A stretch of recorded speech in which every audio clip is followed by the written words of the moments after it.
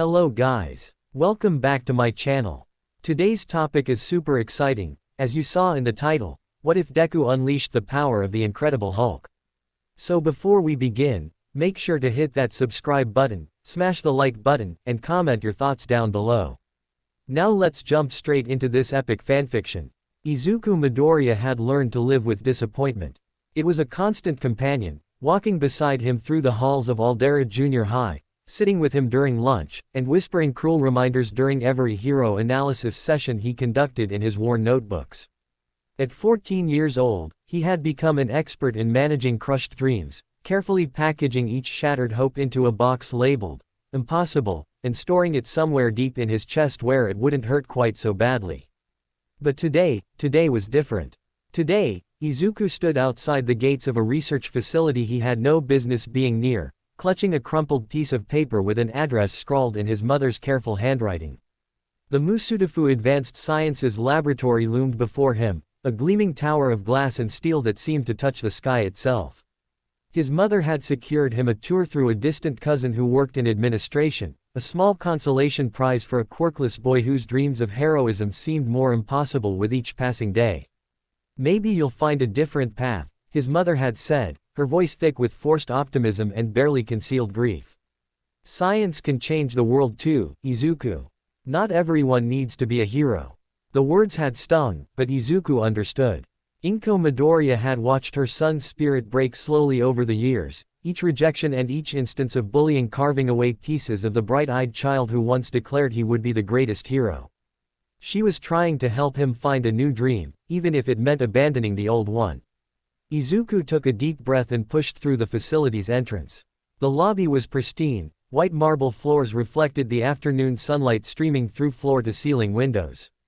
A receptionist with a minor telekinesis quirk smiled at him professionally, her eyes showing neither the pity he had grown accustomed to nor the contempt that usually followed when people learned of his quirkless status. "Midoriya Izuku?" she asked, glancing at her computer screen. "You're here for the student tour. Perfect timing. Dr. Yamada will be with you shortly. Please have a seat." Izuku nodded, too nervous to trust his voice. He settled into a chair that was probably worth more than his entire bedroom setup and tried to calm his racing heart. Around him, scientists and researchers moved with purpose, their lab coats billowing like capes as they hurried between departments. Some had visible quirks, extra eyes that glowed faintly, elongated fingers perfect for delicate work, or subtle energy fields that hummed with barely contained power. "Midoriya-kun." Izuku jumped to his feet. A middle-aged man with kind eyes and graying hair approached, extending a hand. He wore a standard white lab coat, and his badge identified him as Dr. Kenji Yamada, head of experimental physics. "Why yes, sir. Thank you for having me. No need for such formality. Your mother's cousin spoke highly of your analytical mind. She mentioned you keep detailed notebooks on hero quirks and combat strategies. Fascinating hobby for someone your age." Izuku's cheeks flushed. I just find quirks interesting. The way they work, how they interact with each other, their limitations and applications." Dr. Yamada's smile widened. "That's exactly the kind of thinking we encourage here. Come, I'll show you some of our current projects. Who knows? Perhaps you'll find inspiration for your future." They walked through corridors lined with laboratories, each one a window into cutting-edge research. Izuku's notebook remained in his bag, but his mind worked frantically to absorb every detail. Dr. Yamada explained projects ranging from quirk enhancement technology to support equipment that could revolutionize hero work.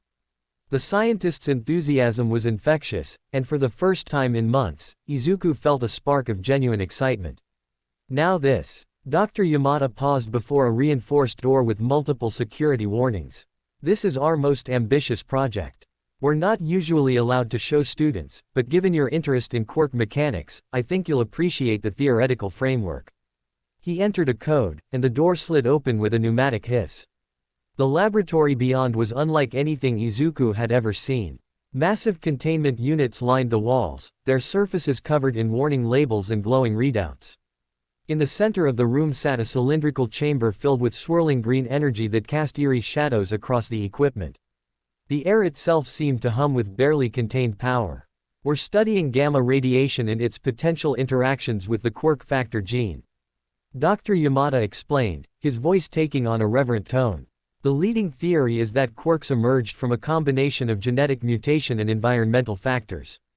We believe controlled gamma exposure might unlock dormant potential in the human genome, specifically, latent quirk factors that never fully manifested. Izuku's eyes widened. You're trying to give people quirks. Not exactly. We're attempting to activate what's already there. Every human carries quirk factor genes to varying degrees, even those classified as quirkless. The difference is expression versus dormancy. If we can trigger that expression, you could help people like me. Izuku's voice cracked slightly. He hadn't meant to say it aloud. Dr. Yamada's expression softened. Perhaps. But the research is still in early stages. The gamma radiation we're working with is incredibly dangerous. Even with our containment protocols, there's risk. One miscalculation, one breach in the shielding, and the exposure could be catastrophic. As if summoned by his words, an alarm suddenly pierced the air, a harsh, wailing siren that made Izuku's blood run cold.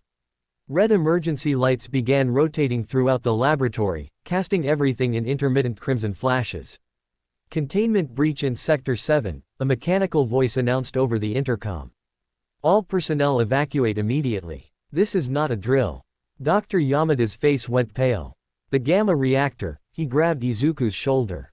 We need to leave. Now. They ran toward the door, but before they could reach it, the building shook violently. The explosion came from somewhere below, a deep, rumbling blast that traveled up through the structure's steel skeleton. The lights flickered and died, plunging the laboratory into darkness broken only by the green glow of the gamma chamber and the rotating emergency beacons. Izuku stumbled, his shoulder slamming into one of the containment units. Pain shot through his arm, but worse was the sound he heard. A high-pitched whine building rapidly in intensity from the gamma chamber behind him. Get down, Dr. Yamada shouted, diving behind a console. Izuku threw himself flat against the floor just as the gamma chamber exploded. The world became green. Waves of energy washed over him, not heat, not force, but something else entirely. It felt like being submerged in electricity, like every cell in his body was being simultaneously torn apart and reconstructed. Izuku's scream was lost in the roar of escaping radiation. His skin burned, his bones felt like they were melting, and his mind touched something vast and terrible and impossibly angry.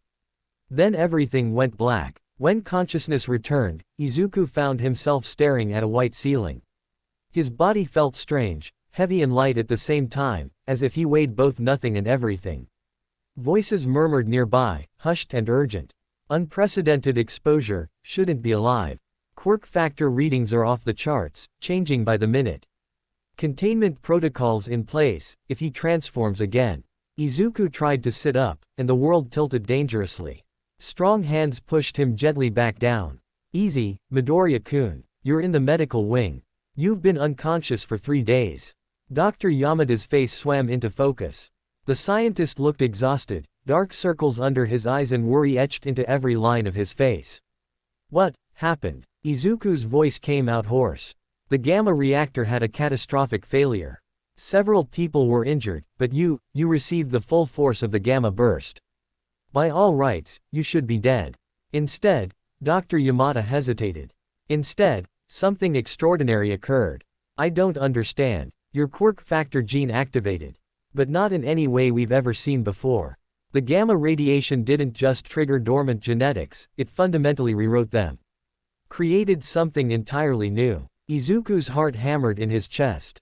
Are you saying, I have a quirk now?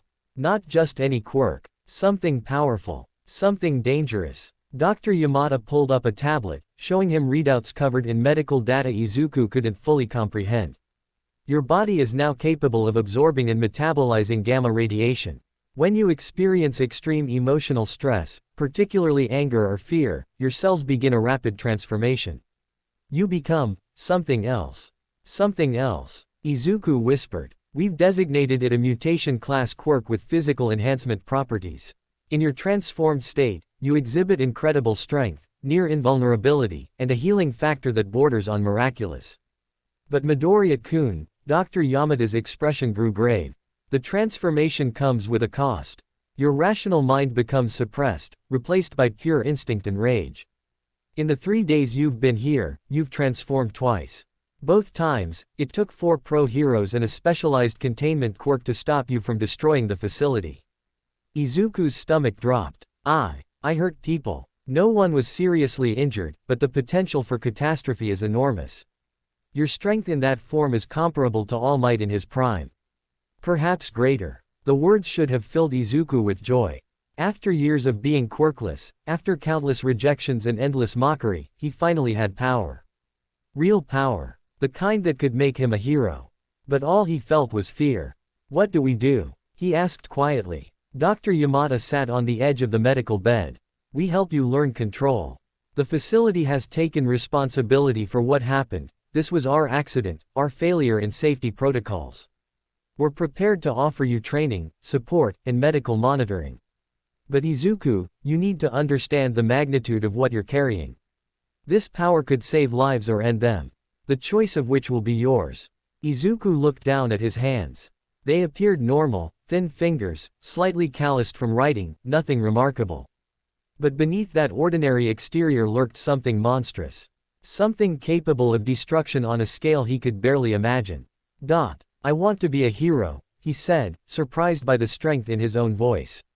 I've wanted that my entire life. If this quirk is what it takes, then I'll master it. No matter how hard, no matter how long. I won't let this power control me. Dr. Yamada smiled, though worry still lingered in his eyes. That's exactly what I hoped you'd say.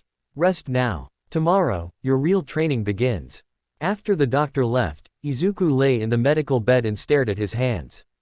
Somewhere inside him, buried beneath layers of flesh and bone and fear, lived something that could rival the greatest heroes. The thought should have been thrilling.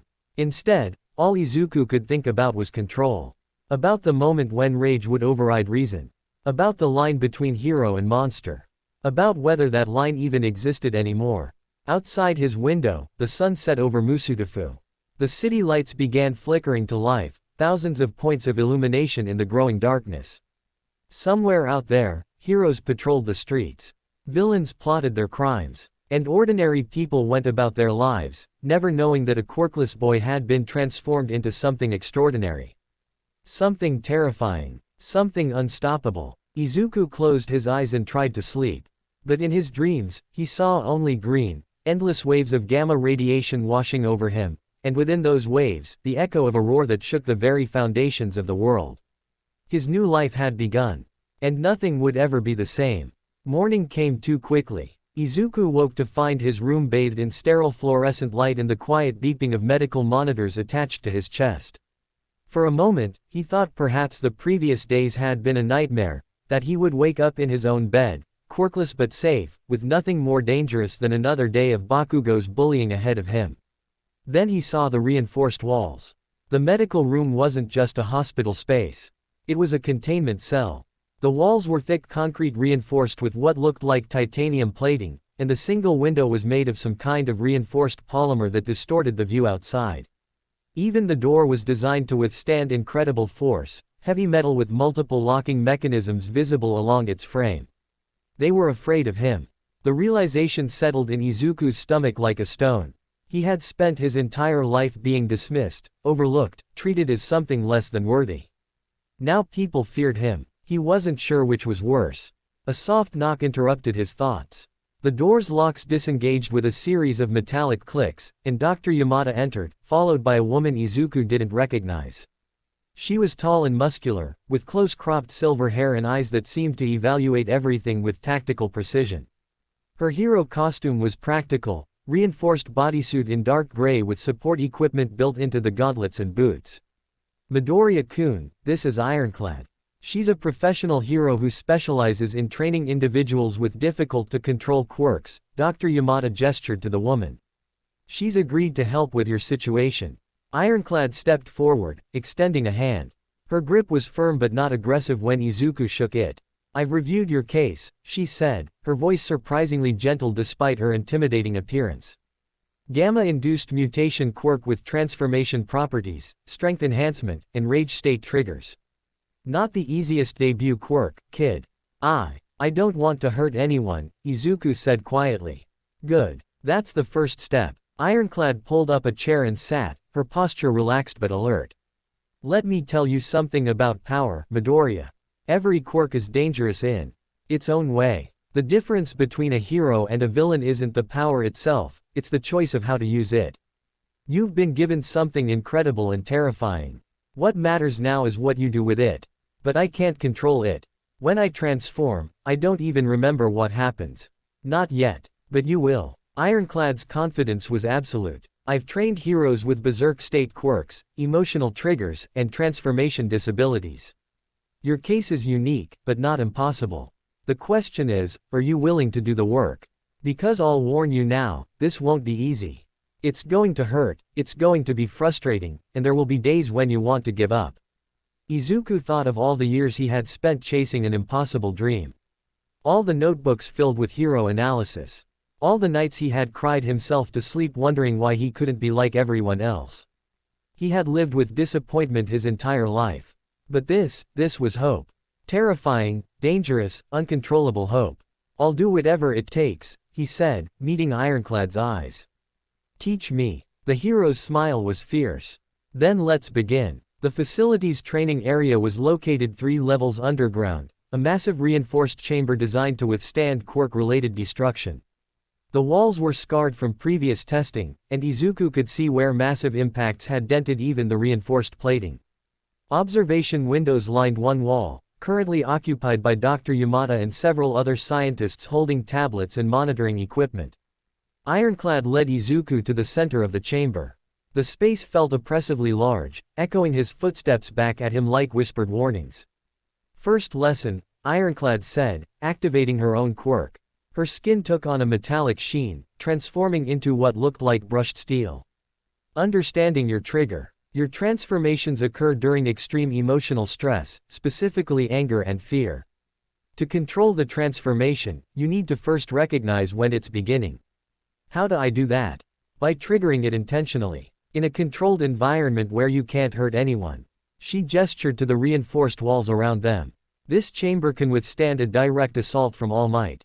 Your transformed state is strong, but you're not bringing this place down. And my quirk makes me effectively invulnerable for short periods. You can't hurt me. Izuku's eyes widened. You want me to transform. On purpose. How else will you learn to control it? Ironclad's logic was irrefutable. Right now, the transformation owns you. We need to reverse that dynamic. But to do that, you need to understand what it feels like when the change begins. I don't know if I can. Yes, you can. And you will. Ironclad's voice hardened slightly. Think about why you wanted this power, Midoriya. Think about every time someone told you that you couldn't be a hero. Every insult, every dismissal, every moment of humiliation. Remember what it felt like to be powerless. The memories came unwanted. Bakugo's cruel laughter. His mother's tear-stained face. The doctor who had declared him quirkless with such casual indifference. All Might turning away from his questions on that rooftop months ago, before everything changed.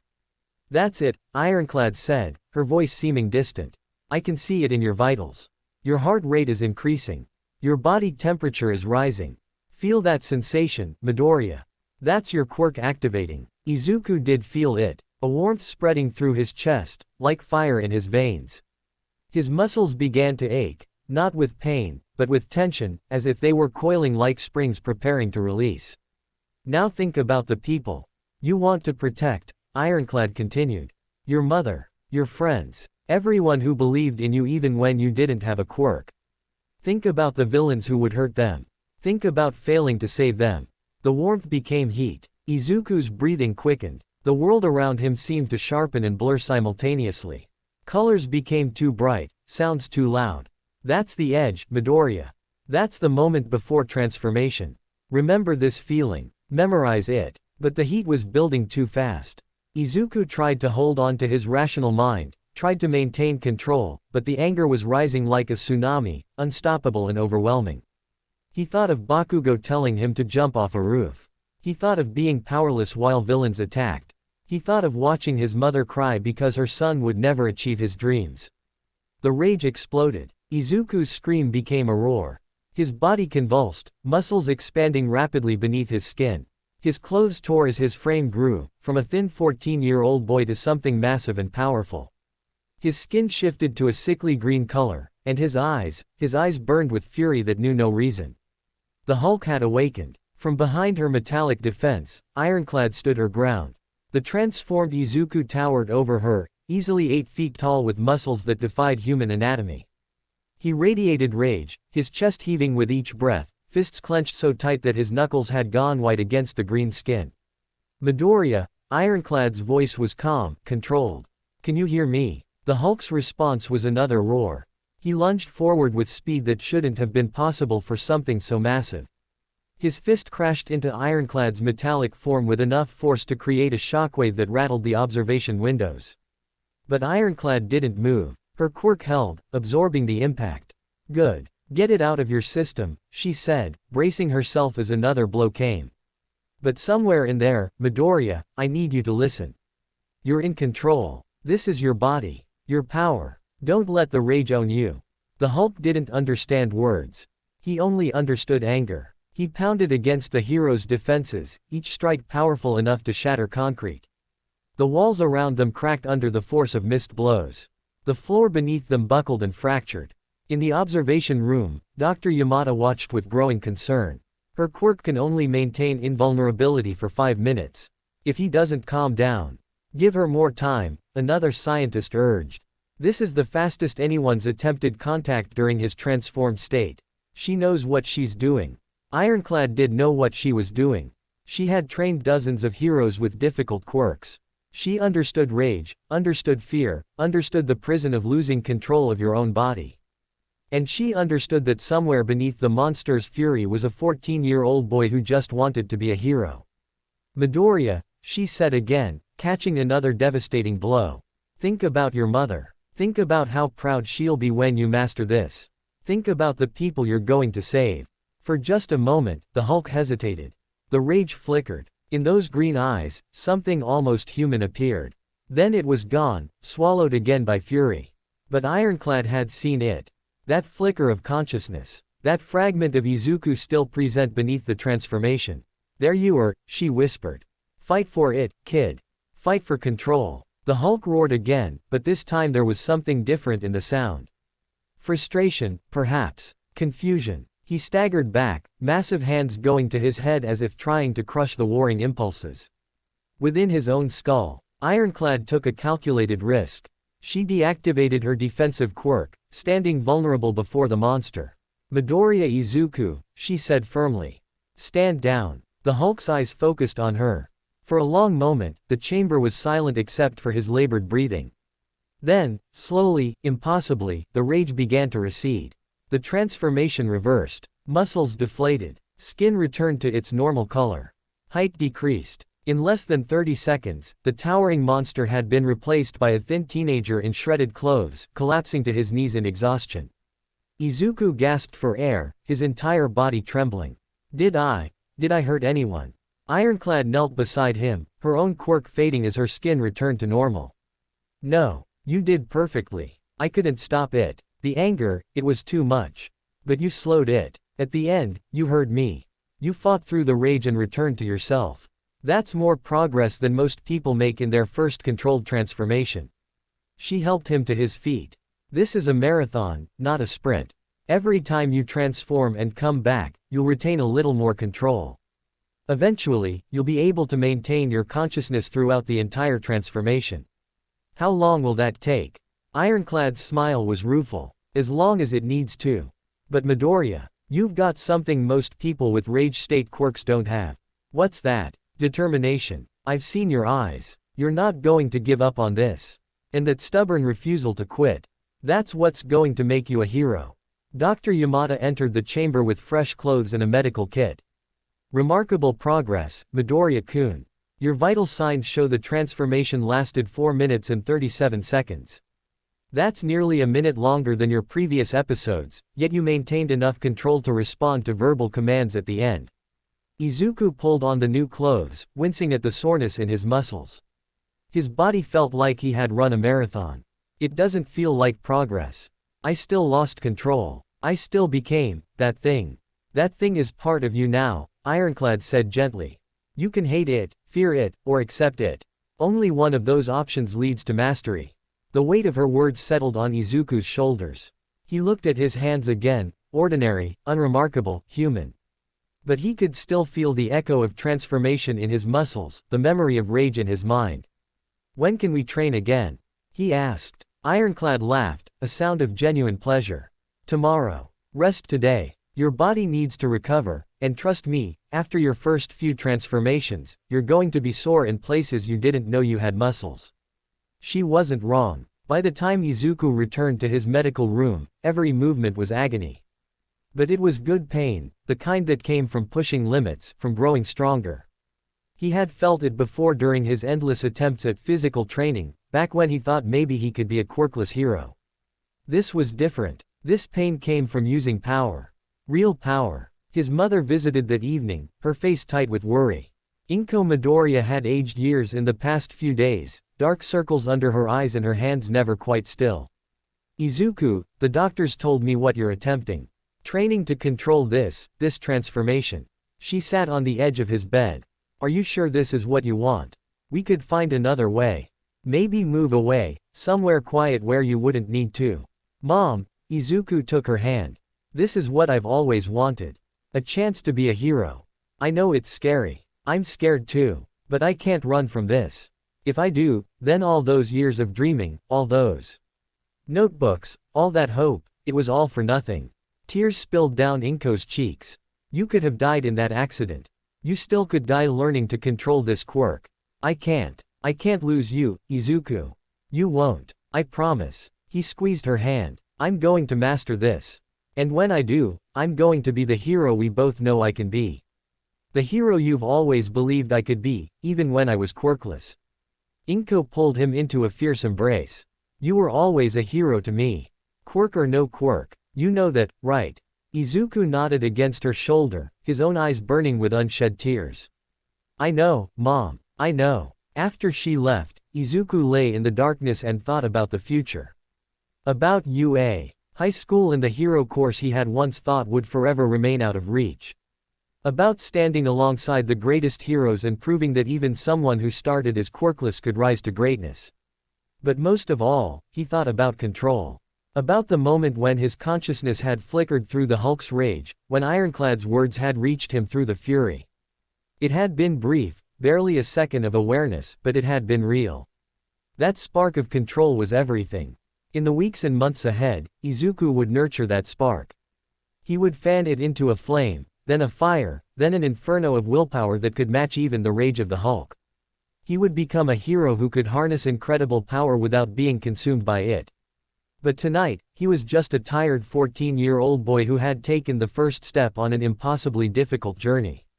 Outside his window, the stars emerged one by one in the darkening sky. Each point of light was a distant sun, burning with fusion fire that would outlast human civilization. They had burned for billions of years and would burn for billions more. Izuku watched them and made a promise to himself. No matter how long it took, no matter how many times he failed, he would master this power. He would prove that being a hero wasn't about the quirk you were born with, it was about the choices you made and the strength of your resolve. The monster within him was powerful. But Izuku's will to control it would be stronger. His training had only just begun. 3 weeks passed in a blur of training, transformation, and exhaustion. Izuku's days fell into a brutal rhythm, morning sessions with Ironclad focusing on emotional control, afternoon transformations in the reinforced chamber, evenings spent in medical evaluation while Dr. Yamada's team monitored his evolving quirk factor. His nights were haunted by dreams of green fire and endless rage, jolting him awake in cold sweats that soaked through his sheets. Progress came in frustrating increments. Some days, Izuku could maintain a thread of consciousness during transformation for nearly a minute before the Hulk's fury consumed him completely. Other days, he lost himself the moment his skin began to change, becoming a prisoner in his own body while the monster raged against Ironclad's defenses. But he was learning. Slowly, painfully, he was learning. "Your transformation time is increasing," Dr. Yamada said during one of their evening sessions. He pulled up charts showing Izuku's vital signs during each episode. The first transformation lasted 3 minutes. Yesterday's lasted almost 8. Your body is adapting to the gamma radiation, integrating it more thoroughly into your cellular structure. Is that good or bad?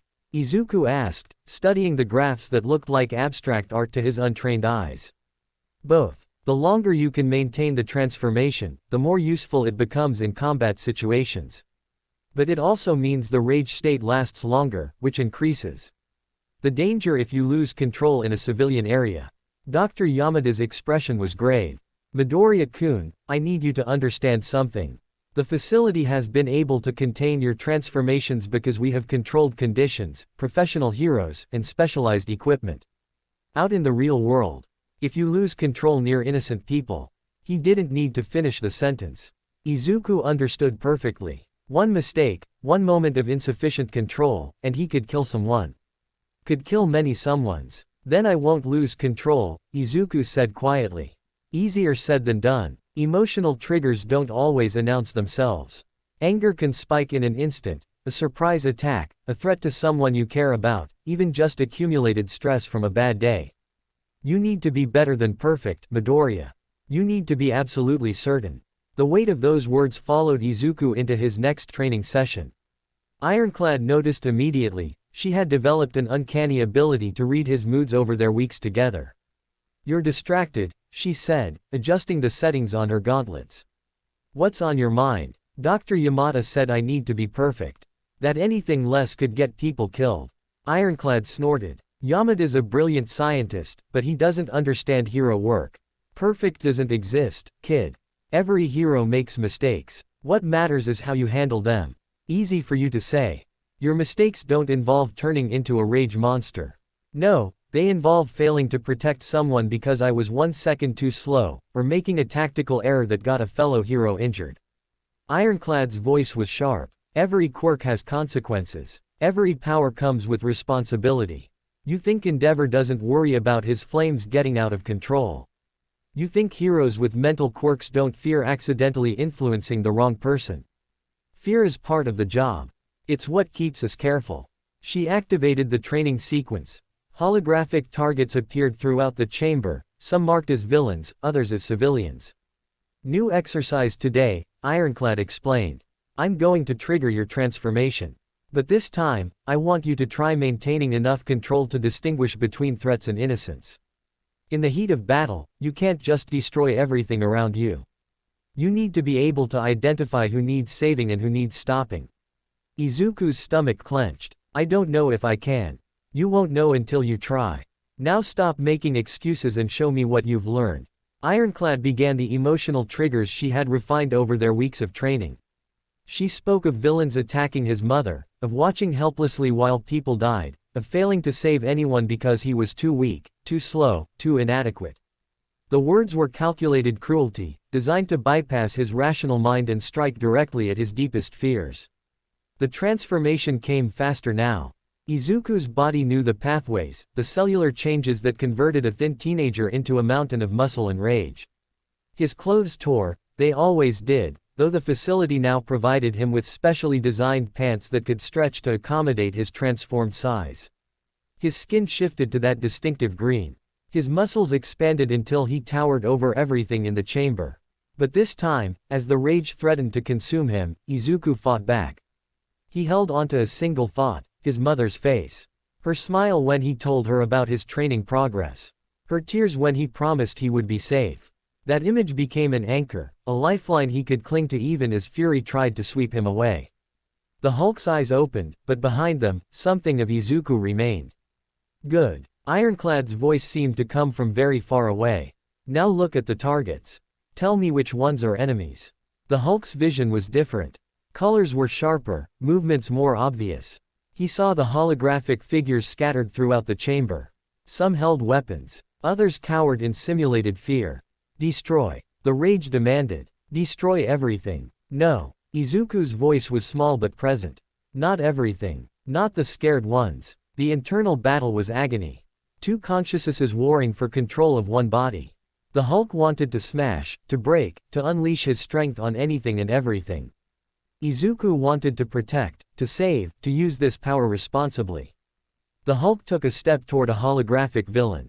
His fist raised. Wait, Ironclad commanded. The figure changed. Now it showed a civilian standing between him and the villain. What do you do? Destroy, but the anchor held. Izuku's consciousness wrapped around that image of his mother, used it to cage the rage just enough to think. The Hulk's fist trembled. Then, with agonizing slowness, he moved around the civilian hologram. His strike hit only the villain target, which shattered under the impact. Excellent, Ironclad's approval was evident. Again, more targets. The training continued. Each time, the scenario grew more complex. Civilians mixed with villains. Hostage situations. Structural collapses where the wrong action could kill innocents. And each time, Izuku fought to maintain that thread of control, to keep the Hulk's rage focused and purposeful rather than indiscriminate. It was the hardest thing he had ever done. His consciousness felt like it was being torn apart. The rage screamed at him to let go, to surrender to the blissful simplicity of pure destruction. But Izuku refused. He thought of All Might, of the symbol of peace who saved everyone with a smile. He thought of his notebooks filled with hero analysis. He thought of every person who had ever told him he couldn't be a hero. He would prove them wrong. Even if it killed him. The transformation finally ended after 12 minutes, a new record. Izuku collapsed to the floor, gasping for air, his body drenched in sweat. Every muscle felt like it had been shredded and roughly sewn back together. His head pounded with a migraine that made his vision blur. But he had done it. He had maintained control throughout almost the entire transformation. Ironclad helped him sit up, offering a bottle of electrolyte solution.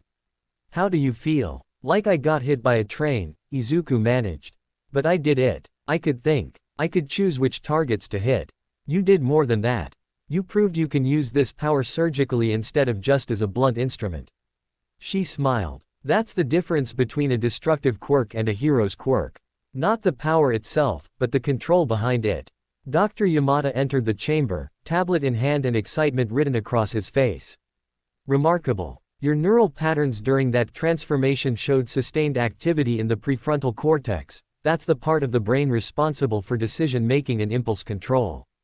Previous transformations showed almost no activity there. You're literally rewiring your brain to maintain consciousness during the rage state." "Does that mean I'm ready?" Izuku asked hopefully. The excitement faded from Dr. Yamada's expression.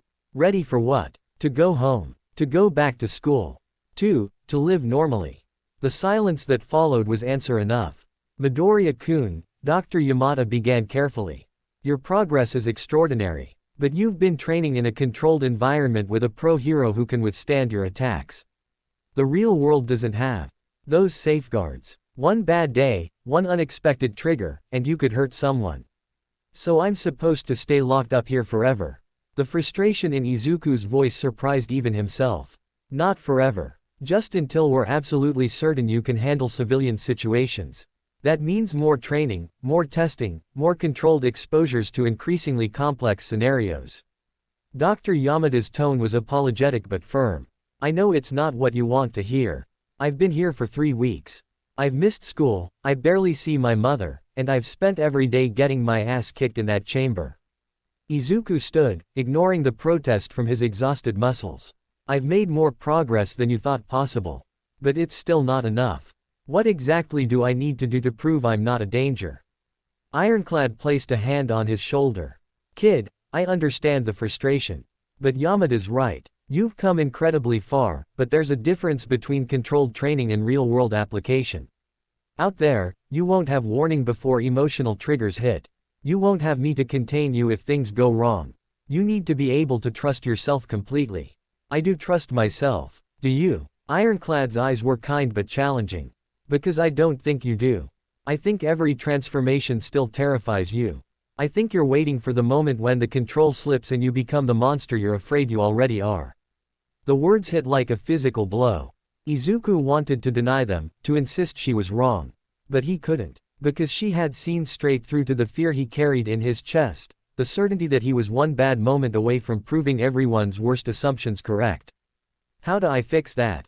he asked quietly. "By accepting that the Hulk isn't separate from you. It's not a monster that possesses you. It's an expression of your own anger and fear, amplified by gamma radiation but ultimately still you." Ironclad's voice was gentle. "Until you make peace with that part of yourself, you'll always be fighting against your own power instead of working with it." That night, Izuku lay awake long after the facility had gone quiet. The medical monitors beeped softly in the darkness, tracking his heartbeat and breathing. Outside his reinforced window, he could see the lights of Musudafu spread across the landscape like a blanket of stars brought down to earth. Somewhere out there was his apartment, his mother, his school, his normal life. Except nothing would ever be normal again. Izuku closed his eyes and tried to follow Ironclad's advice. Instead of pushing away thoughts of the Hulk, he let them come. He remembered the feeling of transformation, not just the rage, but the power. The incredible strength that made the impossible feel effortless.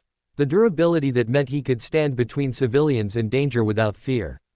The healing factor that had knit broken bones in minutes. It was terrifying, but it was also amazing. This quirk, born from accident and gamma fire, was his chance to be a hero. Not despite its difficulty, but because of it. Anyone could be a hero with an easy quirk. But mastering something this dangerous, proving that even the most destructive power could be used to protect. That would mean something. Izuku opened his eyes and looked at his hands.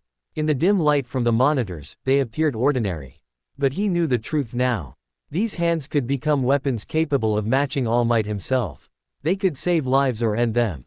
The choice was his. Not the Rage's. Not the Hulk's. His. I accept you, Izuku whispered to the darkness.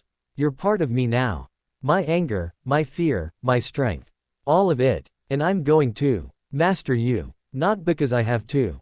Because I choose to. The words felt like a promise. Like a contract signed between the boy and the monster, between fear and determination, between what he had been and what he would become. Outside, dawn began to break over Musudafu. The first rays of sunlight painted the clouds in shades of gold and crimson. A new day was beginning. And Izuku Midoriya was ready to face it. He would train harder, push farther, accept the fear and use it as fuel instead of letting it paralyze him. He would prove to Dr. Yamada, to Ironclad, to himself that he could be trusted with this power. However long it took, whatever it cost, he was going to be a hero. The days that followed saw a shift in Izuku's training. He stopped fighting against the transformation and started working with it. Instead of viewing the Hulk as an enemy to be controlled, he began treating it as a partner that needed to be understood. The progress was immediate and dramatic. His conscious periods during transformation extended from minutes to the entire duration. The rage was still there, primal and powerful, but it no longer consumed him. Instead, it became fuel for his movements, power behind his actions, fire in his determination. Ironclad noticed the change. You're not afraid anymore. I'm terrified, Izuku admitted. But I've decided that being afraid doesn't mean I have to stop. It just means I need to be careful. She smiled. Now you're thinking like a hero. 2 weeks later, Dr. Yamada called Izuku to his office. The scientist looked tired but pleased. We've reviewed your progress, he said, gesturing to the charts covering his desk. Your control has become reliable. Predictable. In our last 20 training sessions, you've maintained full consciousness throughout every transformation. Your ability to distinguish threats from civilians is at 97% accuracy. And most importantly, you've demonstrated the capacity to detransform at will. Izuku's heart hammered in his chest. What are you saying? I'm saying that while you'll need to continue training in medical monitoring, we believe you're ready to resume a modified version of your normal life. You can go home, Midoriya-kun. You can go back to school. The tears came before Izuku could stop them. Weeks of frustration, fear, and exhaustion poured out in shaking sobs. He was going home. After everything, he was going home. But this time, he was going home as someone different. Someone powerful. Someone who could finally chase his dream of being a hero. Dr. Yamada walked around the desk and placed a hand on Izuku's shoulder. You've earned this. But remember, with great power comes tremendous responsibility. The world doesn't know about your quirk yet. When they find out, everything will change. Are you ready for that? Izuku wiped his eyes and looked up. I've spent my whole life waiting to be ready. I think it's time to stop waiting and start proving myself. Then go, Dr. Yamada smiled. Go be the hero you were always meant to be. As Izuku left the facility that afternoon, stepping out into sunlight that felt impossibly bright after weeks of fluorescent lights, he carried with him something he had lost years ago. Hope. Real, tangible, unshakable hope. The road ahead would be difficult. There would be challenges, setbacks, moments of doubt. But for the first time since he was diagnosed as quirkless, Izuku Midoriya believed in himself. And when you combined that belief with the power of the Incredible Hulk, anything was possible. The apartment looked exactly as Izuku remembered it. Small and warm, filled with the familiar scent of his mother's cooking and the faint floral detergent she used on everything. Yet somehow, after 5 weeks away, it felt different. Or perhaps he was the one who had changed, and the apartment remained stubbornly the same, a snapshot of the life he had left behind. Izuku Midoriya had prepared his favorite meal, katsudon with extra sauce, just the way he liked it. She fussed over him throughout dinner, asking about his comfort, his health, whether the facility had fed him properly. Her eyes were bright with unshed tears, and her hands trembled slightly whenever she reached to touch him, as if confirming he was really there. "I missed you so much," she said for the third time, ladling more rice into his bowl despite his protests. "The apartment felt so empty without you. I kept setting your place at the table, forgetting you weren't here." "I'm home now, Mom," Izuku said gently. "And I'm okay. Better than okay. I can control it now." Inko's smile faltered slightly. "The doctors explained. They said you've made remarkable progress, but that you'll need to continue therapy sessions twice a week. And that if you ever feel the transformation coming unexpectedly, you should."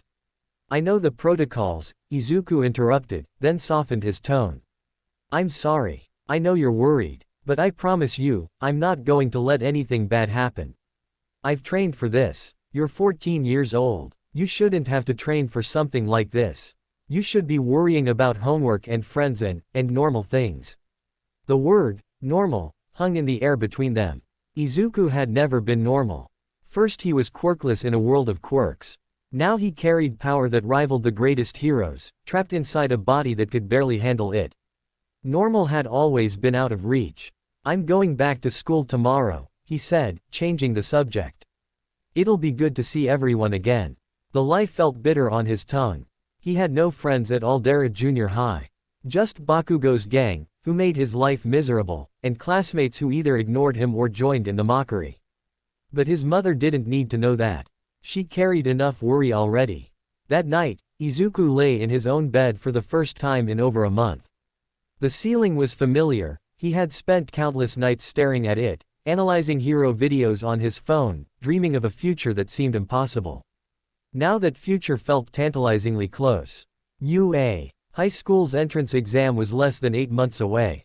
With his quirk, he actually had a chance. But first, he had to survive returning to school. Aldera Junior High looked smaller than Izuku remembered. The building that had once seemed imposing now felt almost quaint. He walked through the gates with his bag slung over his shoulder, hyper-aware of every sensation. His heart rate was slightly elevated. His body temperature had risen a few degrees. These were the warning signs Dr. Yamada had taught him to monitor, the earliest indicators that his quirk might activate.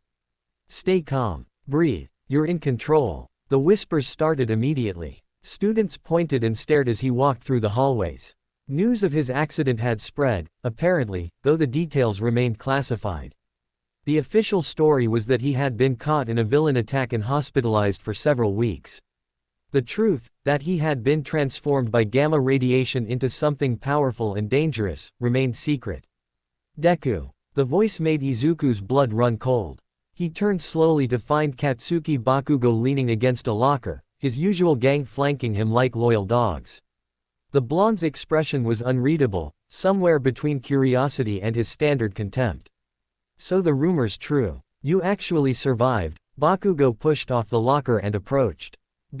"I heard you got caught in some villain attack. Figures you'd be dumb enough to get caught in the crossfire." Izuku felt heat beginning to build in his chest. The familiar anger at Bakugo's casual cruelty, the years of accumulated resentment. He forced it down, imagining the emotion as water flowing into a container he could seal and set aside. "It was an accident," Izuku said carefully. "Wrong place, wrong time. Must have been pretty bad if you were gone for over a month." "What happened?" "Finally realize you should give up on the hero dream and went to get your head examined." Bakugo's grin was sharp and cruel. The heat intensified. Izuku's hands clenched into fists. He could feel his quirk responding to the emotional trigger, gamma radiation beginning to circulate through his cells. His skin tingled. His muscles tensed. Not here. Not now. Control it. I'm fine, Izuku managed through gritted teeth. Just needed some recovery time. Bakugo leaned closer, his red eyes narrowing. You look different. Did they finally tell you that you're never getting into UA? Is that what broke you? The rage spiked. For one terrifying moment, Izuku felt his control slip. His vision tinted slightly green at the edges. His heartbeat thundered in his ears like drums. Then Ironclad's voice echoed in his memory. The transformation owns you, or you own it. Choose. Izuku chose. He pulled the anger back, wrestled it into submission, forced his body to remain human through sheer willpower. The effort left him breathless, but his skin stayed its normal color. His muscles didn't expand. He remained himself. I'm still planning to apply to UA, Izuku said quietly. Nothing's changed. Bakugo stared at him for a long moment. Something flickered in his expression, confusion, perhaps, or suspicion. Then he scoffed and turned away. Whatever, Deku. Keep dreaming your pathetic dreams. Just stay out of my way.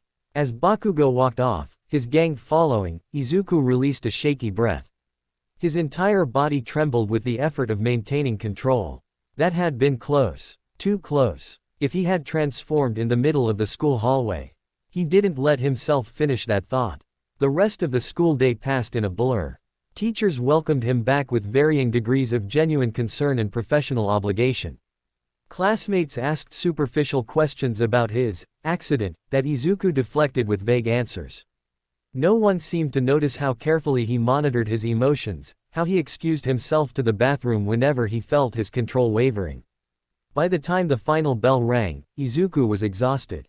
Maintaining constant vigilance over his quirk was mentally draining in ways physical training had never been. Every interaction was a potential trigger. Every frustration or fear had to be carefully managed before it could spiral into transformation. He was gathering his things when a hand landed on his shoulder. Izuku spun, his body tensing automatically for a threat. The heat began building immediately. Whoa, easy, the boy who had touched him stepped back, hands raised. Didn't mean to startle you. You're Midoriya, right? Izuku forced himself to breathe, to push down the surge of adrenaline. Why yes. Sorry, I'm still a little jumpy after everything. The boy had messy brown hair and a friendly smile. Izuku vaguely recognized him from class, though they had never spoken before.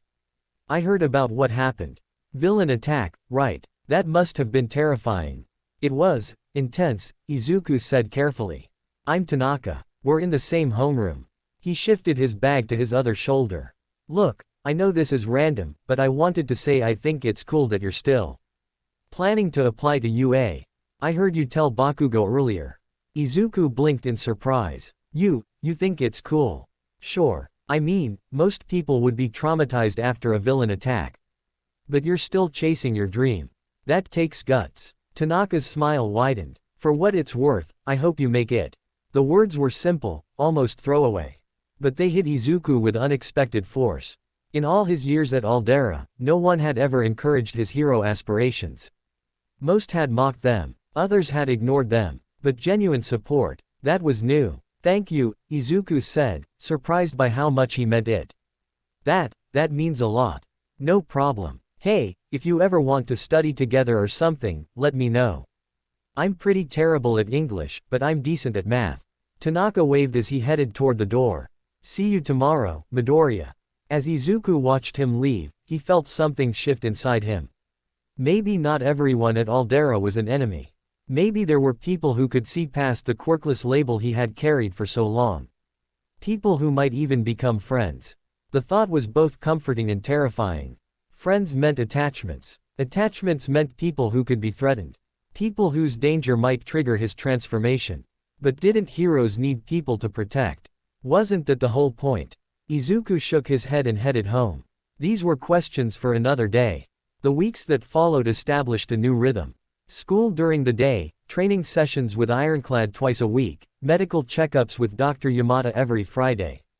Izuku's control over his quirk grew stronger with each passing day.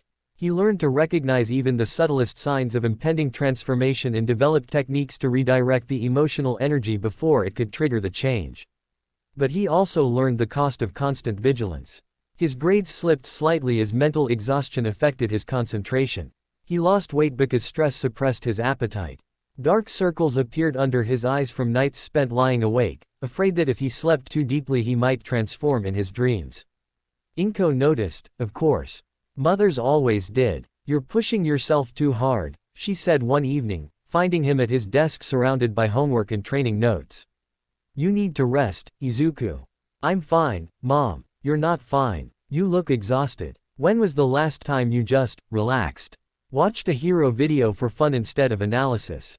Hung out with friends?" "I don't really have friends." The words slipped out before Izuku could stop them. Inko's expression crumbled. "Oh, sweetheart. It's okay," Izuku said quickly. "I mean, there's this guy Tanaka from class. We've been studying together sometimes. So that's something." It wasn't much, but it seemed to reassure his mother slightly. She kissed the top of his head and left him to his work, though worry still lingered in her eyes. Izuku returned to his training notes, but his mother's words echoed in his mind. When was the last time he had done something just for enjoyment? Everything had become about control, about preparation, about being ready for the moment when his quirk would be revealed to the world. Because it would be revealed. Eventually. Either at the UA entrance exam, or during his first real hero encounter, or possibly even by accident if his control ever truly failed. And when that happened, everything would change. The thought terrified him. 2 months after returning to school, Izuku experienced his first real test. He was walking home through a shopping district when screams erupted from a nearby intersection. His hero instincts, cultivated through years of analysis and recent training, kicked in immediately. He ran toward the danger instead of away from it. A villain had taken hostages in a convenience store. Through the window, Izuku could see a man with a mutation quirk, enlarged arms ending in blade-like protrusions, holding 3 people at knife point while demanding money from the terrified clerk. Pro-heroes would arrive soon. They always did. The smart thing would be to wait, to let the professionals handle it. But one of the hostages was a child. A little girl who couldn't have been more than 6 years old, crying in her mother's arms while the villain's blade hovered inches from them. Izuku felt his quirk respond. Not to anger this time, but to desperate need. The heat built in his chest, but it felt different. Focused. Purposeful. He could help. He could save them. All it would take was one transformation. But the risk, if he lost control in a crowded shopping district. The villain struck the counter, leaving a deep gouge in the wood. "I said fill the bag. Now. Or the kid loses a finger." The decision made itself. Izuku ducked into an alley behind the store. He took 3 deep breaths, centering himself the way Ironclad had taught him. Then, deliberately, he triggered his transformation. The change rolled through him like a wave. Muscles expanded. Skin shifted to green. Height increased. But this time, Izuku's consciousness remained firmly in control. He felt the rage, felt the incredible power, but he directed it with precision instead of letting it consume him. The Hulk emerged from the alley, but his eyes were clear. Purposeful. Heroic. He approached the convenience store from behind, moving with surprising stealth for something so massive. The back door was locked, but that presented no challenge. The Hulk's finger punched through the metal like it was paper, and he carefully peeled the door open. Inside, the villain was still focused on the clerk, his back to the stockroom where the Hulk now stood. The hostages saw him first. Their eyes widened in fear, then confusion as the massive green figure raised one finger to where his lips would be in a gesture of silence. The Hulk moved. One moment he was in the stockroom. The next, his hand had closed around the villain's weapon arm. The bladed protrusion snapped like a twig. The villain's scream was cut short as the Hulk's other hand plucked him off the ground like a doll. "No hurt people." The Hulk's voice was deep and rumbling, each word carefully formed. "Bad choice." He carried the struggling villain outside and deposited him on the pavement just as the first pro-heroes arrived. Kamui Woods took one look at the scene, the massive green figure holding an unconscious villain, and his branches immediately formed a defensive barrier. "Stand down," the hero commanded. "Release the villain and identify yourself." The Hulk could have fought. Could have smashed through the wooden barrier and escaped. But that wasn't what heroes did. Instead, he carefully set the villain down and stepped back, hands raised in a gesture of peace. "Saved hostages," he said slowly. "People safe now." Kamui Woods's branches hesitated. Other heroes were arriving: Backdraft, Death Arms, several others Izuku didn't recognize. They formed a perimeter, uncertain whether they were looking at a new hero or a threat. "I need you to de-transform," Kamui Woods said, his voice calmer now. "If you can control it, show me." "The Hulk?" Izuku nodded. He reached for the center of his transformation, for the gamma energy circulating through his cells, and consciously pulled it back. The change reversed. Muscles deflated. Skin returned to normal. Height decreased. In seconds, the massive green figure had been replaced by a thin 14-year-old boy in torn clothes that barely clung to his frame. The heroes stared. "My name is Midoriya Izuku," he said, his voice hoarse from the effort of transformation.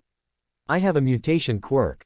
I heard screaming and I couldn't just wait. There was a child in danger. Kamui Woods's expression shifted from suspicion to something approaching respect.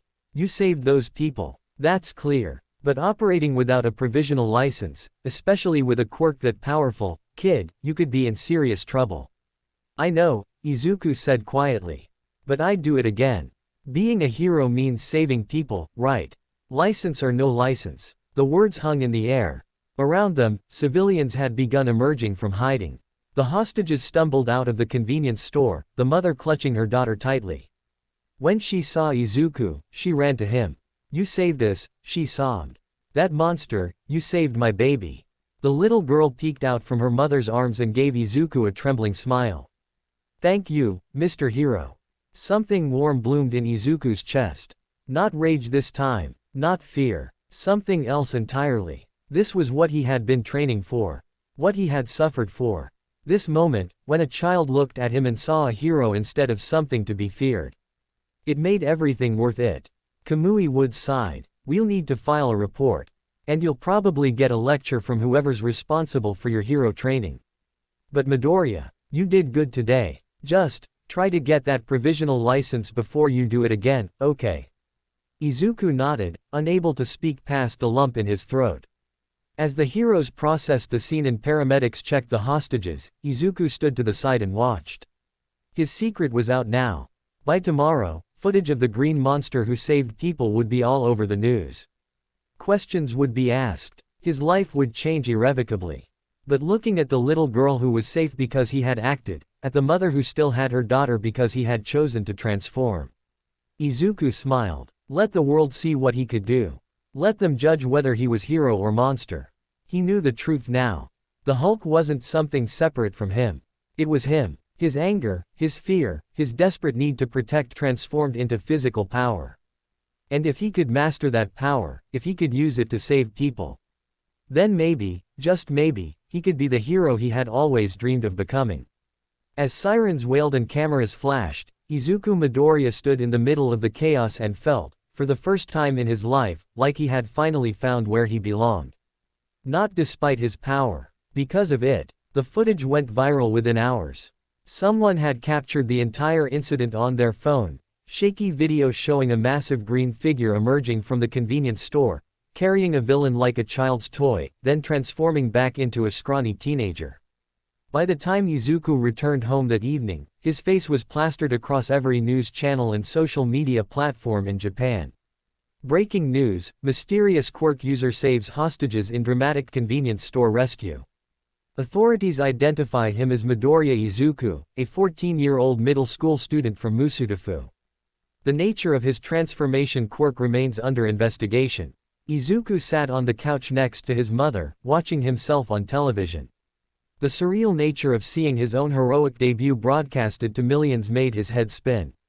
Inko clutched his hand so tightly her knuckles had gone white. "They're calling you a hero," she whispered. "My baby, they're calling you a hero." But not everyone used that word. The news segments were divided. Some praised his quick action, and the fact that no civilians were injured. Others questioned whether someone so young, with such a dangerous quirk, should have intervened at all. The debate raged across talk shows and internet forums. "That transformation is clearly unstable," one hero analyst declared on the evening news. "What happens if he loses control in a crowded area? The potential for collateral damage is astronomical." "But he didn't lose control," another analyst countered. "He saved lives. Isn't that what heroes do?" Izuku's phone had been ringing constantly since the incident. He had ignored most calls, but Dr. Yamada had finally gotten through. The conversation had been tense. Midoriya-kun, I understand why you acted, but you've put us in a very difficult position. The facility's connection to your quirk development will come out. There will be investigations, questions about the accident, liability concerns. The doctor had sounded exhausted. I don't regret helping you. But I need you to understand, things are going to get complicated. Complicated was an understatement. By the next morning, reporters had somehow obtained Izuku's address. They camped outside the apartment building with cameras and microphones, shouting questions whenever anyone entered or exited. Inko had to call in sick to work because leaving the building meant running a gauntlet of invasive questions. School was worse. Izuku arrived to find the gates surrounded by media, with security guards struggling to keep them at bay. Inside, the hallways fell silent as he walked past. Students stared with expressions ranging from awe to fear. No one tried to approach him. Even teachers seemed unsure how to interact with the boy who could transform into something powerful enough to rival professional heroes.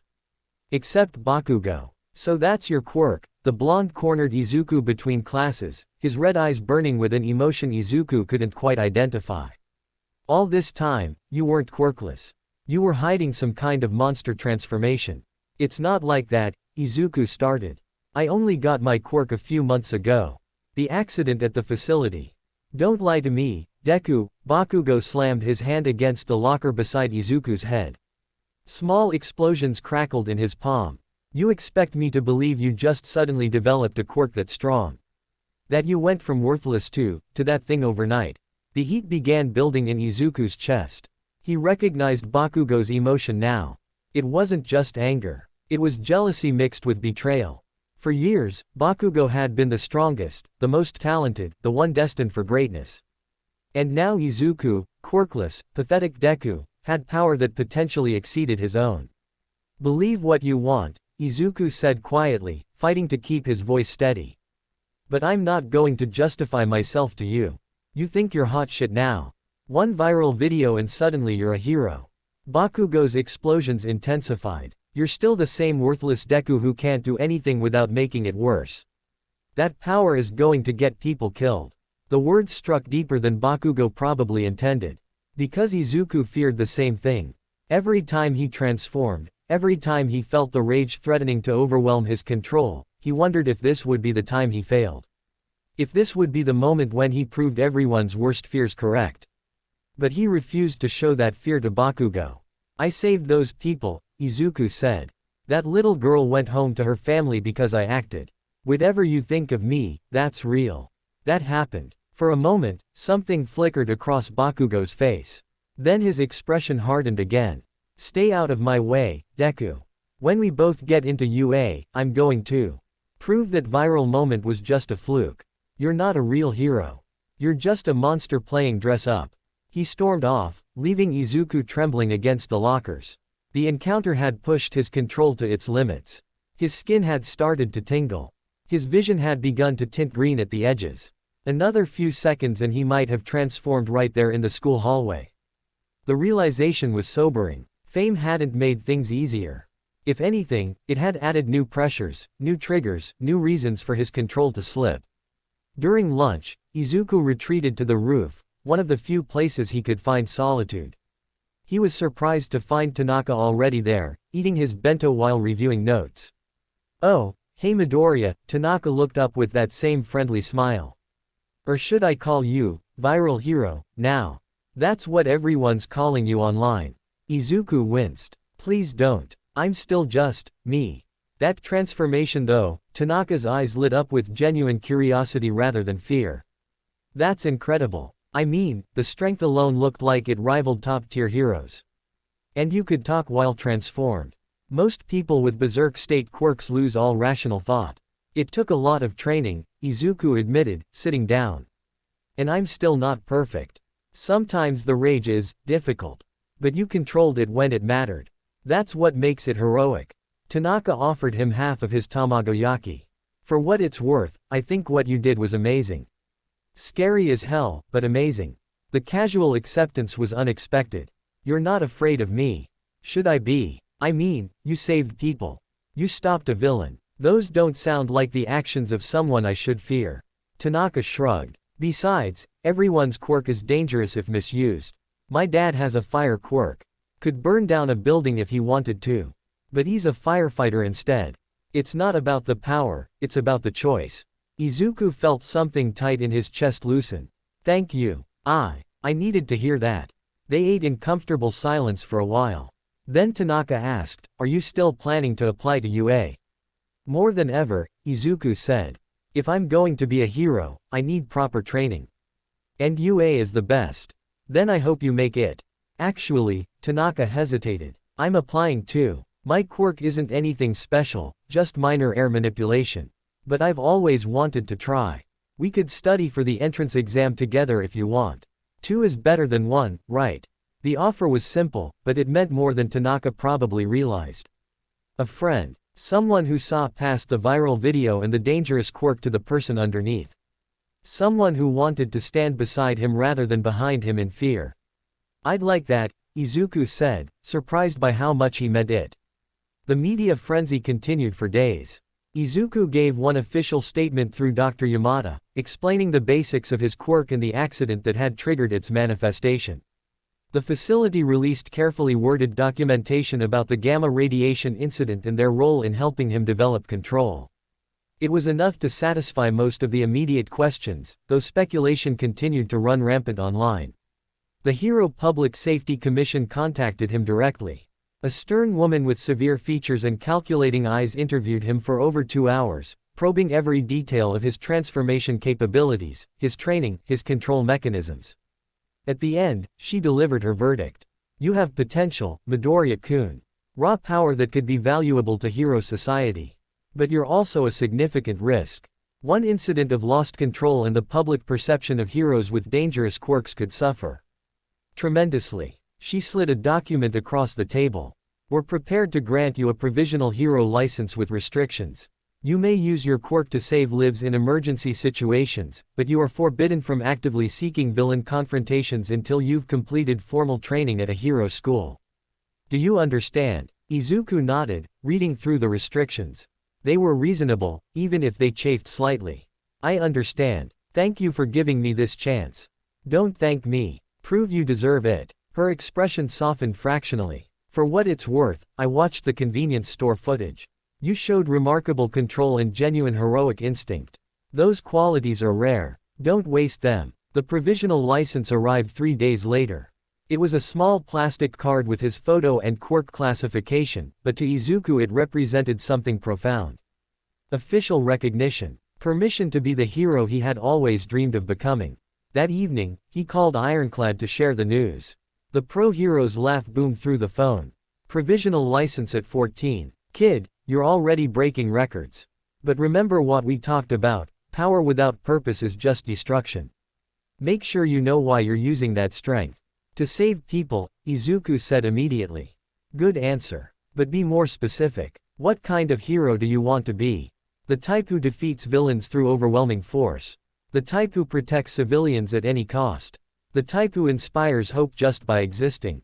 Ironclad's voice grew serious. Your quirk is flashy. Dramatic. People will remember every time you transform. So ask yourself, what do you want them to remember? The question haunted Izuku long after the call ended. What kind of hero did he want to be? All Might saved people with a smile, turning hopelessness into hope with his mere presence. Endeavor defeated villains through sheer power, accepting fear as the price of effectiveness. Kamui Woods focused on precision and minimal collateral damage. What was Izuku's path? He spent the night reviewing his hero analysis notebooks. Years of observations, strategies, quirk breakdowns. Looking at them now, with his own quirk to consider, patterns emerged. The heroes he admired most weren't necessarily the strongest or the most famous. They were the ones who used their specific abilities in creative ways. Who turned weaknesses into strengths. Who never gave up regardless of the odds. That was the hero Izuku wanted to be.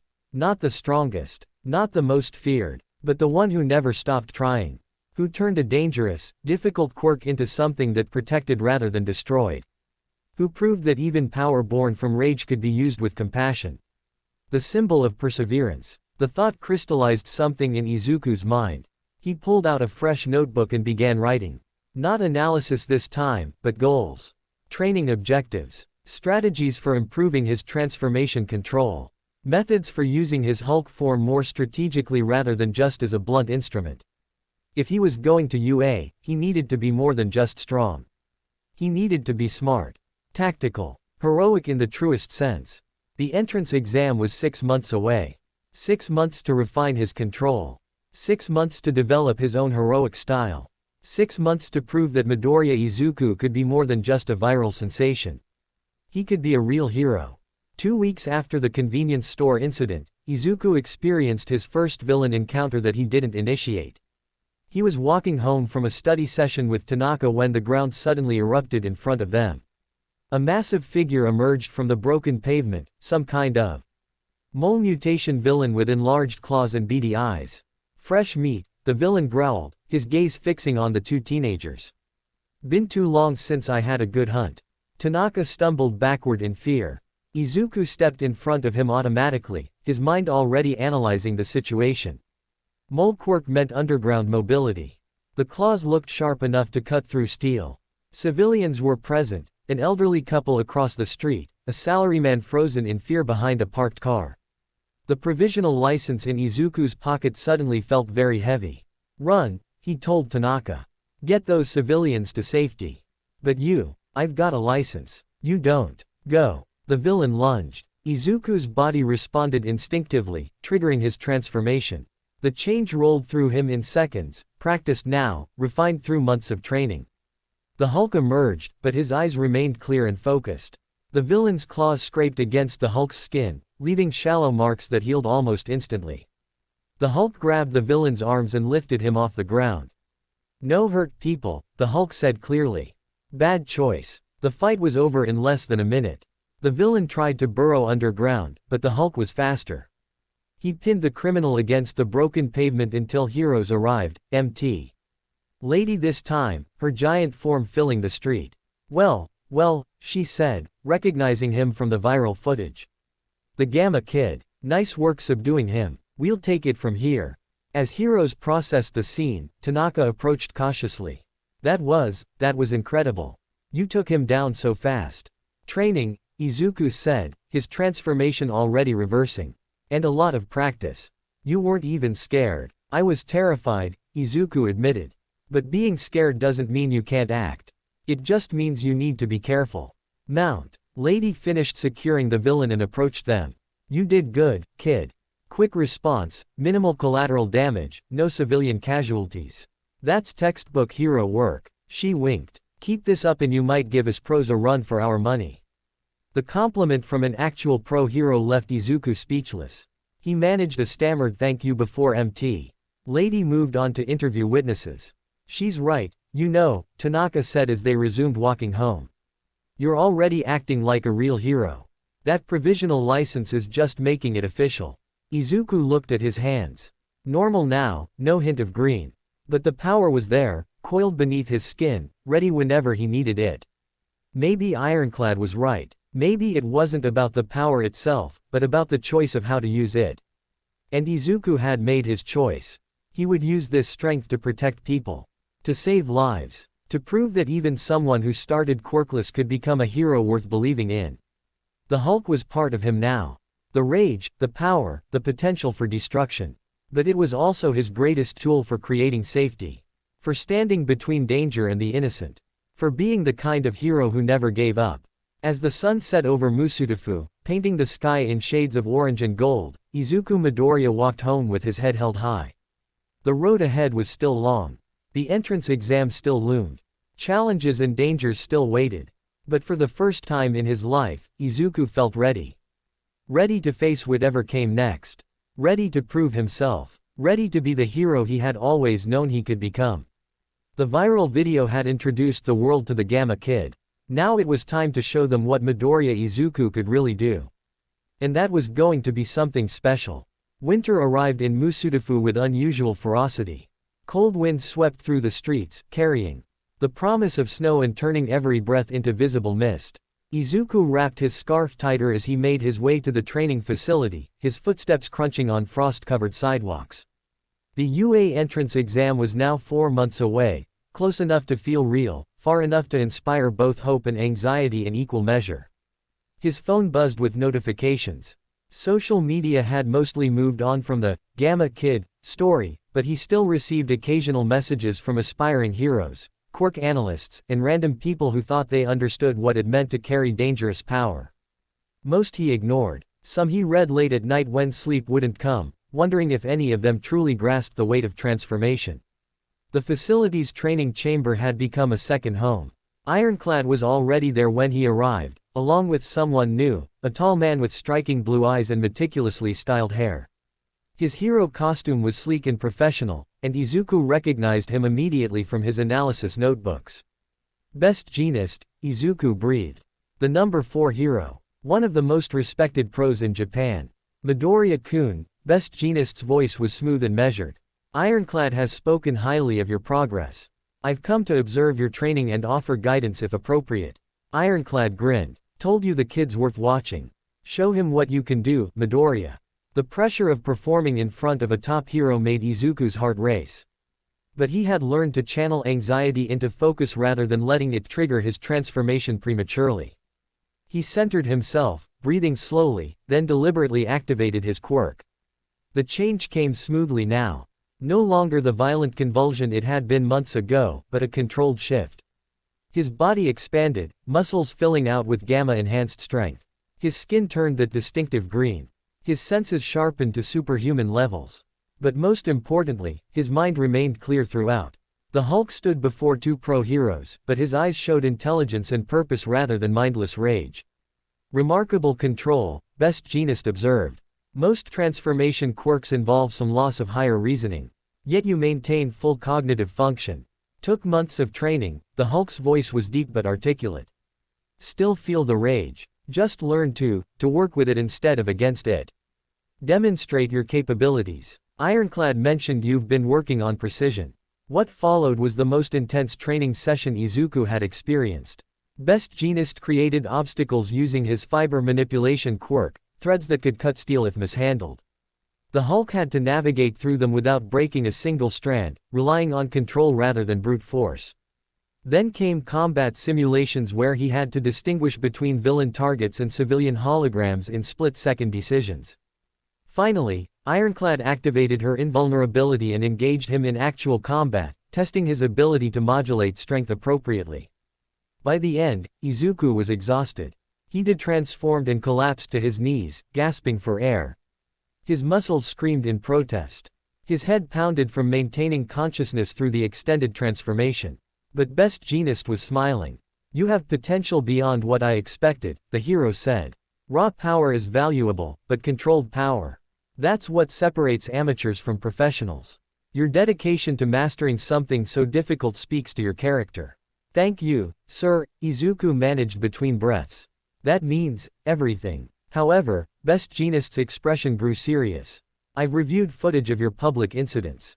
Your heroic instincts are commendable, but your presentation needs work. The way you carry yourself, speak, move, these things communicate as much as your actions. Right now, you present as someone afraid of their own power. That uncertainty makes civilians nervous. The observation stung because it was true.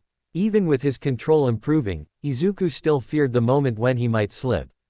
That fear showed in his hesitation, his apologetic demeanor after transformations, the way he seemed to shrink despite his size.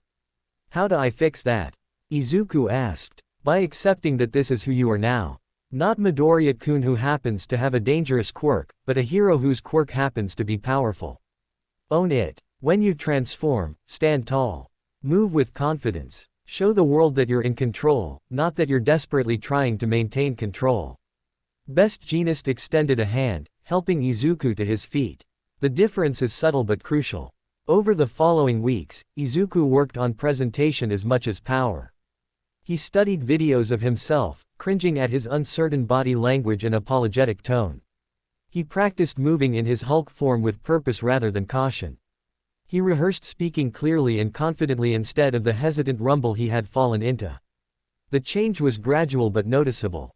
When he intervened in a purse snatching 2 weeks later, witnesses later described him not as that scary green monster, but as the hero who caught the criminal so fast we barely saw him move. The shift in public perception was subtle but real. School remained complicated. Most students had adapted to having a viral hero in their midst, though Izuku still caught nervous glances when he lost his temper or showed frustration. Only Tanaka seemed genuinely comfortable around him, and their study sessions became a refuge from the constant awareness of his own reputation. Question 17 is definitely B, Tanaka said one afternoon, sprawled across Izuku's bedroom floor surrounded by entrance exam prep materials. The hero law about quirk usage in public spaces was revised 3 years ago. Are you sure? I thought the revision was about provisional licenses specifically. Trust me. My mom works in legal, she won't shut up about hero regulations. Tanaka rolled onto his back, staring at the ceiling. Speaking of which, are you nervous? About UA. Terrified, Izuku admitted. I mean, I have power now. But everyone taking that exam is going to be incredible. What if my quirk isn't enough? What if I lose control during the practical exam? Then you'll handle it, like you've handled everything else. Tanaka's confidence was matter of fact. Besides, you've got an advantage most of them don't.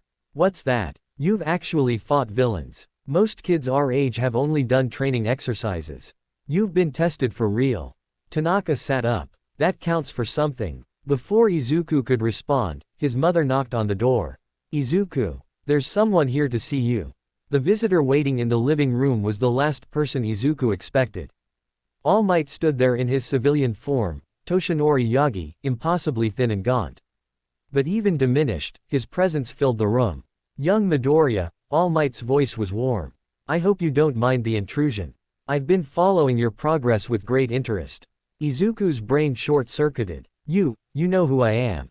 The entire hero community knows who you are. The boy who turned a quirk born from tragedy into a tool for heroism. That takes courage I rarely see, even in experienced pros. All Might settled onto the couch, moving carefully as if his body pained him. I wanted to meet you before the UA entrance exam. To offer some advice, if you'll accept it from this old hero. Of course. Anything. You're my inspiration. My whole life, I wanted to be like you. All Might's smile was tinged with sadness. I appreciate that. But young Midoriya, you need to be like yourself. Your quirk is nothing like mine. Your path will be different. Trying to emulate my style would be a mistake. I don't understand. My power lets me smile in the face of danger because I know I'm strong enough to handle almost anything. Your power requires constant vigilance, constant control. You can't afford the carefree confidence I project. But that doesn't make you less heroic. It makes you different. All Might leaned forward. The symbol of peace inspires through strength and optimism. But there's room for other symbols. Other ways to inspire. Izuku thought of Best Jeanist's words about presentation, about owning his power. What kind of symbol should I be? That's for you to discover. But I'll tell you what I see when I watch your footage. I see someone who refuses to give up despite facing something incredibly difficult. Who takes a power that terrifies them and uses it to protect others anyway. That's not strength in the traditional sense. That's determination, perseverance. All Might's eyes gleamed. In a world where many heroes have easy, flashy quirks they mastered young, there's something powerful about a hero who has to fight for every bit of control. Who chooses heroism even when it's hard. The words resonated deep in Izuku's chest. The symbol of perseverance. He had written those words weeks ago, but hearing validation from All Might himself made them feel real. Thank you, Izuku said, his voice thick with emotion. I won't let you down. I know you won't. And young Midoriya, when you get into UA, not if, when, come find me. I'll be teaching there this year. I think we'll have much to discuss. All Might stood, that familiar hero smile crossing his face despite his weakened form. The entrance exam will test your power. But remember, it's also testing your heart. Show them both. After All Might left, Izuku sat in stunned silence. All Might, the symbol of peace, had come to his apartment. Had offered encouragement and wisdom. Had said, when, not, if, about UA. Did that really just happen? Tanaka asked from the doorway. Izuku laughed, giddy with disbelief. I have no idea. The next 3 months passed in a blur of preparation. Izuku maintained his training schedule with ironclad while also dedicating time to academic study. His provisional license led to more villain encounters, minor criminals mostly, but each one helped him refine his control and combat instincts. The media coverage faded to occasional mentions, which Izuku found relieving. He didn't want to be famous. He wanted to be effective. Bakugo's hostility intensified as the entrance exam approached. The blonde seemed personally offended by Izuku's continued existence, going out of his way to make cutting remarks about fake heroes with borrowed power. Izuku largely ignored him, which only seemed to make Bakugo angrier. Their final confrontation before the exam was inevitable. It happened on the last day of junior high. Bakugo cornered Izuku after class, his gang conspicuously absent this time. When he spoke, his voice was low and intense. "I don't know what game you're playing, Deku. Don't know how you got that quirk or why everyone suddenly thinks you're special. But I'm going to prove at UA that you're still nothing. That viral moment was luck. You're not a real hero. You're just a quirkless loser who got lucky." The old Izuku would have shrunk from this confrontation. Would have apologized, retreated, accepted the verbal abuse as his due. But months of training, of facing villains, of earning the respect of pro-heroes had changed him.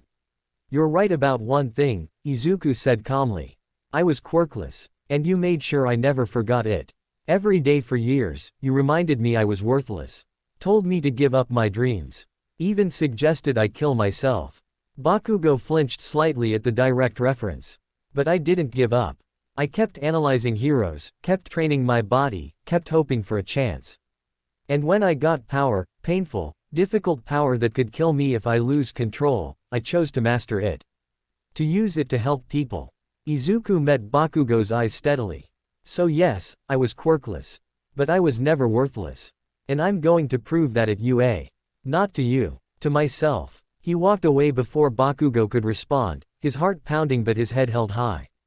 It wasn't a dramatic confrontation. No transformations, no threats, no violence.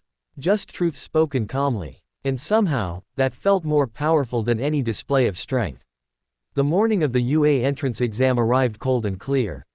Izuku stood before the massive gates of Japan's most prestigious hero school, surrounded by hundreds of hopeful students. His stomach churned with anxiety, but beneath it ran a current of excitement. This was it, the moment he had dreamed of his entire life. Tanaka stood beside him, looking equally nervous. "This is really happening. We're really doing this. Together," Izuku said. "We've got this." They joined the flow of students entering the building.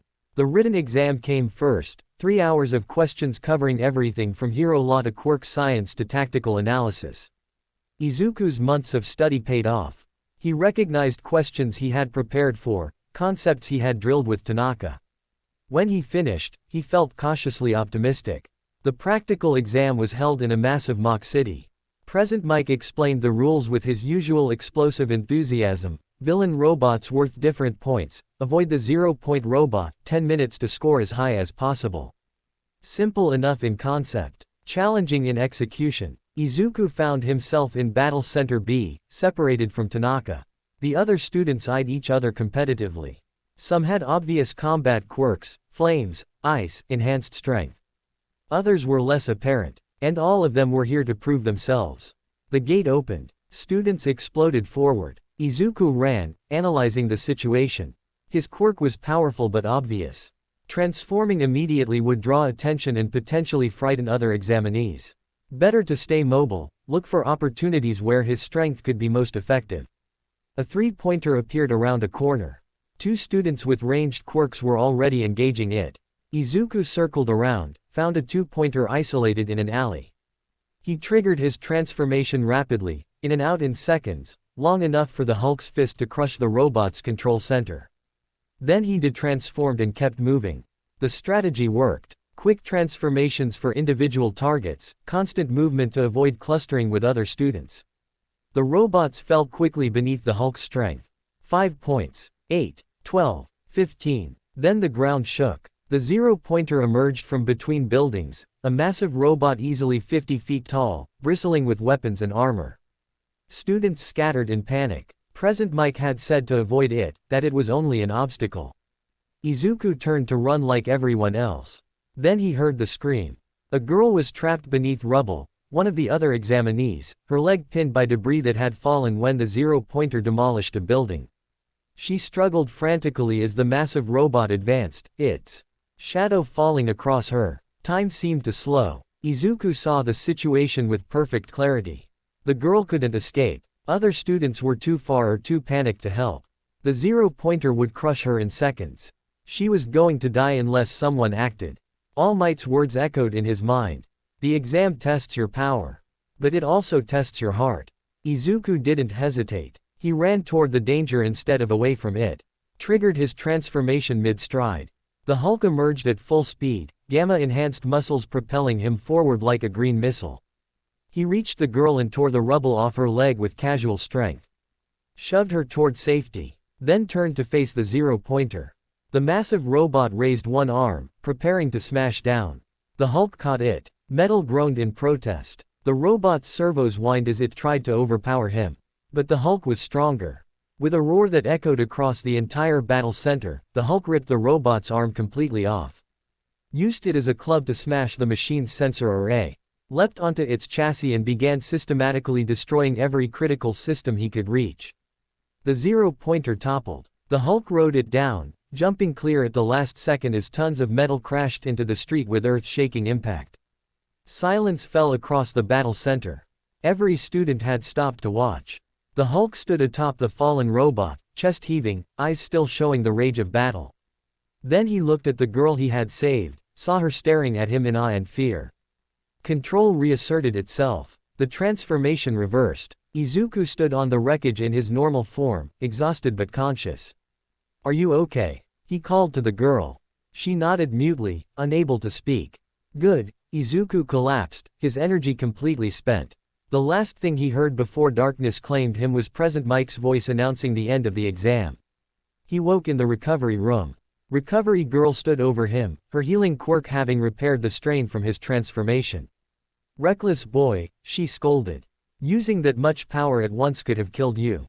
But the girl is fine, thanks to you." Recovery girl's expression softened. "That was very brave, very heroic, also very stupid. Try not to make a habit of it."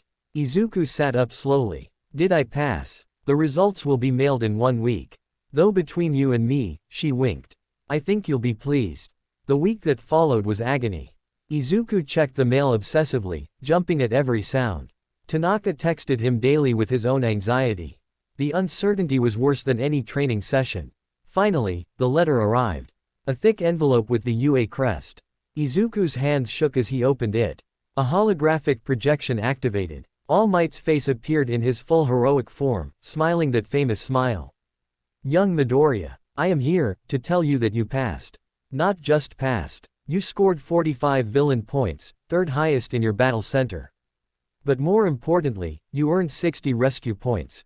The highest score in the entire exam. You see, we were testing more than combat ability. We were testing the quality that defines true heroes, the willingness to save others regardless of personal cost." Tears streamed down Izuku's face. "The girl you saved cast her vote for you. So did 7 other students who witnessed your action. The judges unanimously agreed that your display embodied everything UA seeks in hero students. Welcome, young Midoriya." All Might's smile grew impossibly wider. "Welcome to your hero academia."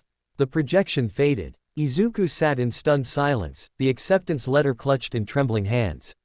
He had done it. Against every odd, every doubt, every person who had told him it was impossible. He had gotten into UA high school. His mother burst through the door, having heard All Might's voice.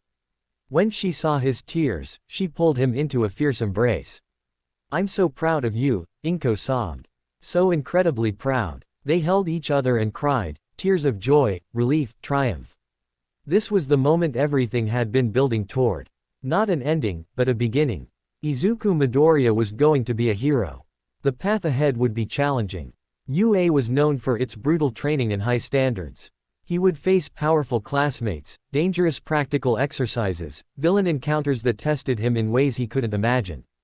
But he was ready. The boy who had started quirkless, who had gained power through accident and tragedy, who had fought daily to control something that terrified him, that boy had proven himself worthy. As the sun set over Musutafu, painting the sky in brilliant colors, Izuku stood at his window and looked toward the future. UA awaited. His Hero Academia awaited. Everything he had ever dreamed of was finally within reach. And he wasn't going to waste this chance. The weeks between acceptance and the start of term passed in a strange blur of anticipation and preparation. Izuku spent his days training with Ironclad, refining his control to even greater precision. His nights were consumed by research, studying every available detail about UA's curriculum, analyzing footage of previous sports festivals, memorizing the profiles of pro heroes who taught there. Sleep came in scattered fragments, his mind too wired with excitement to properly rest. Tanaka had also received his acceptance letter, though his scores were more modest. They celebrated together with cheap convenience store bentos eaten on Izuku's apartment roof, watching the city lights flicker to life as evening settled over Musutafu. "We're really doing this," Tanaka said, shaking his head in disbelief. "A month ago we were just regular middle school students. Now we're going to be studying alongside the best future heroes in Japan." "You earned your spot," Izuku reminded him. "UA doesn't accept people out of charity. If you got in, it's because they saw potential," says the guy who destroyed a zero-pointer and got the highest rescue score in exam history. Tanaka's tone was teasing rather than bitter. "But thanks. I'm going to need that confidence when we're training with people whose quirks are probably way flashier than mine." The comment made Izuku think about his future classmates. What kinds of quirks would they have? How would they react to his transformation? Would they see him as a teammate or a threat? The uncertainty gnawed at him, but he pushed it aside. Whatever came, he would handle it. The night before UA's opening ceremony, Izuku laid out his new uniform with meticulous care. The distinctive gray blazer with green accents, the red tie, the crisp white shirt, they represented everything he had fought for. He ran his fingers over the fabric, still half convinced this was an elaborate dream he would wake from. "You should get some sleep," Inko said from his doorway. "Big day tomorrow. I'm too nervous to sleep." She entered and sat on the edge of his bed. "You know, when you were 4 years old and the doctor told us you were quirkless, I cried for days. Not because I was disappointed in you, but because I knew how much harder your life would be. How many doors would close before you even had a chance to knock." Her eyes glistened with fresh tears. "I never imagined this. That you would find a way to become a hero despite everything." "Because of everything," Izuku corrected gently. "If I'd been born with an easy quirk, I might have taken it for granted. But having to fight for this, having to earn every bit of control, that taught me what heroism really means." Inko pulled him into a hug. "Just promise me you'll be careful. I know you need to push yourself, but you're still my baby. My only child. The thought of losing you. I promise, Mom, I'll be careful, but I also need to be the best hero I can be. That means taking risks sometimes." She nodded against his shoulder, accepting what she couldn't change. After she left, Izuku finally managed to sleep, though his dreams were filled with green fire and the echo of distant roars. Morning arrived too quickly and not fast enough. Izuku dressed with care, checked his appearance 3 times in the mirror, then headed out with his mother's blessing and a lunch she had packed with enough food for 3 people. The train to UA was crowded with other students in the same distinctive uniform. He recognized some faces from the entrance exam, though no one approached him. His reputation as the Gamma Kid had apparently preceded him. UA's campus was even more impressive in person. The main building towered over everything, its modern architecture somehow both welcoming and intimidating. Students flooded through the gates, first years identifiable by their nervous excitement, older students moving with practiced confidence. Izuku felt simultaneously thrilled and terrified. He found his assigned classroom, Class 1A, the most competitive hero course class. The door was massive, easily 3 times normal height. Probably designed to accommodate students with size-altering quirks. Izuku took a deep breath, centered himself, and entered. The classroom was already half full. Students clustered in small groups, introducing themselves and discussing quirks. Izuku recognized the girl he had saved during the entrance exam, brown hair cut in a bob, friendly face, currently floating several inches off the ground while talking to another girl with long black hair tied in a ponytail. Then he spotted Bakugo. The blonde sat alone at a desk near the window, feet propped up, glaring at anyone who looked his direction. Of course they would be in the same class. The universe had a twisted sense of humor. Before Izuku could decide where to sit, a hand landed on his shoulder. He spun, years of training making him instantly tense, to find a tall boy with an earnest expression and distinctive engines protruding from his calves. You are Midoriya Izuku, correct? The one who destroyed the zero-pointer during the practical exam. The boy spoke formally, his posture rigid. I am Iida Tenya. I wanted to apologize. Izuku blinked. Apologize? For what? During the exam, I assumed you were not taking the situation seriously when I saw you hesitating at the start. But your actions proved you were assessing the situation and looking for opportunities to help others. I judged you unfairly. Please forgive my presumption. The formal apology caught Izuku off guard. There's nothing to forgive. You were focused on the exam. That's natural. Nevertheless, your heroic action inspired me. Destroying that robot to save Uraraka-san demonstrated true heroic spirit. Iida extended his hand. I hope we can become friends and rivals, pushing each other to greater heights. Izuku shook his hand, touched by the genuine respect in Iida's voice. I'd like that. The brown-haired girl, Uraraka, apparently, floated over. Midoriya-kun, I wanted to thank you again for saving me. I was so scared, and then you transformed and took that robot down like it was nothing. Her cheeks flushed slightly. It was really amazing. I did what anyone would have done. But they didn't. You did. Her smile was bright and sincere. I'm Uraraka Ochako. Let's do our best together, okay? Before Izuku could respond, a voice from the doorway froze the entire class. If you're here to make friends, you can leave now. A man in a sleeping bag wiggled through the door like a caterpillar. He stood, or rather, remained partially cocooned, and fixed the class with tired eyes. Izuku recognized him immediately. Eraserhead, the underground hero whose quirk could nullify others. I'm your homeroom teacher, Aizawa Shota. 8 seconds, that's how long it took you all to quiet down. Time is precious. Rational students would understand that. He pulled himself free of the sleeping bag. Now, put these on and meet me outside. He tossed a set of gym uniforms at Iida, who caught them reflexively. The class exchanged uncertain glances, but no one questioned the command. This was UA. Apparently strange teachers came with the territory. The athletic field behind the school was massive. Aizawa stood waiting, that same tired expression on his face. When the class assembled, he held up a device that looked like a smartphone. A quirk assessment test, he announced. You've all done physical fitness tests before, but never while using your quirks. Japan's education system is irrational, it suppresses quirk usage instead of studying how to maximize potential. Today, we measure your true capabilities. He turned to Bakugo. You scored first in the entrance exam. What was your best softball throw in junior high? 67 meters, Bakugo answered confidently. Try it with your quirk. Anything goes as long as you stay in the circle. Bakugo grinned viciously. He wound up and launched the ball with a massive explosion propelling it forward. The device in Aizawa's hand beeped. 705 meters. That's what quirk usage looks like in practice. Aizawa's smile was sharp. Now everyone will take 8 physical tests using your quirks however you see fit. The person who scores lowest will be judged hopeless and expelled. Shocked silence. Then protests erupted from multiple students. But that's not fair, Uraraka objected. It's our first day. Natural disasters. Major accidents. Capricious villains. Calamity is always right around the corner. Japan is covered with unfairness. Heroes are the ones who reverse those situations. If you're going to whine about fairness, you can leave now. Aizawa's eyes gleamed. For the next 3 years, UA will throw one hardship after another at you. Go beyond. Plus ultra. Show me it's no mistake you're here.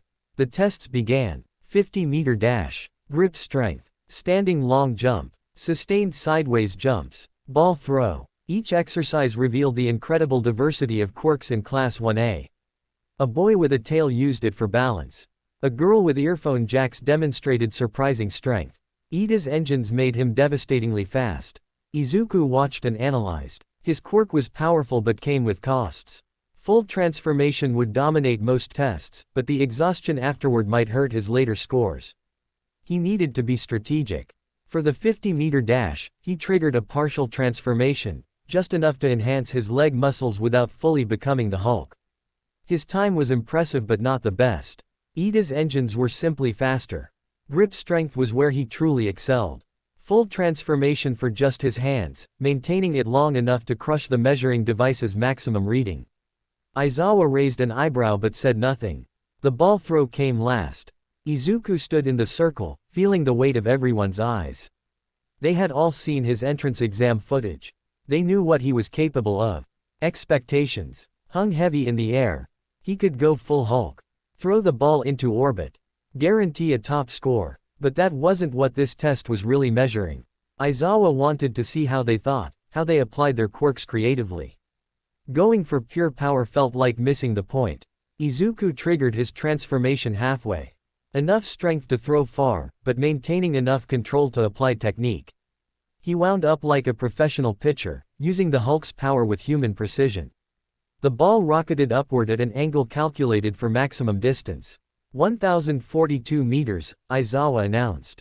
Not the highest score. That honor went to a girl named Yaoyorozu who had created a cannon. But respectable. Strategic. When all tests concluded, Aizawa displayed the rankings.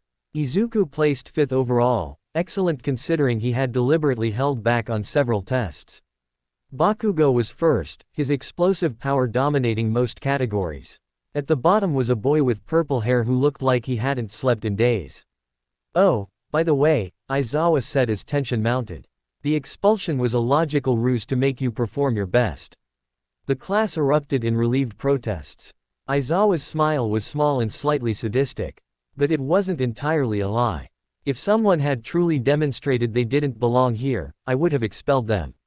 Remember that. UA teachers have total autonomy in how we run our classes. Your continued attendance is a privilege, not a right. As they returned to the classroom, Uraraka caught up to Izuku. That was so intense. I thought I was going to be expelled for sure. You did fine, Izuku assured her. Your quirk has incredible potential for rescue work and combat support. You really think so? Her eyes lit up. I want to be a hero to help my parents. They work so hard, and I want to give them an easy life. The honest motivation touched Izuku. That's a great reason. The best reasons for being a hero are always personal. Iida joined them, his expression serious. Midoriya-kun, I noticed you held back during several tests. Was there a strategic reason? My quirk is powerful but exhausting. Full transformation for every test would have left me unable to complete the later ones. Better to be consistently good than spectacular once and terrible after. Logical. As expected from someone who scored so highly on the entrance exam. Iida adjusted his glasses. I look forward to seeing your full capabilities during hero training. The rest of the day passed in a blur of orientation. They met more teachers, received textbooks and training schedules, learned about the various facilities UA offered. By the time classes ended, Izuku's head was spinning with information. He found Tanaka waiting outside the building. His friend looked exhausted but happy. How was Class 1B? Izuku asked. Intense. Our homeroom teacher is Vlad King. He seems tough but fair. We didn't have a quirk assessment, just regular introductions. Tanaka grinned. I heard about your class though. Threatened with expulsion on day 1. That's brutal. It got everyone motivated. I think that was the point. They walked toward the train station together, comparing notes on their first day. Other students streamed past, some excited, others overwhelmed, all of them embarking on the same journey toward heroism. Hey, Deku. Izuku tensed at the familiar voice. Bakugo approached with his usual swagger, hands shoved in his pockets. Scored 5th place. Not bad for a quirkless loser who got lucky. The words were mocking, but something in Bakugo's eyes seemed different. But don't think that means anything. When it comes to real hero training, I'm going to crush you. Looking forward to it, Izuku said calmly. Bakugo stared at him for a long moment, as if expecting more reaction. When none came, he clicked his tongue and walked off. That guy really has it out for you, Tanaka observed. We have history. But it doesn't matter anymore. Izuku watched Bakugo's retreating back. We're both here now. Both trying to become heroes. Whatever happened before, this is a fresh start. On the train home, Izuku reviewed the day in his mind. The quirk assessment had revealed the incredible talent in his class. Yaoyorozu's creation abilities. A boy named Todoroki with both ice and fire. Bakugo's explosive power. These would be his classmates, his rivals, potentially his friends for the next 3 years. He thought about Aizawa's words. Calamity is always right around the corner. Heroes are the ones who reverse those situations. That was the path he had chosen. To stand between danger and innocence. To use power born from gamma radiation and rage to protect instead of destroy. His phone buzzed with a message from his mother asking how his day went. He smiled and typed a response. It was perfect. I think I'm going to like it here. As the train carried him home through the city he had sworn to protect, Izuku felt something settle in his chest. Purpose. Belonging. Direction. For years he had been lost, searching for a way to achieve an impossible dream. Now the path stretched before him, difficult, demanding, occasionally terrifying. But it was his path. One he had earned through sacrifice and determination. UA. High School. Class 1A. The beginning of his true hero academia. The journey was just starting. There would be challenges ahead, villain attacks, practical exams, the sports festival where the entire country would watch. Moments when his control would be tested. Times when he would need to prove himself again and again. But Izuku was ready. The boy who had started quirkless had become something more. Not just a power inherited or an accident survived. Something forged through conscious choice and unwavering determination. The Hulk was his burden and his weapon. The rage was his enemy and his fuel. Together, they would carve a path toward greatness. As the sun set over Musudafu, painting the sky in brilliant oranges and deep purples, Izuku Midoriya smiled. Tomorrow would bring new challenges. New opportunities to prove himself. New chances to save people and become the hero he had always dreamed of being. He had made it to UA. Now came the hard part, staying there. Excelling there. Becoming worthy of the legacy he wanted to build. But if the past months had taught him anything, it was that he could handle hard. He could transform difficulty into strength. He could take something dangerous and make it heroic. The world would watch. They would judge whether he was hero or monster. And Izuku would show them the truth. He was both. And he was neither. He was something new. Something uniquely himself. He was Midoriya Izuku. The Gamma hero. The symbol of perseverance. And his story was only beginning. The second day at UA began with normal academics, math, Japanese literature, English with present Mike's overwhelming enthusiasm. Izuku struggled to focus on conjugating verbs when his mind kept drifting to what afternoon would bring. The schedule showed, foundational hero studies, with All Might himself. The thought made concentration impossible. Lunch arrived as a welcome break. The cafeteria was enormous, filled with students from all departments and year levels. Izuku sat with Iida and Uraraka at a table near the windows, their trays loaded with food prepared by the culinary hero Lunch Rush. I cannot believe All Might teaches here, Iida said between precisely measured bites. The symbol of peace, personally instructing us in heroics. The honor is almost overwhelming. I heard he only started teaching this year, Uraraka added. My cousin is a second year, and she said they never had him as an instructor. We're really lucky. Izuku nodded, remembering All Might's visit to his apartment. The hero had known he would be teaching at UA. Had come specifically to encourage Izuku before the entrance exam. The memory still felt surreal. Midoriya-kun, your quirk is fascinating, Iida adjusted his glasses. A transformation type with such dramatic physical changes. How long can you maintain it? Depends on how much I'm exerting myself, Izuku explained. Full combat can drain me in 10 to 15 minutes. But if I'm just maintaining the form without fighting, I can last maybe 30 minutes. The exhaustion afterward is proportional to how long I'm transformed. Strategic limitations. You must plan your engagements carefully. Iida's analytical mind was already working. In team scenarios, you would function best as a decisive striker, entering at critical moments rather than sustained combat. The observation was astute. Izuku had reached similar conclusions during his training with Ironclad. That's the idea. Though I'm working on extending my endurance. Their conversation was interrupted by a commotion across the cafeteria. Bakugo had apparently gotten into an argument with a silver-haired boy from another class. Voices rose. Other students backed away nervously. We should intervene, Iida started to rise. Let the teachers handle it, Izuku said quietly. Bakugo's anger burns hot but fast. He'll cool down. Sure enough, a teacher Izuku didn't recognize appeared and separated them with a few sharp words. Bakugo stalked off, still radiating fury. The silver-haired boy smirked like he had won some invisible contest. You know him well, Uraraka observed. Bakugo-kun, I mean. You're from the same middle school, right? We have history. Not all of it good. Izuku left it at that. His past with Bakugo was complicated and painful.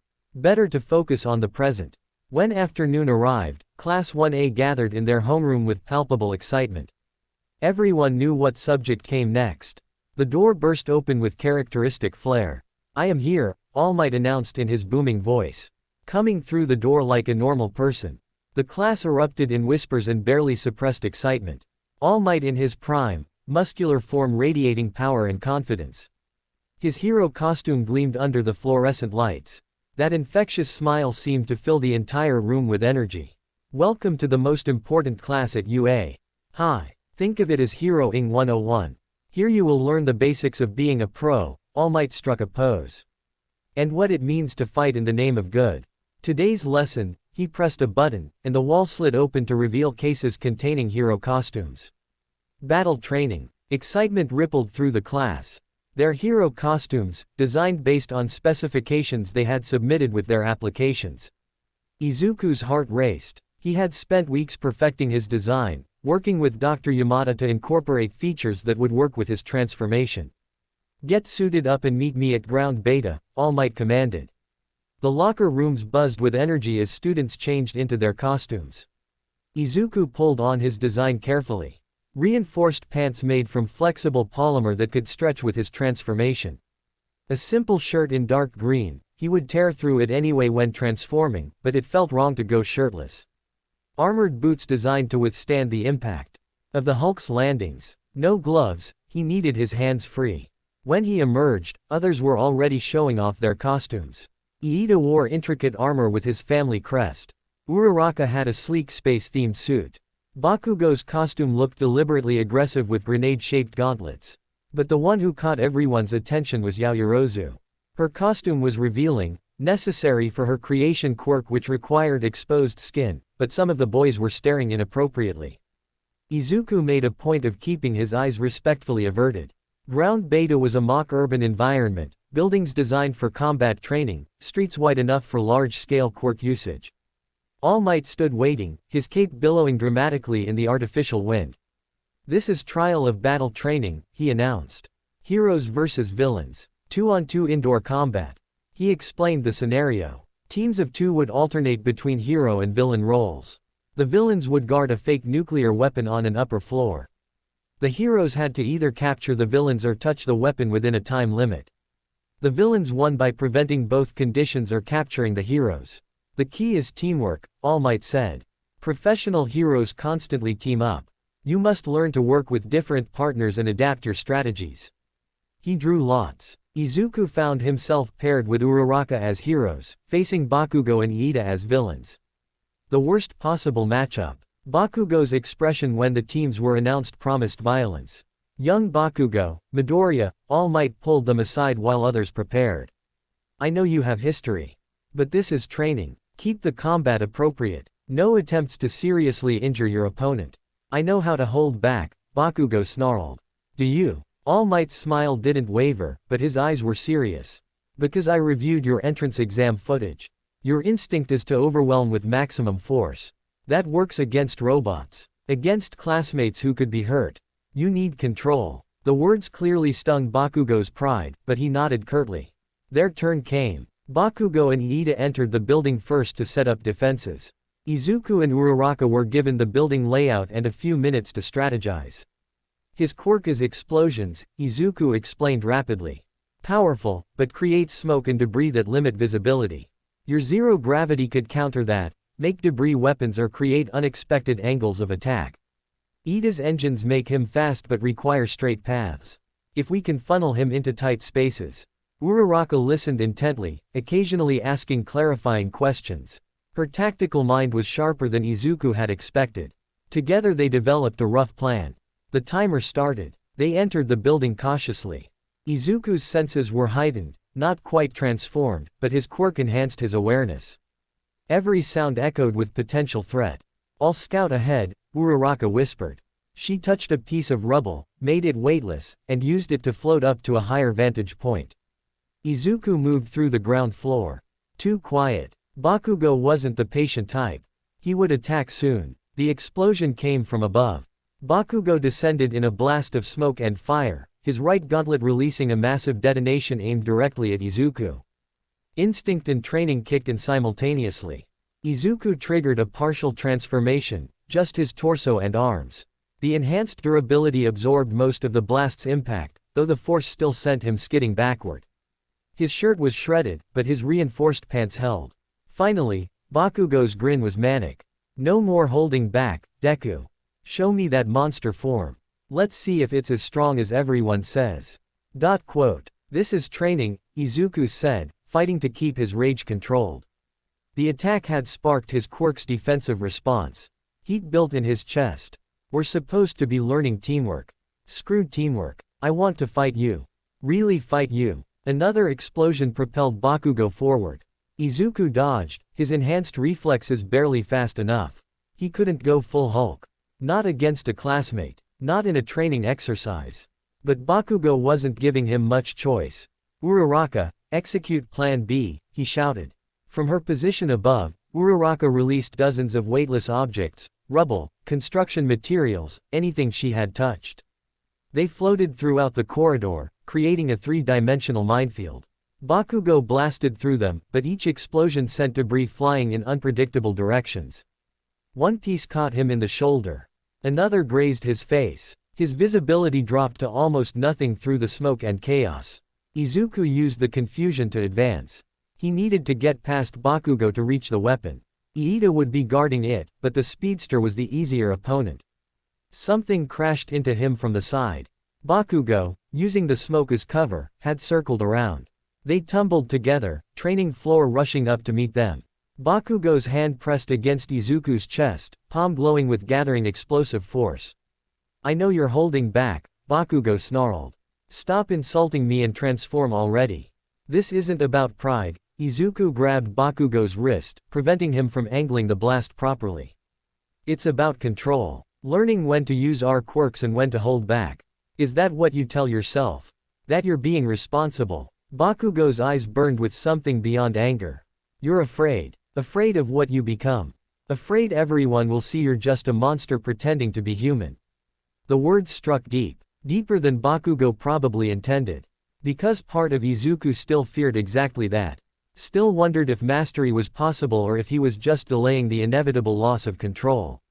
But he had made a choice. Had decided that fear wouldn't stop him. Wouldn't prevent him from being a hero. "You're right," Izuku said quietly. "I am afraid. Every time I transform, I'm afraid I'll lose myself. But I do it anyway.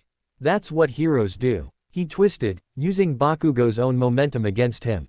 They separated. Izuku's partial transformation faded. He needed to conserve energy. His body ached from the sustained combat. "Midoriya-kun," Uraraka's voice came through the comms they had been given. "Iida-kun is moving. He's coming your way." Perfect. If both opponents were here, the weapon was unguarded. "Can you reach the objective?" "I think so." "Then go. I'll handle them." He heard her hesitation. Leaving him alone against two opponents went against their strategy. But she trusted him. "Be careful," she said, then her footsteps faded as she moved up to higher floors. Bakugo heard the exchange. His expression darkened. "You think you can take both of us? You're not that strong, Deku." "Maybe not. But I don't need to beat you. I just need to last long enough for Uraraka to win." Iida arrived moments later, his engines roaring as he rounded the corner. The two villains faced Izuku together. The smart move would be to retreat, draw them away from the weapon. But this was a teaching moment. All Might was watching. The whole class was watching. Time to show them what control really meant. Izuku triggered his transformation deliberately. Not the explosive change of emergency situations, but a controlled shift. His body expanded smoothly. Muscles filled out with precise power. His skin turned green. But his eyes remained completely aware. The Hulk stood before them, but spoke with Izuku's voice and inflection. I don't want to hurt either of you, he said clearly. But I will stop you from stopping her. Bakugo attacked first, because of course he did. Maximum explosion from those oversized gauntlets. The Hulk crossed his arms, absorbing the blast. The impact drove him backward, concrete cracking beneath his feet, but he remained standing. Iida came from the side, using his recipro burst. The Hulk was fast but Iida was faster. The kick landed solidly against the Hulk's ribs, would have incapacitated a normal person. The Hulk grunted but held position. Good speed, he acknowledged. But strength beats speed in close quarters. His hand shot out, catching Iida's leg mid-kick. Gently, so gently for the Hulk's strength, he redirected the momentum, sending Iida stumbling to the side rather than crushing the limb. Bakugo used the distraction to close distance. Explosions at point-blank range, each one calculated to push the Hulk off balance. It almost worked. The Hulk staggered, his footing compromised by the sustained assault.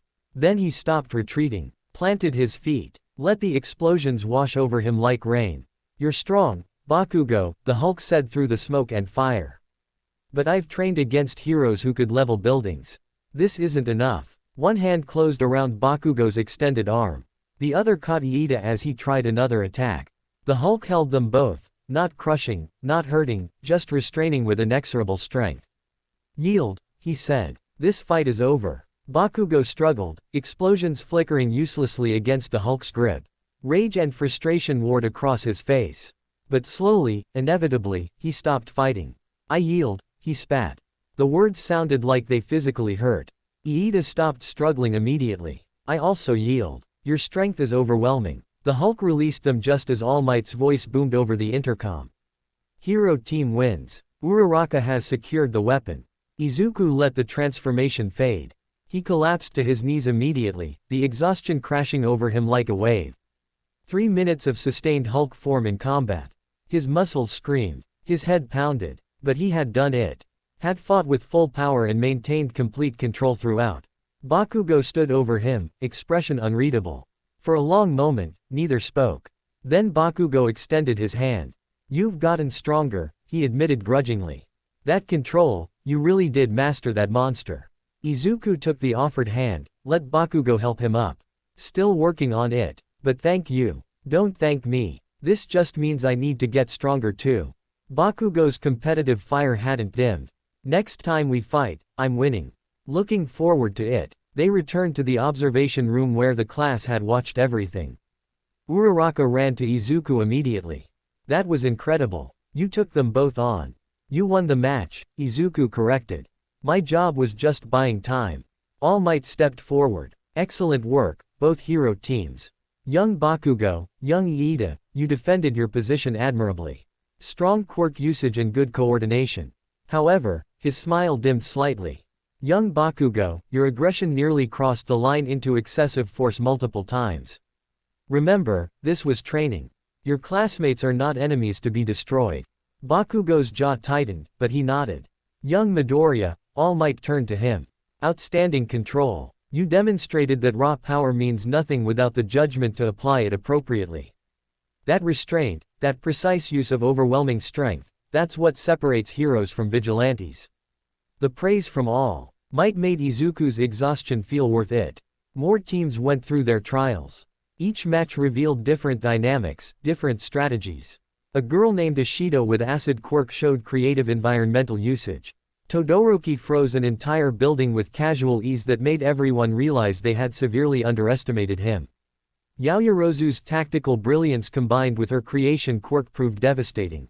By the end of class, everyone was exhausted but exhilarated. They had seen each other's capabilities. Understood the level of talent in their class. This was UA. This was what they had signed up for. On the train home, Izuku reviewed his performance mentally. The fight with Bakugo had tested his control more than any training session. Real combat against someone trying to win. And he had maintained his consciousness throughout. Had fought effectively while keeping the rage channeled. His phone buzzed. A message from Dr. Yamada asking about his first week. Izuku typed a detailed response, describing the quirk assessment and battle trial. The doctor would want to analyze how his quirk performed under different stresses. Another message came through. This one from Ironclad. Saw footage of your training match. You've come so far from the kid who couldn't control a 3-minute transformation. Proud of you." The words brought a smile to Izuku's tired face. He had come far. From quirkless boy to accident victim to struggling student to provisional hero to UA student. Each step had been earned through pain and determination. But the journey was far from over. This was just the beginning of his education. There would be more challenges. The sports festival where the entire country would watch. Internships with pro heroes. Villain attacks, because they always came eventually. Moments where his control would be tested beyond anything he had experienced. Izuku was ready. Or as ready as he could be. The Hulk was part of him now, not an enemy to fight but a tool to wield. Together, they would face whatever UA threw at them. As the train pulled into his station, Izuku caught his reflection in the window. He looked tired. Younger than his years in some ways, older in others. But his eyes held determination that hadn't existed months ago. He was Midoriya Izuku, the Gamma hero, student of Class 1A. And he was going to be the greatest hero he could possibly become. The week following the battle trial established a rhythm that Izuku found both exhausting and exhilarating. Morning classes covered traditional academics, subjects that felt almost mundane compared to the afternoon hero training sessions. Math equations and historical dates seemed insignificant when compared to learning rescue techniques from 13 or combat strategies from All Might. Yet Aizawa reminded them constantly that heroes needed sharp minds as much as powerful quirks. A villain with average intelligence and a strong quirk is dangerous, their homeroom teacher had said during one particularly brutal pop quiz. But a villain with genius-level intellect and a weak quirk. That's the one who will keep you up at night. Knowledge is a weapon. Treat it as such. Izuku took the words to heart. His hero analysis notebooks had always been about understanding quirks and strategies. Now he expanded that approach to everything, memorizing hero laws, studying villain psychology, analyzing historical hero encounters for tactical lessons. If his Hulk form was his sword, then knowledge would be his shield. His classmates were starting to feel less like strangers and more like comrades. Ida's rigid formality masked genuine concern for others. Uraraka's cheerful demeanor hid a fierce determination to help her family. Even Todoroki, who kept himself distant from everyone, showed moments of unexpected insight during training. But it was the small moments that built real connections. Studying with Yaoyorozu and discovering her surprising insecurity despite her obvious brilliance. Laughing with Kaminari and Kirishima over lunch when the latter's quirk accidentally hardened while he was eating. Helping Ishido understand a particularly complex physics problem in exchange for her helping him with English pronunciation. Class 1A was becoming a family. Dysfunctional perhaps, with Bakugo's explosive temper and Minetta's inappropriate behavior testing everyone's patience. But a family nonetheless. 3 weeks into the term, Aizawa made an announcement that sent ripples of excitement through the class. The UA Sports Festival is in 2 weeks, he said, his expression betraying no emotion. It's one of Japan's biggest events. Pro heroes, agencies, and the general public will all be watching. For you, it's a chance to get scouted. To make connections that will shape your future careers. In previous years, students have been discovered and fast-tracked to success based on their sports festival performance. Excited whispers erupted. The sports festival was legendary, a showcase where UA students demonstrated their abilities to the entire nation. For aspiring heroes, it was the opportunity of a lifetime. However, Aizawa's quirk activated, his eyes glowing red and his hair floating. The class fell silent immediately. Do not mistake this for a game. You will be competing against the entire first year. Classes B, C, D, and E. General studies, support, and business courses. Everyone wants to prove themselves. Some of you may be eliminated early. Accept that possibility now. After class, the mood was electric. Everyone discussed strategies, worried about matchups, speculated about what the events might be. Izuku found himself cornered by Uraraka and Iida almost immediately. We should train together, Uraraka suggested. Help each other prepare. Izuku hesitated. The sports festival is individual competition. We might end up facing each other. Which is precisely why we should train together. Iida adjusted his glasses. Understanding our respective strengths and weaknesses will make us all stronger. When we do face each other, it will be as equals who have helped each other reach our best. The logic was sound, and Izuku found himself agreeing. They established a schedule, early morning sessions before class, focusing on physical conditioning and quirk control. Uraraka needed to extend how long she could use her zero gravity without nausea. Iida wanted to reduce his engine's cooldown period. Izuku sought to minimize the exhaustion from his transformations. But not everyone was interested in cooperative training. Bakugo made his position clear when Kirishima suggested a group study session. "I don't need help from extras," he snarled. "The sports festival is where I prove I'm the best. Training with you losers would just slow me down." "Come on, man," Kirishima's perpetual optimism was undeterred. "We could all push each other. Make everyone stronger." "I don't want to make everyone stronger. I want to crush them." Bakugo's eyes found Izuku across the classroom. Especially him. The intensity of Bakugo's rivalry had evolved since their battle trial. It wasn't the mindless cruelty of their middle school days. Now it felt almost respectful, the acknowledgement of a worthy opponent rather than contempt for someone beneath notice. Izuku wasn't sure if that was better or worse. Training consumed Izuku's life outside school. Early mornings with Uraraka and Iida. Afternoons at UA under increasingly difficult scenarios. Evenings with Ironclad at the facility, pushing his transformation limits. Nights reviewing footage and making notes on classmates' quirks. His mother worried. "You're going to burn out, Izuku. You barely sleep. You're losing weight again." "I'm fine, Mom. This is important. The entire country will be watching. I need to show them that my quirk isn't just destruction. That I can use it heroically." "You've already proven that. The convenience store, the entrance exam, your training at UA, everyone can see you're a hero." "Not everyone. Some people still see a monster who got lucky." Izuku pulled up his phone, showing her social media comments he probably shouldn't have been reading. "They're waiting for me to lose control. To prove their fears right. The sports festival is my chance to show them they're wrong." Inko's expression was pained, but she understood. Her son had spent his life being underestimated and dismissed. Now he had the chance to prove himself on the biggest stage imaginable. She couldn't protect him from that pressure, even though every maternal instinct screamed at her to try. 1 week before the sports festival, All Might pulled Izuku aside after hero training. They walked to an empty classroom where they could speak privately. "Young Midoriya, I've been watching your preparation," All Might said, settling into a chair that creaked under his muscular form. "You're pushing yourself hard. Perhaps too hard. I need to be ready." "You're already ready. The question is whether you'll have anything left to give when the actual festival arrives." All Might's expression grew serious. "I've seen many promising heroes destroy themselves through overtraining. They arrive at the crucial moment depleted, unable to perform at their best. Don't let that be you. But everyone else is training too. If I rest and they don't, then you'll be fresh and focused while they're exhausted and unfocused. Young Midoriya, your quirk requires more than physical stamina. It demands mental clarity, emotional control. Every transformation is a battle between your rational mind and primal rage. If you enter that battle already tired, already stressed, already at your limits." All Might let the implication hang.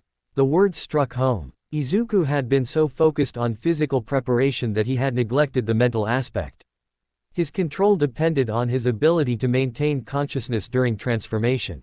Exhaustion compromised that ability. "What should I do?" "Rest. For the next week, reduce your training to maintenance levels. Eat well. Sleep properly. Spend time with friends doing something other than quirk analysis." All Might smiled. "Trust that the work you've already done is enough. Trust yourself." Izuku tried to follow the advice. He cut back his training schedule, much to his mother's relief.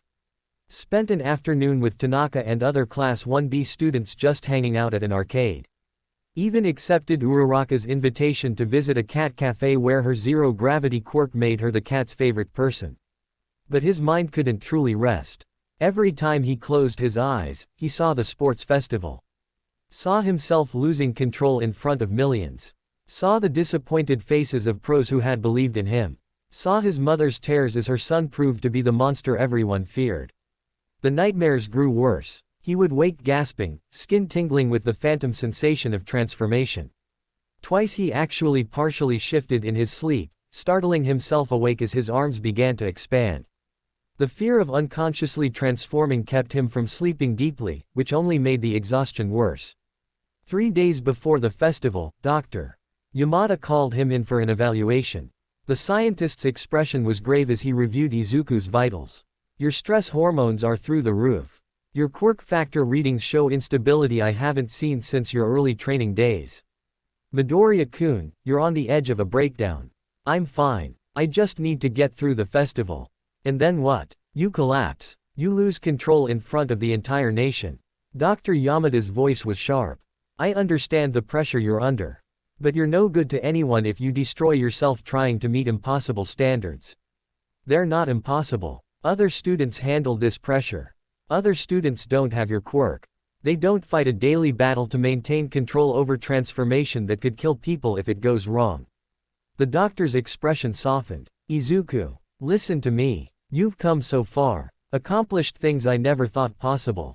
You don't need to prove anything to anyone anymore. Yes, I do. I need to prove it to myself. The admission hung in the air. Dr. Yamada studied him for a long moment. Then prove you're smart enough to know your limits. That you can be a hero without destroying yourself in the process. He pulled out a bottle of medication. Mild sedatives. They won't affect your quirk, but they'll help you sleep. Take one each night until after the festival. Doctor's orders. Izuku accepted the medication reluctantly. That night, he took one pill and slept deeply for the first time in weeks. No nightmares. No partial transformations. Just blessed unconsciousness. He woke feeling clearer than he had in days.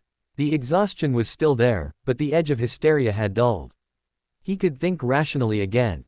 The final 2 days before the festival, Izuku focused on mental preparation. He meditated using techniques Ironclad had taught him. Visualized successful performances rather than catastrophic failures. Reminded himself of everything he had already accomplished.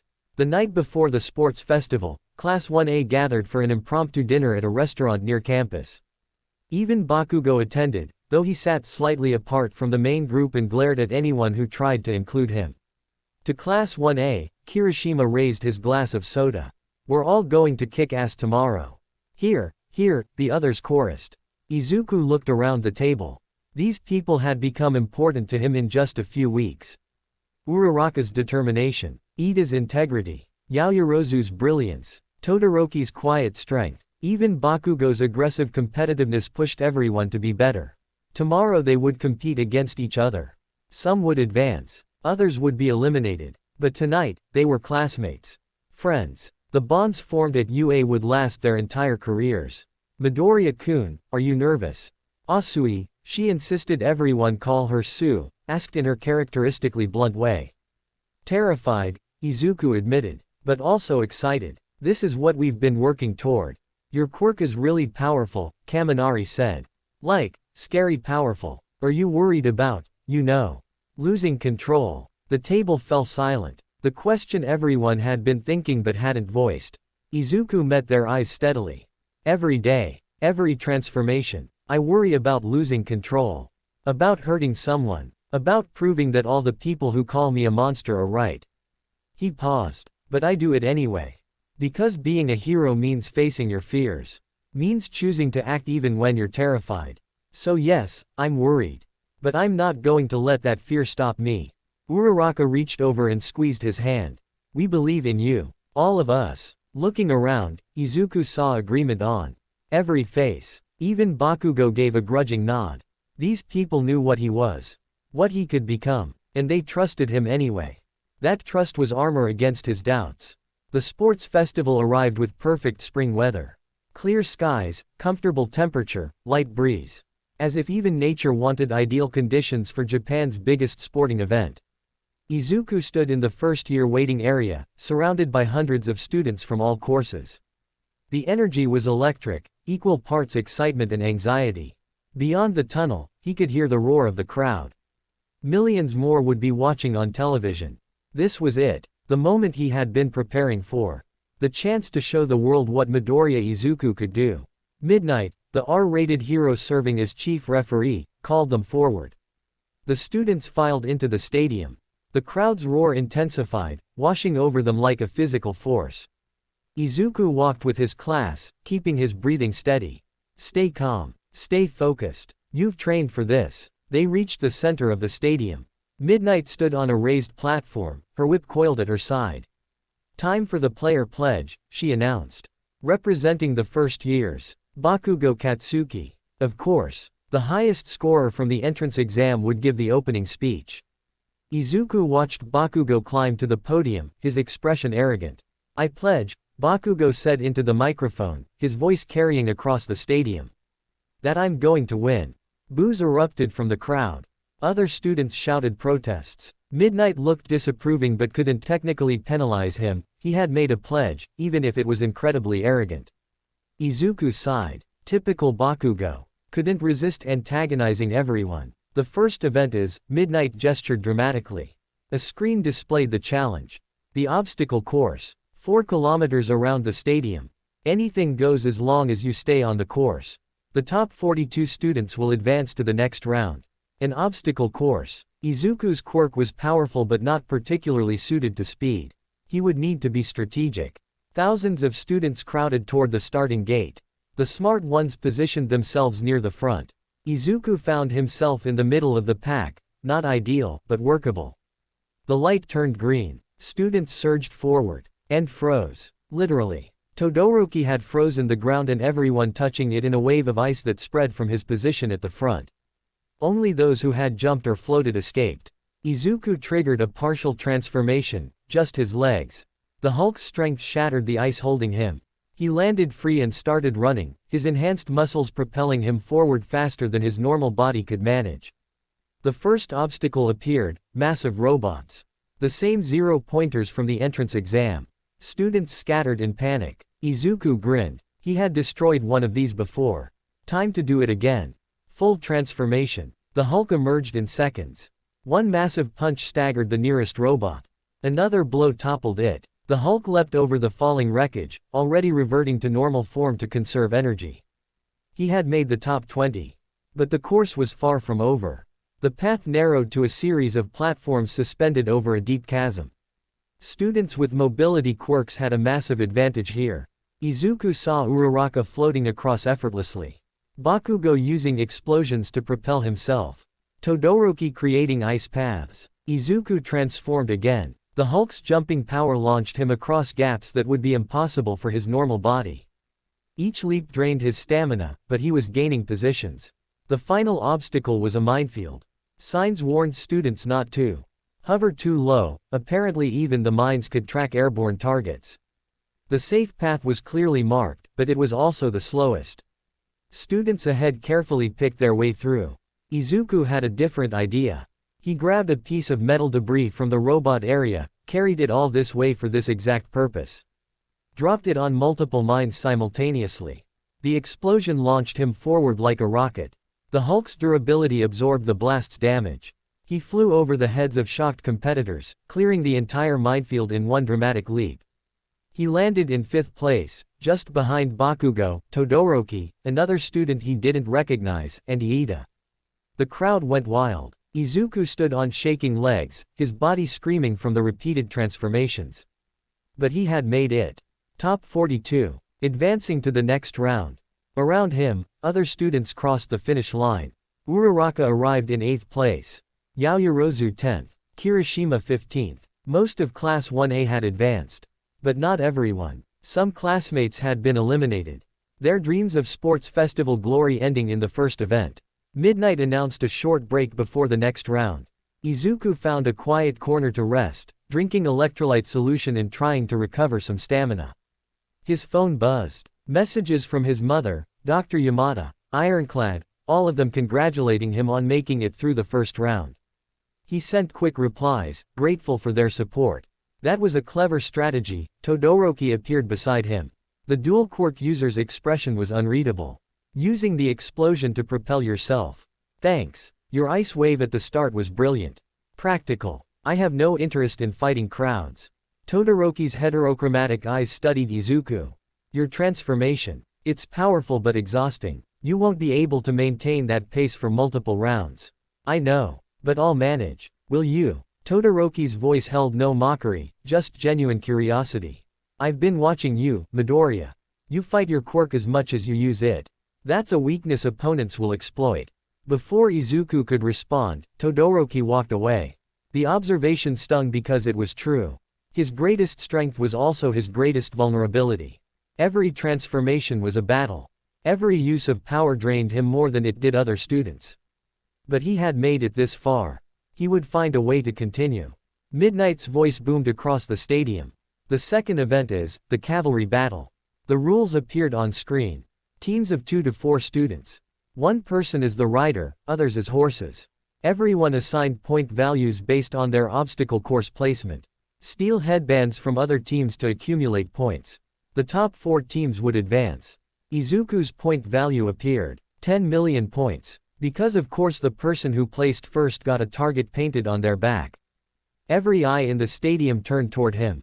The storm had arrived. The weight of 10 million points felt physical. Every student in the arena stared at Izuku with expressions ranging from predatory hunger to sympathetic dread. He had become the prize everyone wanted to claim. The target painted in neon colors across his forehead. You have 15 minutes to form teams, Midnight announced. Choose wisely. Your teammates will determine your survival. Students immediately began clustering, negotiating alliances. Izuku stood alone, watching potential partners being snatched up by others. His reputation as the Gamma Kid worked against him, powerful but dangerous, a teammate who might transform and accidentally hurt his own team. Midoriya-kun, Uraraka appeared at his side, slightly out of breath. I want to team with you. Relief flooded through him. Are you sure? I'm the main target. Every team will come after us. Exactly. Which means we'll face the toughest opponents. That's how we prove ourselves. Her determination was absolute. Plus, I owe you. You saved me during the entrance exam. Let me help you now. Iida joined them moments later. I also wish to join your team. Your strategic mind combined with our quirks creates interesting possibilities. 3 isn't enough, Izuku said. We need a 4th member. Someone with either offensive capability or support functions. They scanned the remaining students. Most had already formed teams. Then Izuku spotted someone sitting alone, her expression resigned, Mei Hatsume from the support course. Pink hair, goggles, constantly tinkering with something mechanical. Hatsume-san, Izuku approached. Do you have a team yet? She looked up, eyes gleaming with manic enthusiasm. You're the 10 million point guy. Why would you want me? I'm just support course. Support equipment can be the difference between victory and defeat.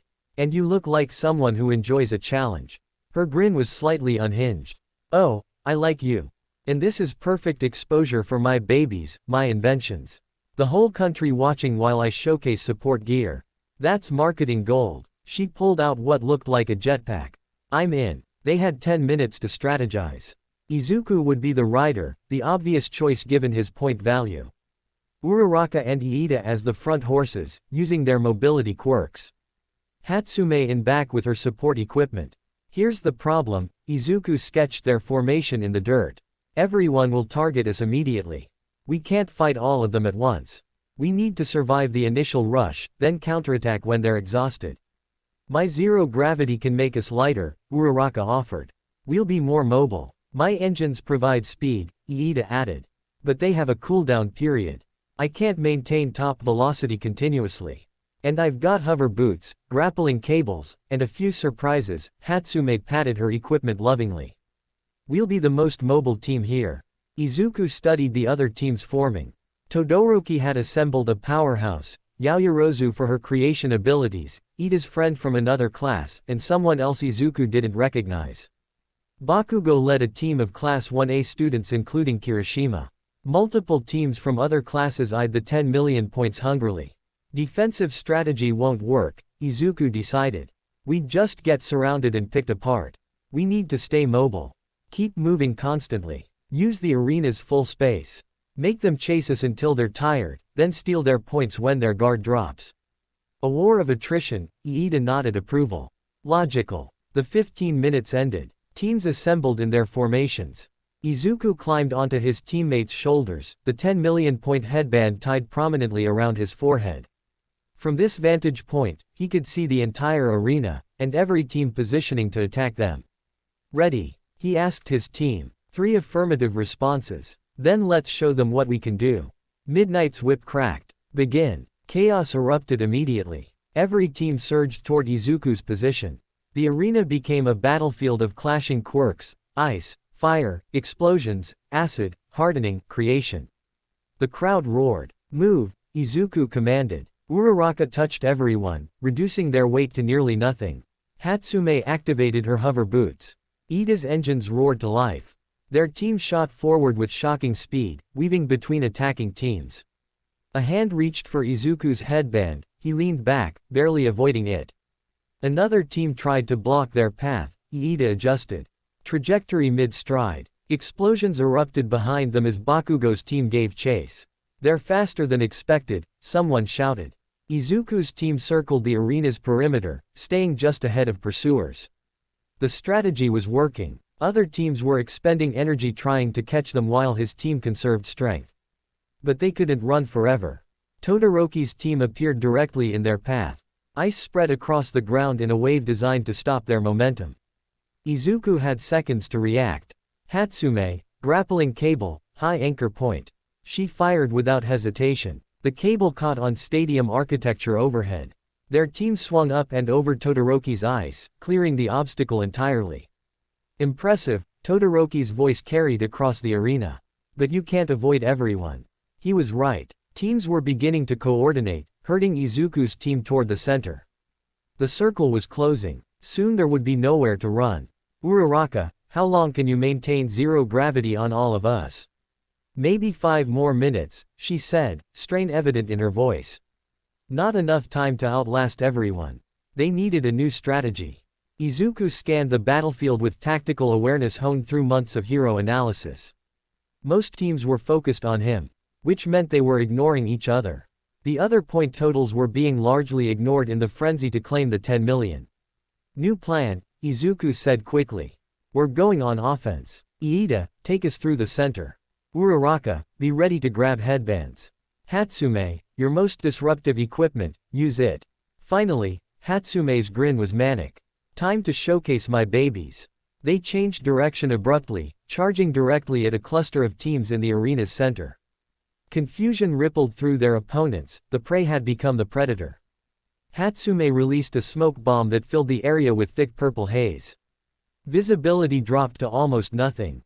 In the chaos, Uraraka's hands darted out, her quirk letting her reach farther than opponents expected. She snagged 3 headbands in quick succession. They emerged from the smoke cloud with significantly more points. Not just the 10 million anymore, they had accumulated additional value from other teams. Clever, Midnight's voice boomed over the speakers. Team Midoriya has gone from pure defense to tactical offense. The remaining teams re-evaluated. Some continued pursuing the 10 million points. Others realized they could advance by stealing from easier targets. The unified assault fractured into multiple skirmishes.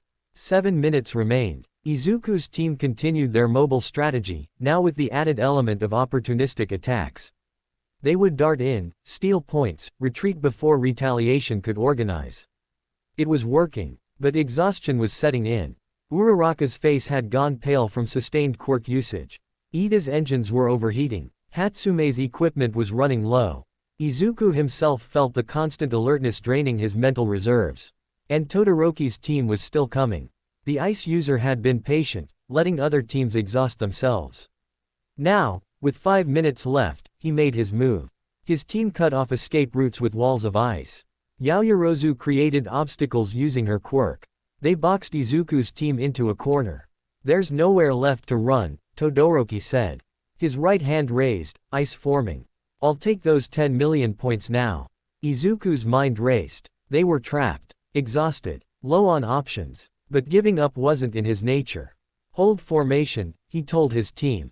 Trust me. Todoroki's ice blast came. Izuku triggered his transformation, just his upper body.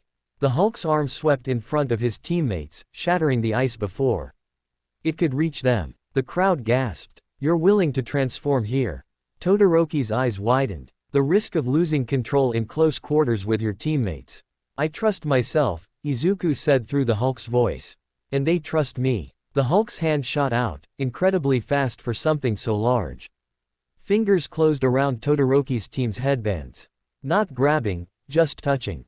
Marking targets. Uraraka, now. She understood immediately. Her quirk activated on the headbands the Hulk had touched. They floated off Todoroki's team's heads, drifting gently toward Izuku's waiting hand. Todoroki tried to grab them back, but the Hulk's other arm created a barrier. Not attacking, just defending, giving Uraraka time to secure the stolen points. Brilliant, Yaoyorozu breathed. Izuku reversed his transformation, the exhaustion hitting hard. But they had done it.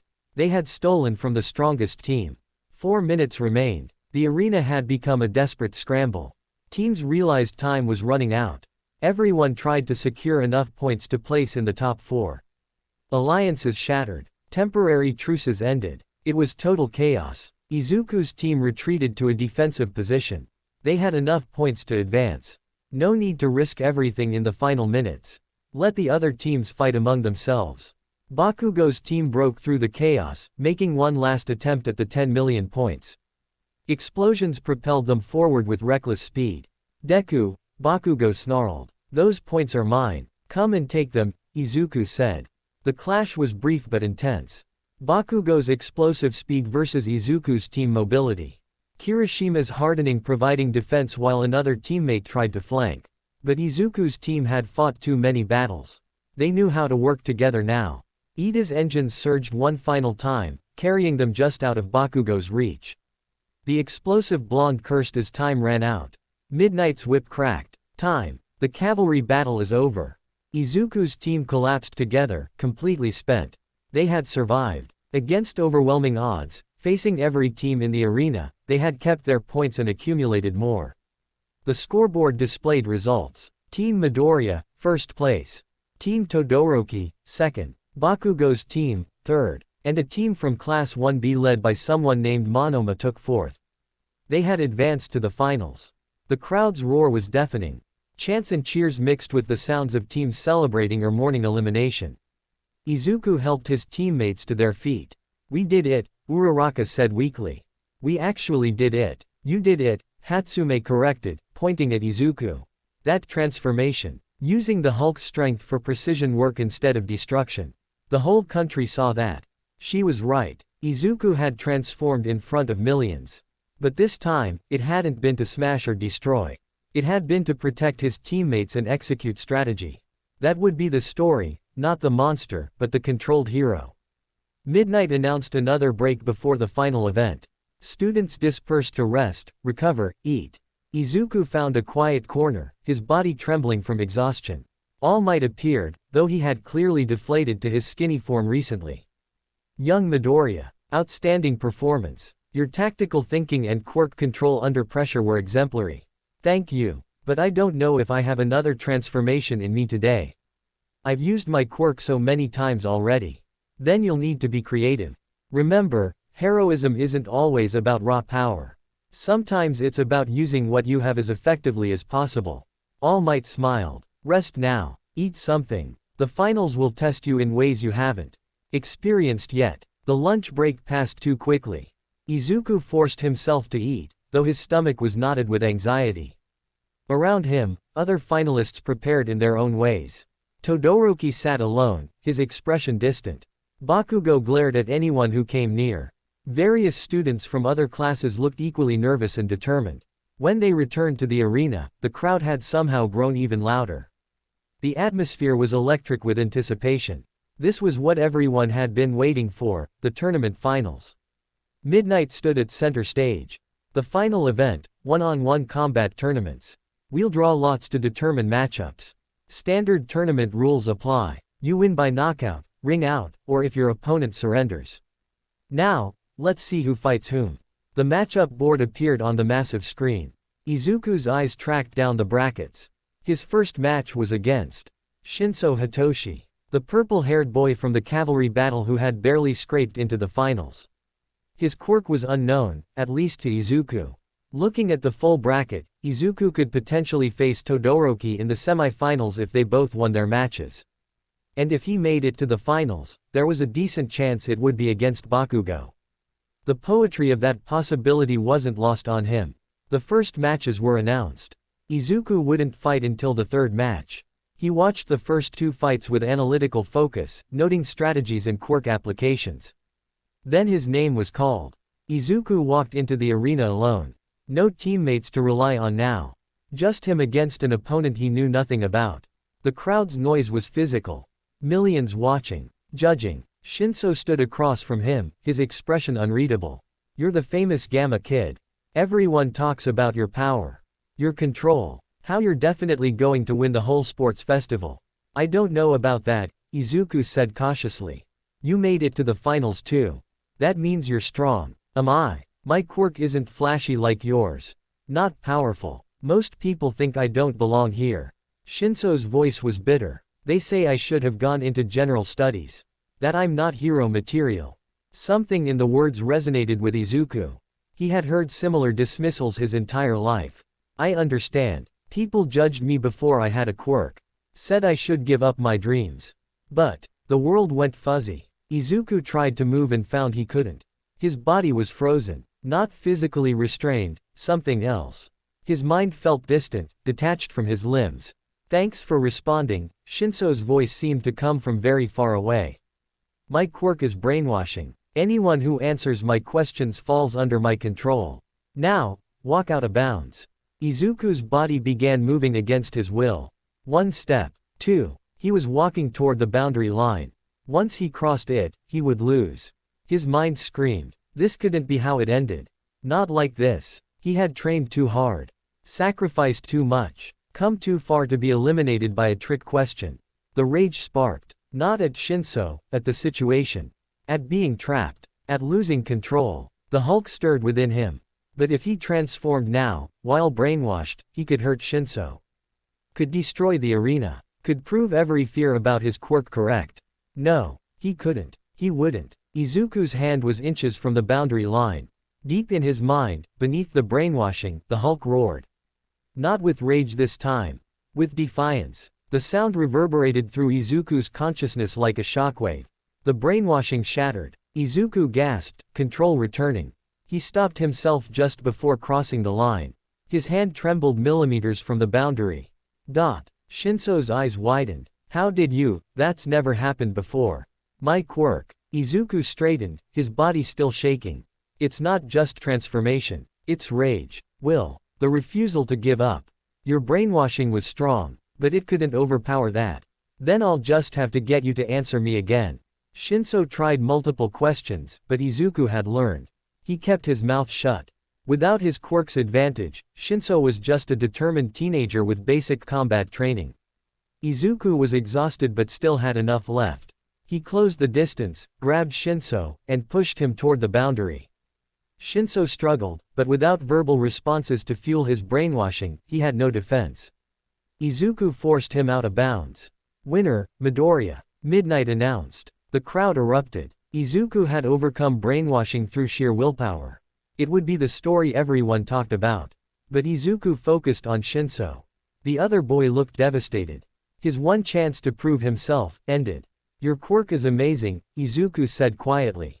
You controlled me completely. If I hadn't had the Hulk's influence to break through, you would have won. Don't let anyone tell you you're not hero material. Shinso looked up, surprise flickering across his face. You mean that? Absolutely. Keep training. Keep fighting. I want to see you in the hero course next year. Something in Shinso's expression shifted.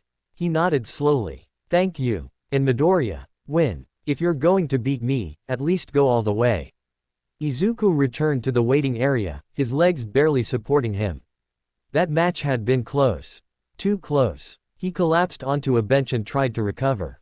More matches followed. Todoroki's fight was particularly dramatic. He froze his opponent solid in seconds, overwhelming power used with casual precision. Bakugo won through aggressive relentless assault.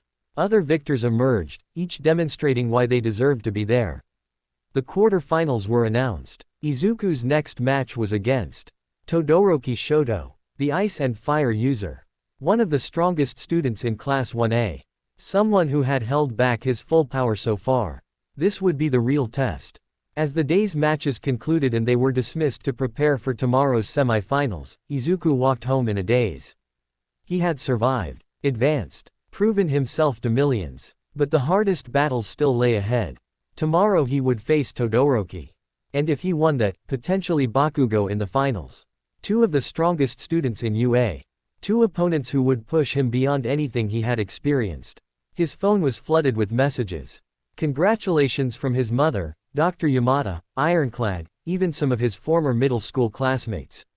Social media was ablaze with analysis of his matches, debates about his quirk, speculation about tomorrow's fights. Izuku ignored most of it. Turned off his phone. Ate dinner with his mother, who looked simultaneously proud and terrified for him. Took his medication and went to bed early. Tomorrow would determine everything. Whether he was truly ready to stand among the best. Whether his control was genuine or just luck waiting to fail. As he drifted toward sleep, Izuku thought about how far he had come. From quirkless nobody to UA student competing for the sports festival championship. The journey had been impossibly hard. But he wouldn't trade it for anything. Because every hardship had forged him into someone stronger. Someone capable. Someone who could look at impossible odds and refuse to surrender. Tomorrow he would face Todoroki. Would give everything he had left. Would prove that Midoriya Izuku belonged at the pinnacle of heroism.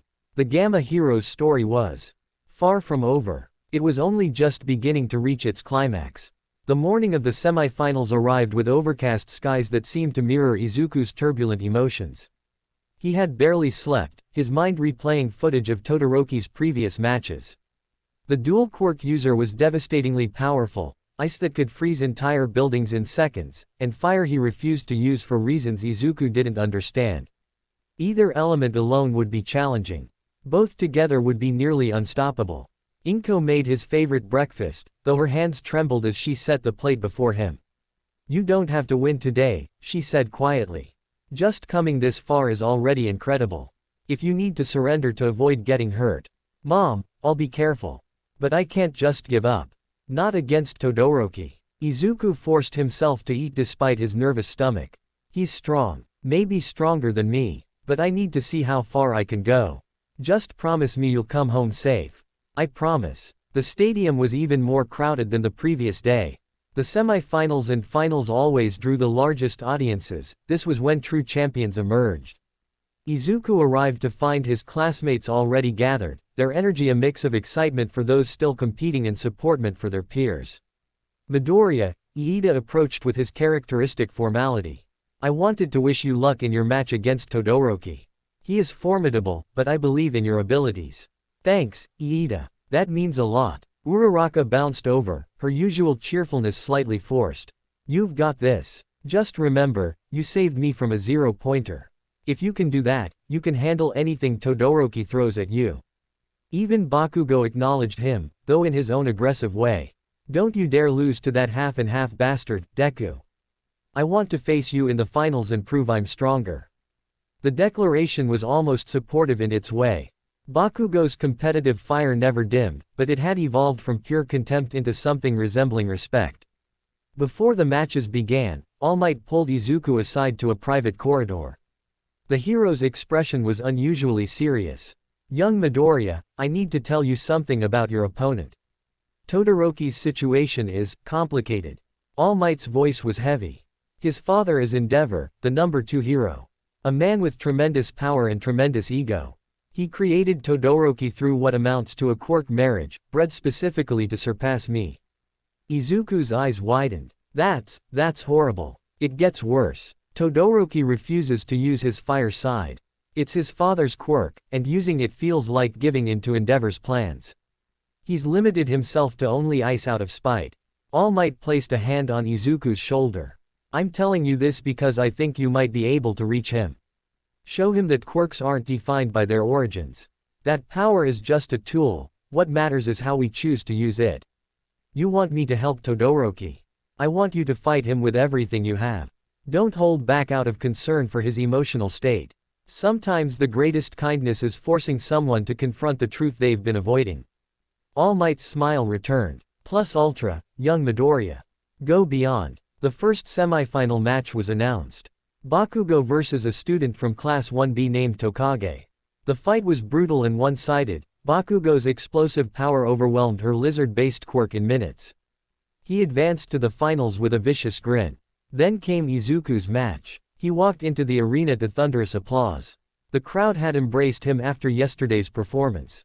Signs with his name appeared throughout the stands. Social media had dubbed him the Gamma Hero, and speculation about his chances against Todoroki dominated every sports channel. Todoroki stood waiting, his heterochromatic eyes unreadable. Ice already formed around his left side, his natural temperature manipulation keeping him constantly cold. "I was told you received a quirk from an accident," Todoroki said as they faced each other. "That you weren't born with this power." "That's right. Gamma radiation triggered my quirk factor." "Then you're lucky. You got to choose your power, in a way. It wasn't forced on you by a father's ambition." Bitterness leaked into Todoroki's voice. "I'm going to win this match using only my mother's quirk. My left side. I'll show my father that I don't need his flames." Izuku understood then. Todoroki wasn't fighting him, he was fighting Endeavor through proxy. Using this match to make a statement. "That's a mistake," Izuku said quietly. "What? Limiting yourself because of your father? That's letting him control you just as much as if you obeyed him. Your quirk isn't his. It's yours." Both sides. Todoroki's expression hardened. "You don't understand. You're right. I don't understand your pain. But I understand wasting potential." Izuku's hands clenched into fists. "I spent my whole life quirkless, watching people with amazing abilities take them for granted. And now you're standing here with two incredible quirks, refusing to use half of your power. That's not rebellion. That's just sad." Anger flashed in Todoroki's eyes. The temperature dropped sharply. "I'll show you what one quirk can do." Midnight's whip cracked. "Begin." Ice exploded across the arena. A massive glacier surged toward Izuku with enough force to freeze him solid. The crowd gasped at the sheer scale of the attack. Izuku triggered his transformation. The Hulk emerged in a burst of gamma energy. His fist slammed into the ice, shattering the glacier into glittering fragments. The debris rained down like snow. "Good." Todoroki's breath misted in the freezing air. "But I'm just getting started." Wave after wave of ice came, each one larger than the last. Todoroki was pushing his quirk to its limits, creating frozen structures that would have stopped any normal opponent. But the Hulk was far from normal.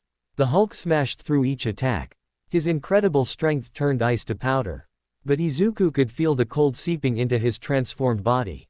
His movements were slowing. Frost was forming on the Hulk's green skin. He needed a different approach. Pure power wasn't enough against this level of ice manipulation. The Hulk grabbed a chunk of broken ice and hurled it back at Todoroki.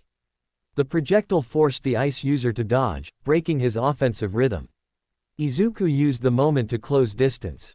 But Todoroki was ready. He created an ice pillar beneath himself, launching into the air while simultaneously covering the ground in frozen spikes. The Hulk's charge was stopped by the hazardous terrain. "You're strong," Todoroki called from his elevated position. "But strength alone won't beat strategy." He was right. And Izuku was burning through energy fast. The sustained transformation combined with the cold was draining him faster than any previous fight. He needed to end this quickly. The Hulk roared, not with rage, but with determination. He slammed both fists into the ground with devastating force. The impact cracked the arena floor, sending shockwaves that destabilized Todoroki's ice constructs. The pillar shattered. Todoroki fell, created an ice slide to control his descent. But the Hulk was already moving. One massive leap closed the distance. His hand reached for Todoroki. And froze solid. The ice encased the Hulk's entire arm. Spread rapidly up toward his shoulder. Todoroki's quirk was powerful enough to freeze even the Hulk's enhanced physiology. "Yield," Todoroki said. "I don't want to hurt you permanently." The Hulk strained against the ice. Muscles bulged. Gamma radiation surged. The ice cracked, shattered. The Hulk's arm broke free, though frost still clung to his green skin. "Can't, won't give up." Each word was effort. The cold was affecting even the Hulk's ability to speak. Izuku realized with sudden clarity that he was losing. Todoroki's ice was too much. The Hulk's strength couldn't overcome elemental manipulation on this scale. If he stayed transformed, he would simply freeze solid and lose. But he had one more option. One strategy he hadn't tried. Izuku let the transformation fade. The Hulk's massive form shrank back to a thin teenager who immediately collapsed from exhaustion. The cold air hit his normal body like knives. Todoroki hesitated. "What are you doing? Get up and fight." "I am fighting." Izuku struggled to his feet. His body was beyond its limits. Every muscle screamed. His quirk was depleted. But he wasn't done. I'm fighting you. And your refusal to use your full power. This doesn't concern you. Yes it does. Because I'm going to UA to become the best hero I can be. And I expect everyone around me to do the same. Izuku's voice grew stronger despite his physical weakness. You think you're rebelling against your father. You're just proving his control over you. Real freedom means using your power however you choose, not avoiding it because he wants you to use it. Shut up. You don't know anything. I know you're standing there with everything you need to win, and you're too scared to use it. Izuku triggered another transformation. Partial this time, just enough to stay standing. Come at me with everything. Both quirks. Or admit you're not really trying to be a hero. You're just trying to spite your dad. The words struck deep. Todoroki's left side erupted with even more ice. But his right side, the flames flickered. Just for a moment. I said shut up, Todoroki's voice cracked. Make me. With your full power. Izuku's partial transformation faded again. He was running on fumes. But he could see it, the conflict in Todoroki's eyes. The prison the ice user had built for himself. Todoroki attacked. The largest ice wave yet. Enough to fill half the arena. It crashed toward Izuku like a frozen tsunami. Izuku had nothing left. His quirk wouldn't respond. He was going to lose. But he had accomplished something more important. He had planted a seed. The ice reached him, started to freeze his legs. Then, heat. Flames exploded from Todoroki's right side. The fire melted his own ice. Protected Izuku from the worst of the freezing.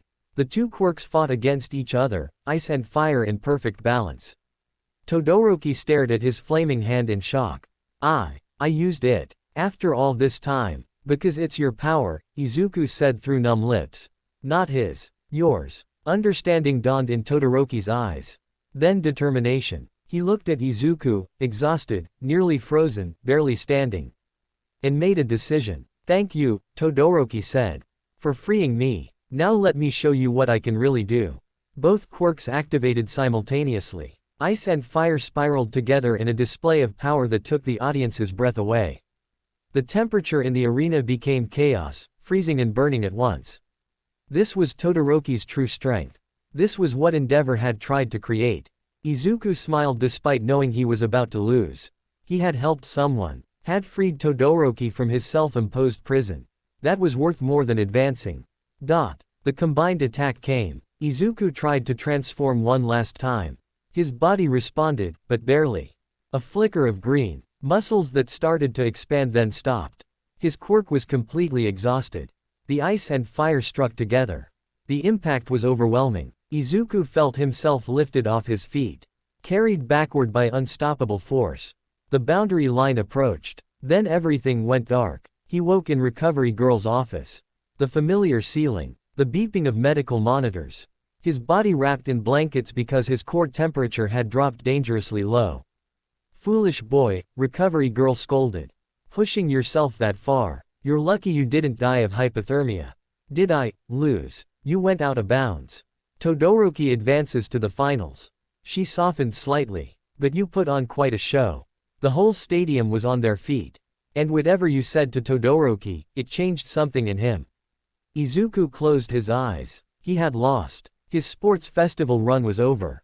But somehow, it didn't feel like failure. Can I watch the finals? Recovery Girl sighed. I suppose I can't stop you. But you're staying in a wheelchair. No arguments. The finals took place an hour later.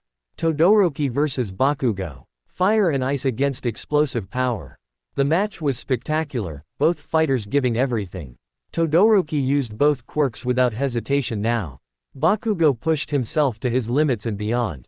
In the end, Bakugo won.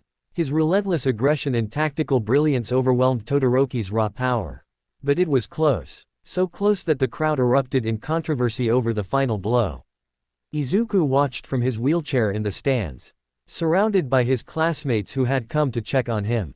Uraraka on one side, Iida on the other. Even Tanaka had found his way over from Class 1B. You were amazing out there, Uraraka said. The way you pushed Todoroki to use his full power. That was more heroic than winning. She's right, Iida agreed. You demonstrated that heroism extends beyond personal victory. Helping a rival become stronger shows true character. The awards ceremony began. Bakugo stood on the first-place platform, his expression more frustrated than triumphant. Todoroki took second. Third place went to Tokage from Class 1B. All Might appeared in his hero form to present the medals. When he reached Todoroki, Izuku saw them exchange words.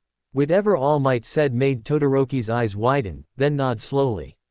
After the ceremony, as students dispersed and families gathered, Todoroki found Izuku. The ice and fire user's expression was different now. More open, less guarded. I wanted to thank you, Todoroki said. What you said during our match. About my quirk being mine, not my father's. I've been thinking about that my whole life, but I couldn't see it until you forced me to. I'm glad it helped. You're incredibly strong when you use both sides. So are you. That control, maintaining consciousness through transformation while fighting. That's harder than anything I've mastered. Todoroki extended his hand. I want to fight you again someday. When we've both gotten stronger. Izuku shook his hand. I'd like that. As Todoroki walked away, Bakugo appeared. The blonde looked frustrated despite his gold medal. You threw our match away, Deku. Wasted all your energy helping half and half. You could have beaten him if you'd focused on winning instead of playing therapist. Maybe. But I don't regret it. Of course you don't. Because you're an idiot who cares more about saving people than proving you're strong. Bakugo's voice was harsh, but his eyes showed something else. But I guess that's what makes you, whatever. Just don't pull that self-sacrificing crap when we fight again. Next time, I want you at full strength. He stalked off before Izuku could respond, leaving Izuku slightly confused but oddly warmed. That was probably the closest Bakugo would ever come to expressing respect. The sports festival ended with fireworks and celebration. Izuku's phone exploded with messages, congratulations from pros who had watched, offers from agencies interested in his internship, media requests for interviews. The attention was overwhelming, but beneath the noise, Izuku felt satisfied. He hadn't won, hadn't proven he was the strongest, but he had shown control, had helped a classmate, had demonstrated that the Hulk's power could be used with precision and compassion. That night, after returning home and enduring his mother's tearful combination of pride and worry, Izuku sat at his desk and opened his hero analysis notebook. He wrote detailed notes about his match with Todoroki. What worked, what failed, how he could improve. His quirk had limits. He had found them today. The exhaustion from sustained transformation. The vulnerability to extreme temperatures. The mental strain of maintaining consciousness through extended combat. But limits meant room for growth. Weaknesses that could be trained. Challenges to overcome. Izuku smiled and continued writing. The sports festival was over. But his journey was far from finished. Internships would come next. Real hero work under professional supervision. New opportunities to prove himself. The Gamma hero's story was still being written. And Izuku intended to make it a good one. Chapter 12. Aftermath and Offers. The week following the sports festival was surreal. Everywhere Izuku went, people recognized him, on the train, in convenience stores, walking through the streets. Some wanted autographs. Others asked to take photos.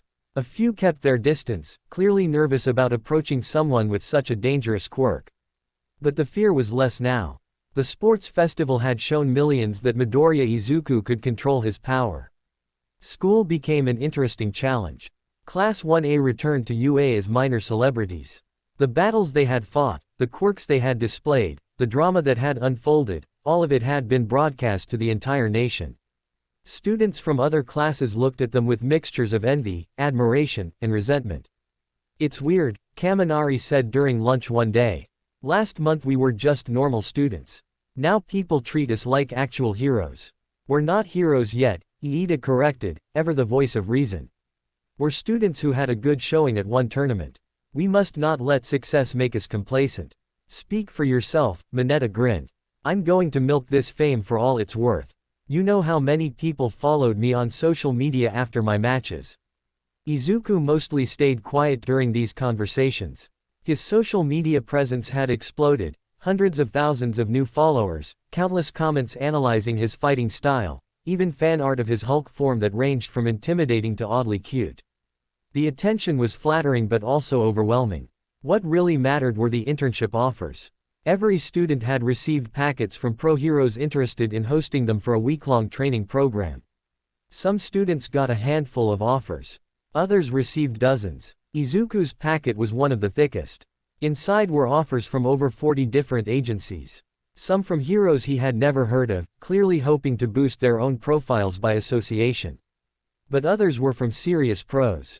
Fourth kind wanted to teach him discipline and precision. Gang Orca's agency specialized in handling difficult quirks. Even Best Jeanist had sent an offer, which surprised Izuku given the hero's focus on presentation and style. Wow, Uraraka peeked at his packet during study period. You could go anywhere. How are you going to choose? I don't know. They're all good options for different reasons. Izuku spread the offers across his desk, studying them. Who did you get offers from, Uraraka? Iida asked. She blushed slightly. 4 agencies. All rescue-focused heroes. Which makes sense given my zero-gravity quirk. I'm thinking about Yukio. She's a strong rescue specialist. An excellent choice, Iida approved. I received offers from 17 agencies. I will be choosing my brother's agency. He's the hero Ingenium, and learning from family will accelerate my development. Their discussion was interrupted by Aizawa entering the classroom. Their homeroom teacher looked even more exhausted than usual. The internship selection deadline is in 3 days, he announced. Choose carefully. This isn't a vacation. You'll be working under pros who will push you. Some of you will face actual villain encounters. Others will do grunt work and community service. All of it is valuable training. Questions. Yaoyorozu raised her hand. What if we don't receive any offers? Then you'll be assigned to one of the school's hero partners.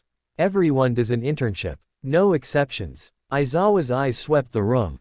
Remember, the hero you choose reflects the kind of hero you want to become. Think about your goals, your weaknesses, what you need to improve. Don't just pick the flashiest name or the most famous agency. After class, Izuku stayed behind to speak with Aizawa privately. Sensei, I wanted to ask, given my quirk's nature, should I be considering anything specific when choosing an internship? Aizawa studied him with those tired but sharp eyes. Your quirk is transformation-based with mental discipline requirements. You need a hero who understands the psychological demands of constant control. Someone who won't just use you as muscle but will actually teach you refinement. He paused. Did you receive an offer from Gran Torino? No, I don't think so. Izuku checked his packet again. No Gran Torino. That's surprising. He usually only takes on students with exceptional potential. But he's selective. Aizawa pulled out his phone, scrolled through something.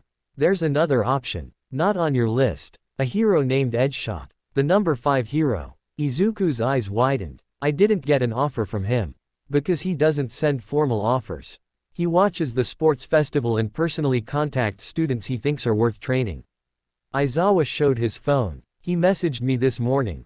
Said he was impressed by your control and wanted to know if you'd be interested in learning precision techniques. Edgeshot. The ninja hero whose quirk let him fold his body paper thin and manipulate his form with incredible accuracy. He was known for surgical strikes and perfect control. Learning from someone like that could revolutionize how Izuku used his Hulk form. I'm very interested, Izuku said immediately. I'll pass along your information. But be warned, Edgeshot's training is notoriously difficult. He demands perfection. If you go to his agency, expect to be pushed harder than you've ever been pushed. I understand. Thank you, Sensei. That evening, Izuku researched Edgeshot obsessively. The hero's record was impeccable, numerous successful missions, 0 civilian casualties, a reputation for handling volatile situations with minimal collateral damage. His quirk required absolute body control and split-second decision-making. Training under him would be invaluable. The next day brought unexpected news. During their heroics class with All Might, the symbol of peace made an announcement. The internships will begin next week, All Might said. But before that, we have one more lesson. Rescue training at the USJ, the Unforeseen Simulation Joint. It's a massive facility designed to simulate various disaster scenarios. You'll be working with another hero, the Space Hero, 13. Excited murmurs rippled through the class. The USJ was famous among hero students. Getting to train there during first year was a privilege.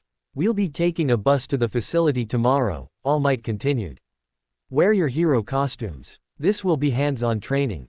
And remember, rescue work is the foundation of heroism. Defeating villains is important, but saving lives is paramount. The class spent the rest of the period discussing rescue techniques. All Might demonstrated proper civilian handling, showed videos of famous rescue operations, explained the psychology of keeping people calm during disasters. Izuku took notes furiously. His Hulk form was powerful for combat, but rescue work required gentleness. Precision. Using overwhelming strength without causing harm. It was a different kind of control.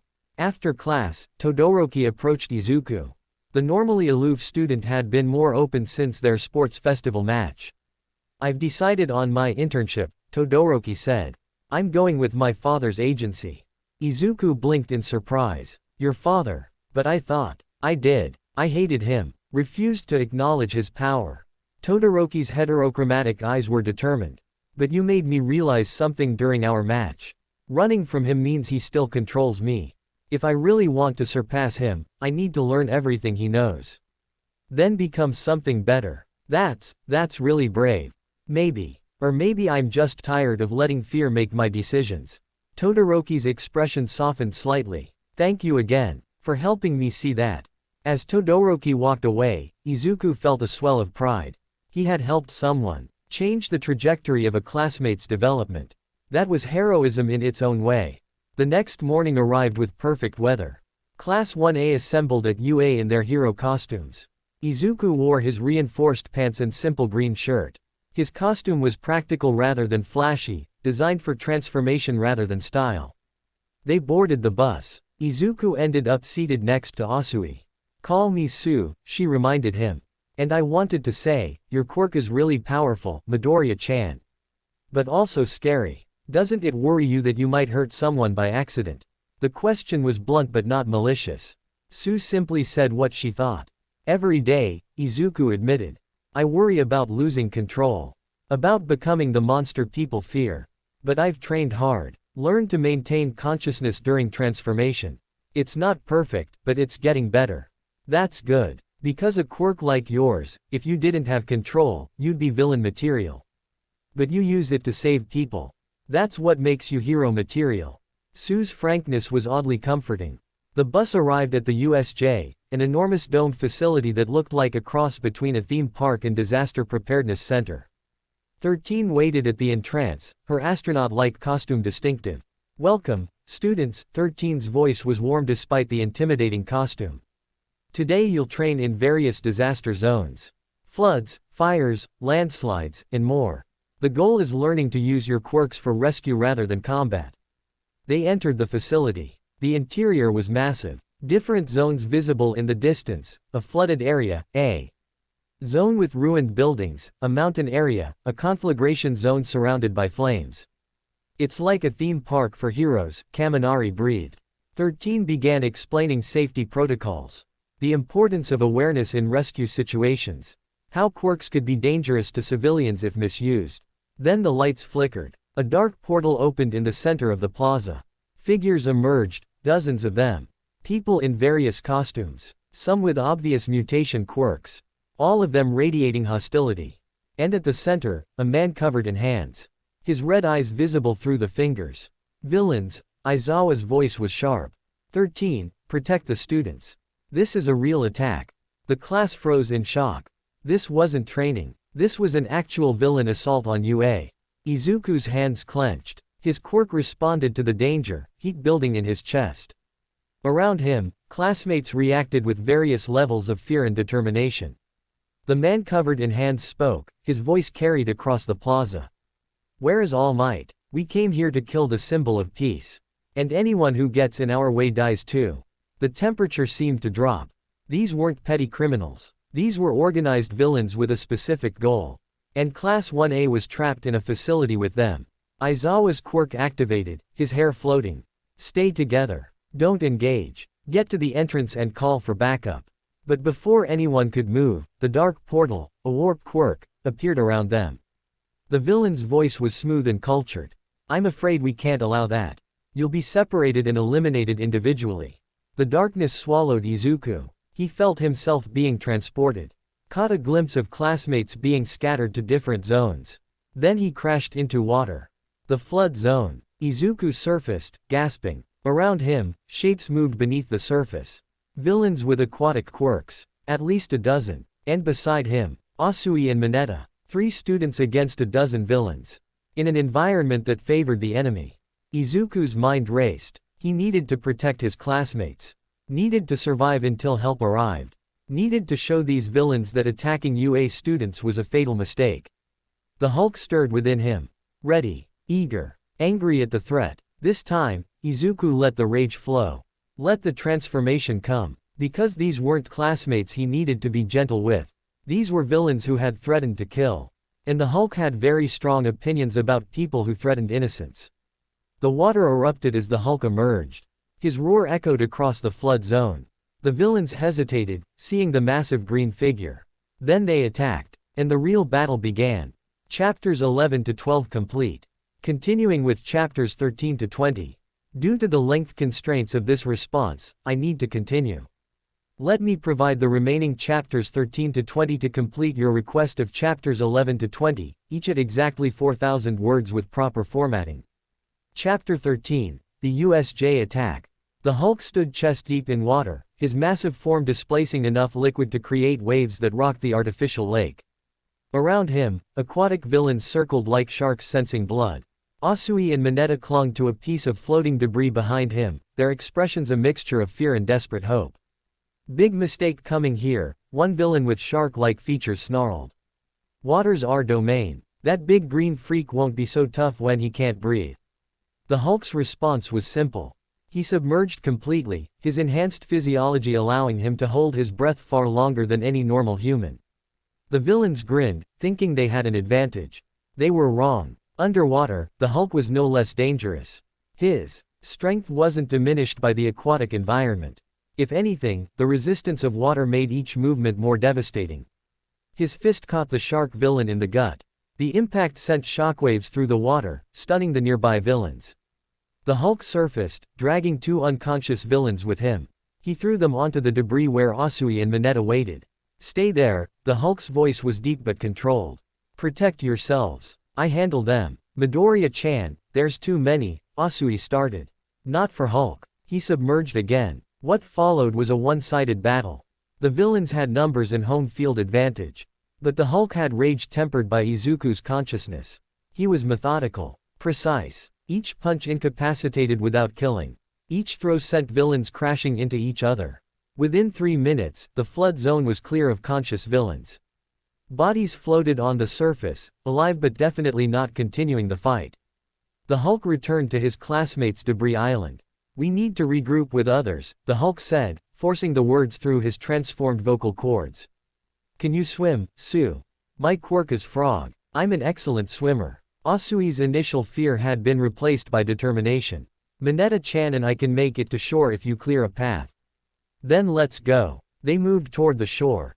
The Hulk swimming with powerful strokes that propelled his massive form through the water. Asui carried Mineta using her tongue, slightly undignified but effective. They reached dry land without further incident. From this vantage point, they could see the central plaza. Aizawa was fighting, his capture scarf lashing out, his erasure quirk disabling villain powers left and right. But there were too many. And one particularly massive villain with an exposed brain kept regenerating from damage. Sensei's in trouble, Mineta's voice shook. The Hulk's fists clenched. Izuku's consciousness analyzed the situation. Aizawa was powerful but outnumbered. That regenerating villain, Nomu, someone had called it, was on another level entirely. If they didn't help, their teacher would die. But rushing in could get his classmates killed. The Hulk was strong, but he couldn't protect everyone simultaneously. Sue, can you get Mineta to the entrance? Call for backup. What about you, Midoriya-chan? I'm helping Sensei. The Hulk started toward the plaza. Wait, Asui grabbed his massive arm. Her strength was nothing compared to his, but the gesture stopped him. You'll get killed. That brain villain took hits from Aizawa that should have killed it. It just regenerated. Then I hit harder. Before Asui could argue further, an explosion rocked the plaza. The Hulk's enhanced vision caught the source. Bakugo, Kirishima, and Todoroki had emerged from their respective zones. They engaged the villains surrounding Aizawa. The tide was turning. Class 1A was fighting back. The Hulk charged. His footfalls shook the ground. Villains turned toward the sound and immediately regretted it. A green freight train hit their formation. Bodies flew. The Hulk's momentum carried him straight to the Nomu. The creature noticed him. Its exposed brain pulsed. Then it moved, faster than anything that large should be able to move. Its fist met the Hulk's in a collision that created a shockwave. They were matched in strength. The realization sent a thrill through Izuku's consciousness. Finally, an opponent who could actually withstand the Hulk's power. No need to hold back. No fear of accidentally killing someone. The Hulk grinned. Good fight. They clashed again. Fists like artillery shells impacting at supersonic speeds. The ground beneath them cracked and cratered. Each blow would have killed a normal human. But both the Hulk and Nomu had durability beyond human limits. Around them, Class 1A fought the remaining villains. Bakugo's explosions cleared entire groups. Todoroki's ice trapped multiple enemies. Aizawa, freed from overwhelming numbers, systematically disabled quirks. But the hand-covered villain, Shigaraki, watched with manic interest. Amazing. That green one matches our Nomu. It shouldn't be possible. He's just a student. A student with the power of gods, the warp villain, Kurogiri, observed. Perhaps we should retreat. This isn't going as planned. No, not yet. Where's All Might? He should be here. We prepared specifically to kill him. As if summoned by the words, the entrance exploded inward. All Might arrived in his prime form, his presence immediately dominating the entire facility. I heard there were villains threatening my students, All Might's voice carried across the USJ. That was a mistake. What happened next was less a fight and more a natural disaster. All Might moved through the villains like a force of nature. Multiple enemies fell with each strike. His speed was beyond what the eye could track. In seconds, dozens of villains were incapacitated. Then he saw the Hulk fighting the Nomu. Saw his student, one of his students, engaged in combat with a creature designed to kill him. Young Midoriya, stand back. I'll handle this. But the Hulk and Nomu were locked in combat. Neither could disengage without leaving themselves vulnerable. Their fight had become a test of endurance. Who would tire first? Who would make the critical mistake? All Might made the decision for them. He appeared between the two combatants. One hand caught the Nomu's punch. The other stopped the Hulk's strike. Enough. All Might's power was absolute. You've done well, young Midoriya. Let me finish this. The Hulk's consciousness, Izuku's consciousness, recognized the wisdom. He was exhausted. The sustained transformation and intense combat had drained him. Pushing further could mean losing control. He let the transformation fade. Izuku collapsed to his knees, gasping. Every muscle felt like it had been shredded. His head pounded. But he was alive. His classmates were alive. All Might faced the Nomu alone. What followed was a legendary battle. The symbol of peace versus a creature designed specifically to kill him. They traded blows that shattered stone. Created winds that buffeted everyone nearby. Then All Might's fist connected with a strike that went beyond. Plus Ultra. The Nomu was launched skyward with such force it broke through the USJ's reinforced ceiling. It disappeared into the sky, defeated. Shigaraki screamed in frustration. Impossible. Nomu had shock absorption. Multiple quirks. It should have killed you. A true hero always finds a way to win. All Might's smile was strained. The battle had cost him. Now surrender. You've lost. We'll be back. And next time, we'll kill you and all your students. Shigaraki gestured to Kurogiri. The warp villain created a portal. The remaining conscious villains fled through it. Then they were gone. The USJ fell silent except for the groans of injured villains and exhausted students. All Might stood victorious but diminished, his muscular form already beginning to deflate. He had pushed himself too far. Sirens wailed in the distance. Backup was arriving. Professional heroes flooded into the facility. Paramedics began treating injuries. Police started arresting the unconscious villains. Izuku sat where he had collapsed, surrounded by concerned classmates. Uraraka appeared from somewhere, her face streaked with tears of relief. Iida had apparently escaped to call for help. Todoroki looked relatively unscathed but shaken.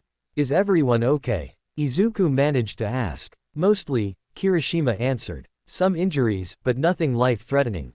You were insane out there, man. Fighting that brain thing blow for blow. I did what I had to do. Aizawa approached, his face bruised and his arm clearly broken. But his expression held approval. Good work, Midoriya. You protected your classmates and held off a high-end threat until All Might arrived. That's professional-level heroics. The praise felt surreal. Izuku had simply acted on instinct. Seen danger and responded. But hearing it acknowledged by his teacher made it real. Recovery girl arrived in the chaos, immediately beginning triage. She worked on the most seriously injured first, Aizawa's multiple fractures, a few students with broken bones, burns, and lacerations. When she reached Izuku, she sighed heavily. Again with the overexertion. Your quirk usage today was reckless. But necessary, Izuku interrupted. People needed help. Yes. And that selflessness will get you killed one day if you're not careful. She used her quirk anyway. The exhaustion faded slightly, though Izuku knew the real recovery would take days. You students are too brave for your own good. The aftermath stretched for hours. Police interviews, medical evaluations, parents arriving in various states of panic. The media descended on UA, demanding answers about how villains had breached Japan's most prestigious hero school.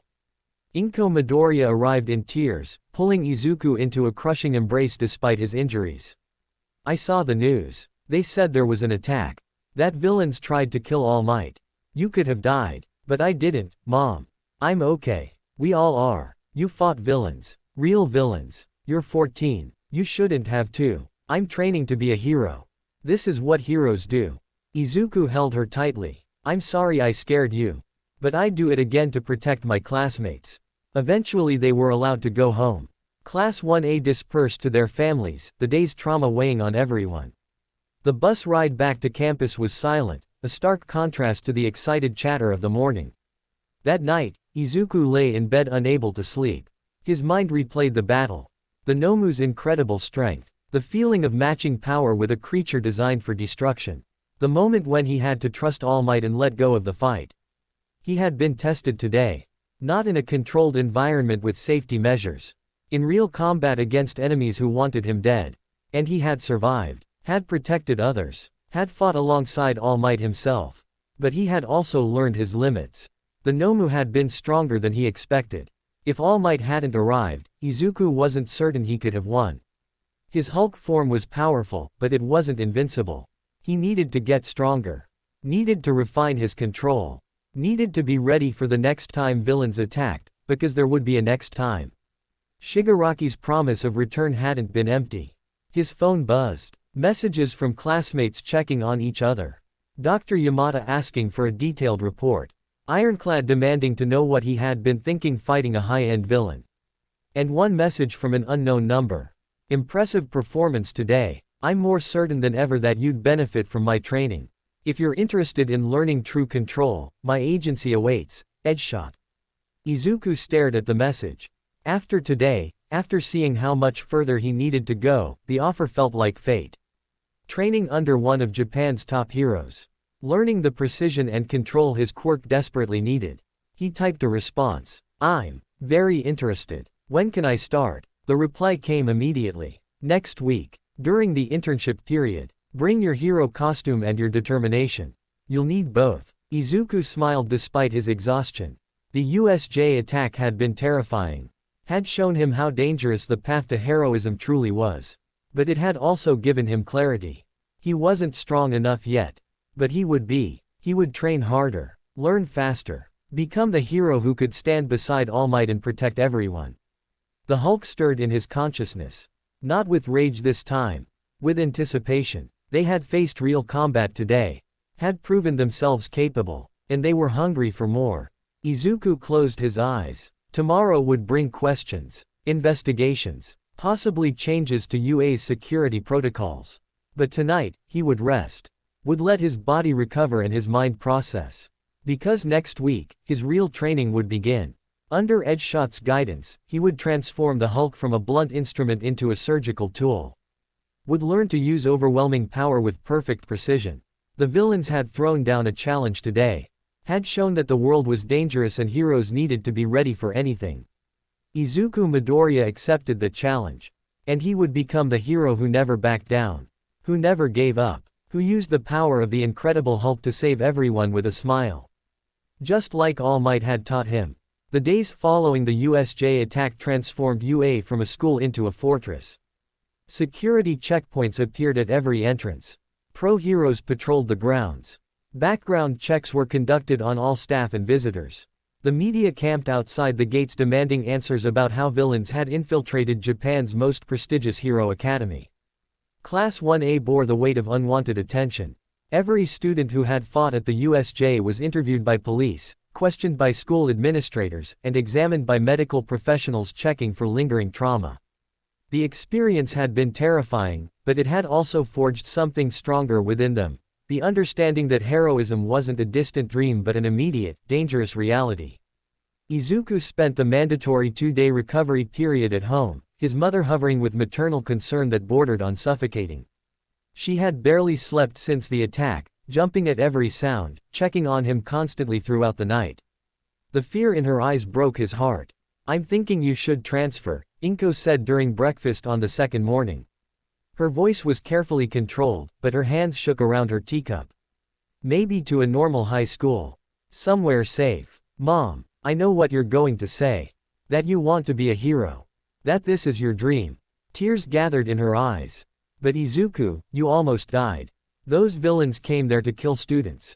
To kill All Might. What if next time?" "There's always going to be a next time," Izuku said gently. "Villains exist. Danger exists. If I run from it now, I'll spend my whole life running. Is that the son you want? Someone who gives up when things get hard?" "I want my son alive," Inko's voice cracked. "I want you to have a future.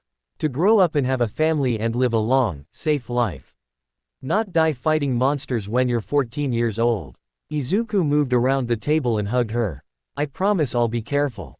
I'll train harder. Get stronger. Learn better control. But I can't quit. Not now. Not ever. This is who I am."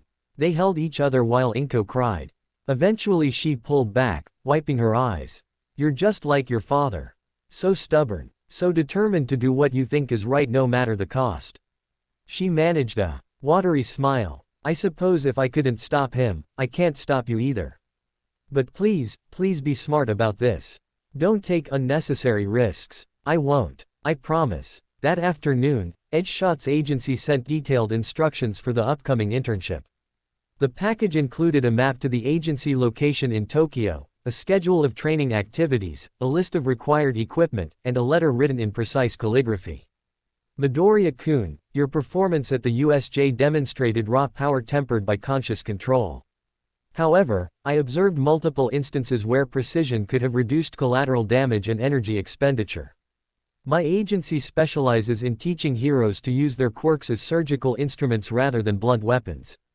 If you're willing to set aside your ego and learn from the beginning, I can help you transform your abilities. The training will be difficult. Many students quit within the first day. I hope you prove more resilient." Edgeshot. The words were simultaneously encouraging and challenging. Izuku felt excitement building. This was exactly what he needed. Someone who could teach him to use the Hulk's strength with perfect control. He spent the remaining recovery time researching Edgeshot obsessively. The ninja hero's record was remarkable, hundreds of successful missions with 0 civilian casualties. His quirk, Fold-A-Body, allowed him to manipulate his body's thinness and shape, folding himself paper thin and extending his limbs to incredible lengths. But what made him truly dangerous was his precision. Every movement calculated. Every strike placed with millimeter accuracy. Learning from someone like that could revolutionize Izuku's fighting style. Instead of relying on the Hulk's overwhelming strength, he could learn to apply force exactly where needed. No wasted energy. No unnecessary destruction. Just perfect, controlled power. When classes resumed, UA had changed. Aizawa returned with his arm in a cast and his face covered in healing bruises. His expression was grimmer than usual as he addressed Class 1A. The USJ attack revealed serious security vulnerabilities, he began without preamble. Those have been addressed. Additional heroes are now stationed on campus. All training exercises will include pro-hero supervision. And, his eyes swept the room. Anyone who feels traumatized or unable to continue in the hero course will be allowed to transfer to general studies with no stigma. This is not an easy path. If you want out, now is the time. Silence. No one moved. No one spoke. Every student's eyes showed the same determination. Good. Aizawa's smile was small but genuine. Then let's talk about internships. This week's training period is more important than ever. You faced real combat. Now you need to learn from professionals how to handle similar situations properly. Your choices matter. Choose wisely. Students pulled out their internship offers. Discussions erupted about which agencies to select. Izuku noticed that some students' packets had grown thicker. Apparently fighting real villains boosted your appeal to pro heroes. I'm going with Gunhead, Uraraka announced. He specializes in close quarters combat. I want to learn how to fight, not just rescue. An unexpected choice, Iida adjusted his glasses. But logical given our recent experience. I'm still choosing my brother's agency. Ingenium's focus on rescue and community heroism aligns with my goals. Kirishima leaned over. Dude, Midoriya, who are you picking? With your power, you could go anywhere. Edge shot, Izuku said. He reached out personally. Wants to teach me precision and control. The ninja hero. That's amazing. Kirishima's enthusiasm was infectious. I'm going with Crimson Riot's affiliated agency. Old school heroism and manliness. Even Bakugo grudgingly shared his choice.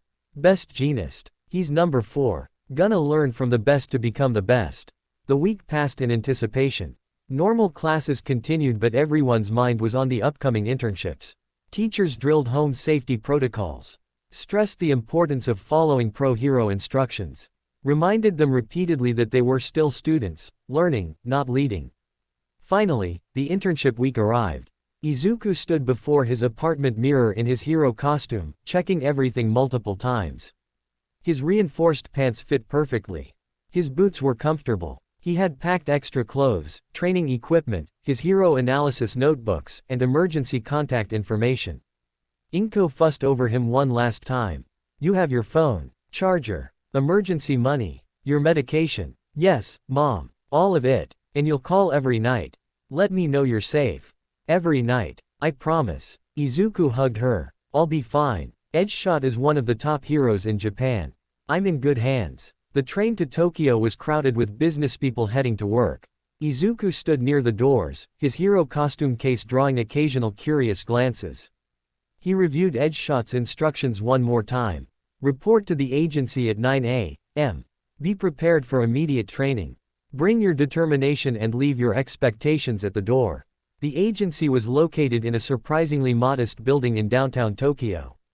No flashy signage, no obvious hero branding, just a simple door with a small plaque reading, Edgeshot Hero Office, authorized personnel only. Izuku checked his watch. 8:55. He took a deep breath, centered himself, and knocked. The door opened immediately. A young woman in business attire smiled professionally. Midoriya Izuku, we've been expecting you. Please follow me. Inside, the agency was more impressive.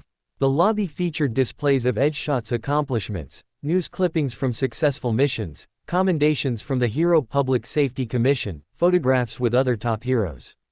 But everything was understated, elegant rather than ostentatious. Edgeshot-san is in the training hall, the receptionist explained.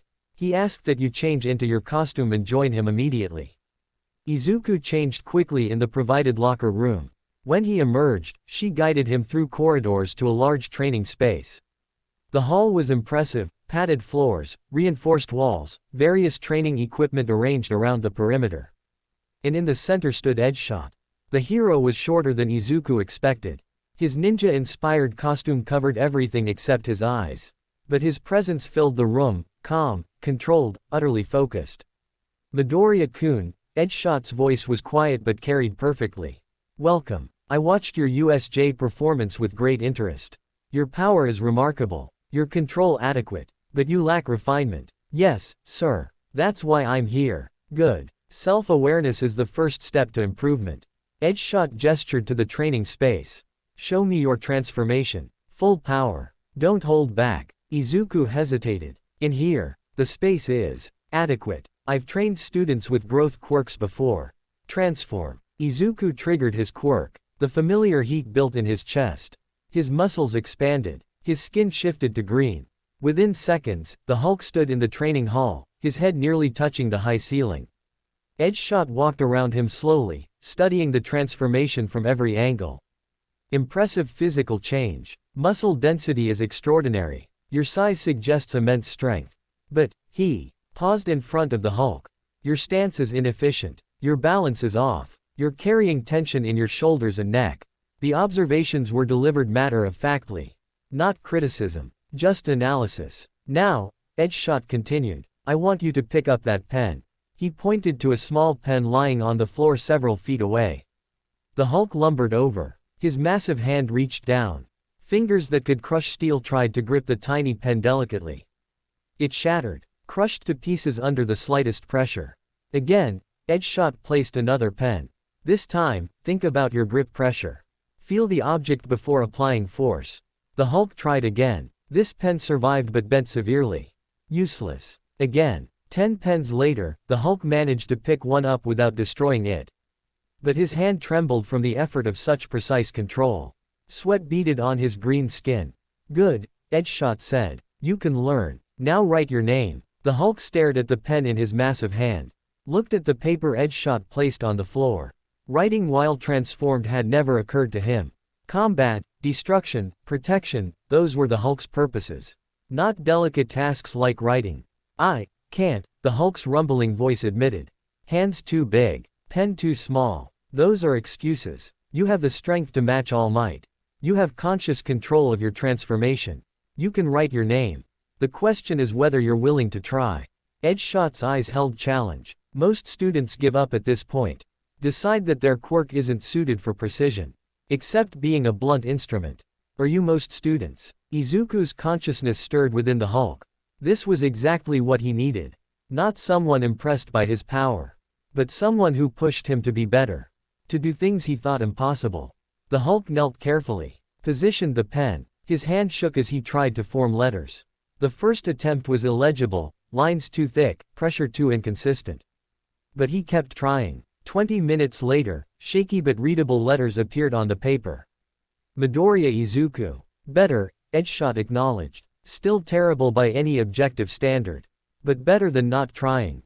Rest. Let your transformation fade. Then we begin the real training. Izuku reversed the change. Collapsed to the floor gasping. That had been one of the most exhausting things he had ever done. Maintaining transformation while attempting fine motor control was exponentially harder than combat. You understand now, Edgeshot said. Power without precision is worthless. Any thug can throw a strong punch. A hero needs to know when to throw that punch. Where to place it. How much force to use. The difference between knocking someone unconscious and killing them is often mere millimeters.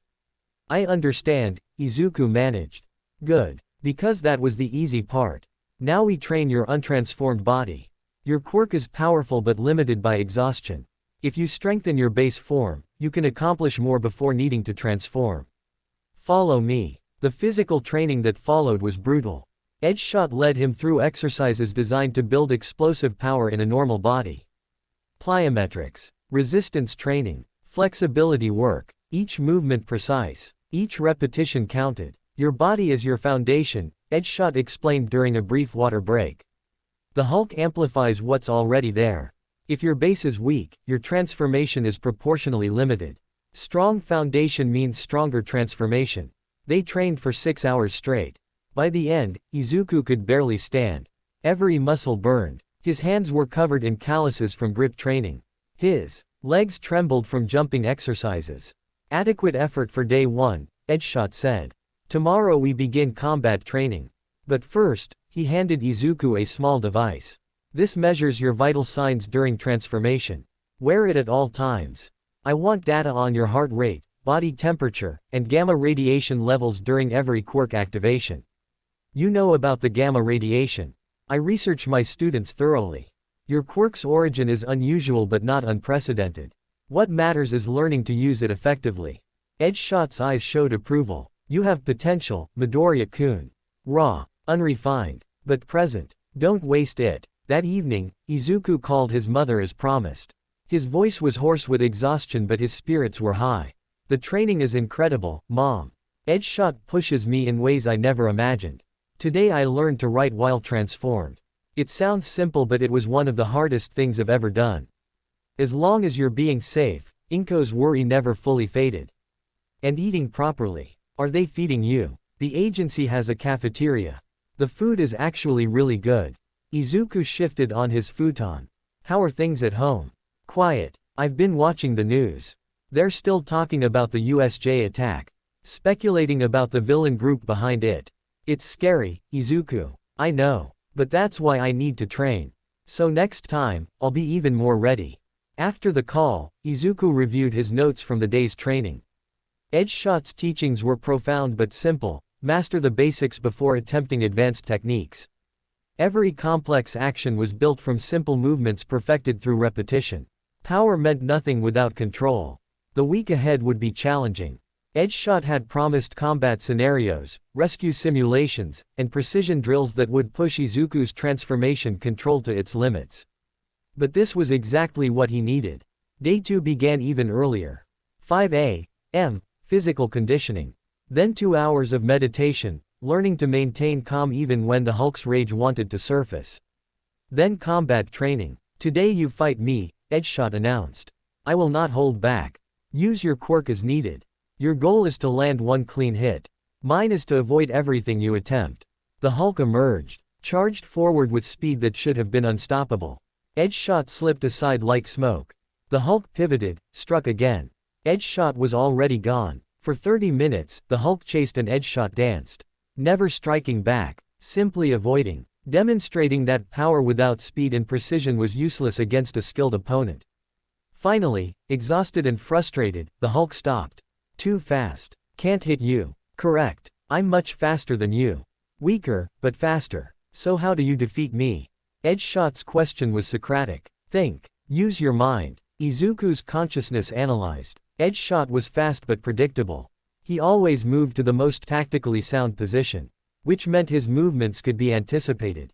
You're too smart, the Hulk said slowly. Always take best position. But that means, I know where you'll go. Excellent. So, the Hulk threw a punch, not where Edgeshot was, but where he would dodge to. The ninja hero's eyes widened slightly as he was forced to choose between optimal position and not getting hit. He took a suboptimal dodge. Good, Edgeshot praised. You're learning to think several moves ahead. That's the key to using overwhelming power intelligently. Again, days 3 and 4 introduced rescue scenarios. The Hulk had to extract civilians from collapsed buildings without causing further damage. Had to carry injured people with gentle strength. Had to create paths through rubble without destabilizing structures. Each task required a different application of power. Each one pushed Izuku's control. By day 4, he could transform, complete a rescue task, and reverse the transformation in under 5 minutes, a dramatic improvement from his previous limits.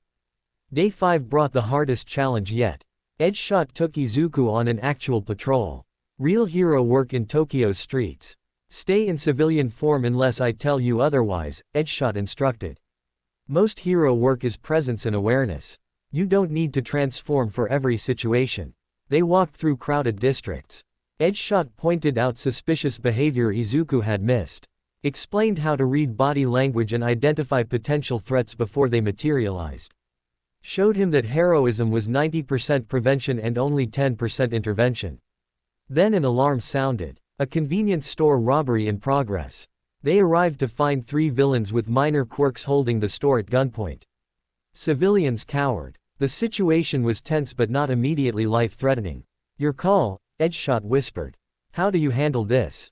Izuku analyzed quickly. 3 opponents. Limited space. Hostages present. Transforming risked panic and collateral damage.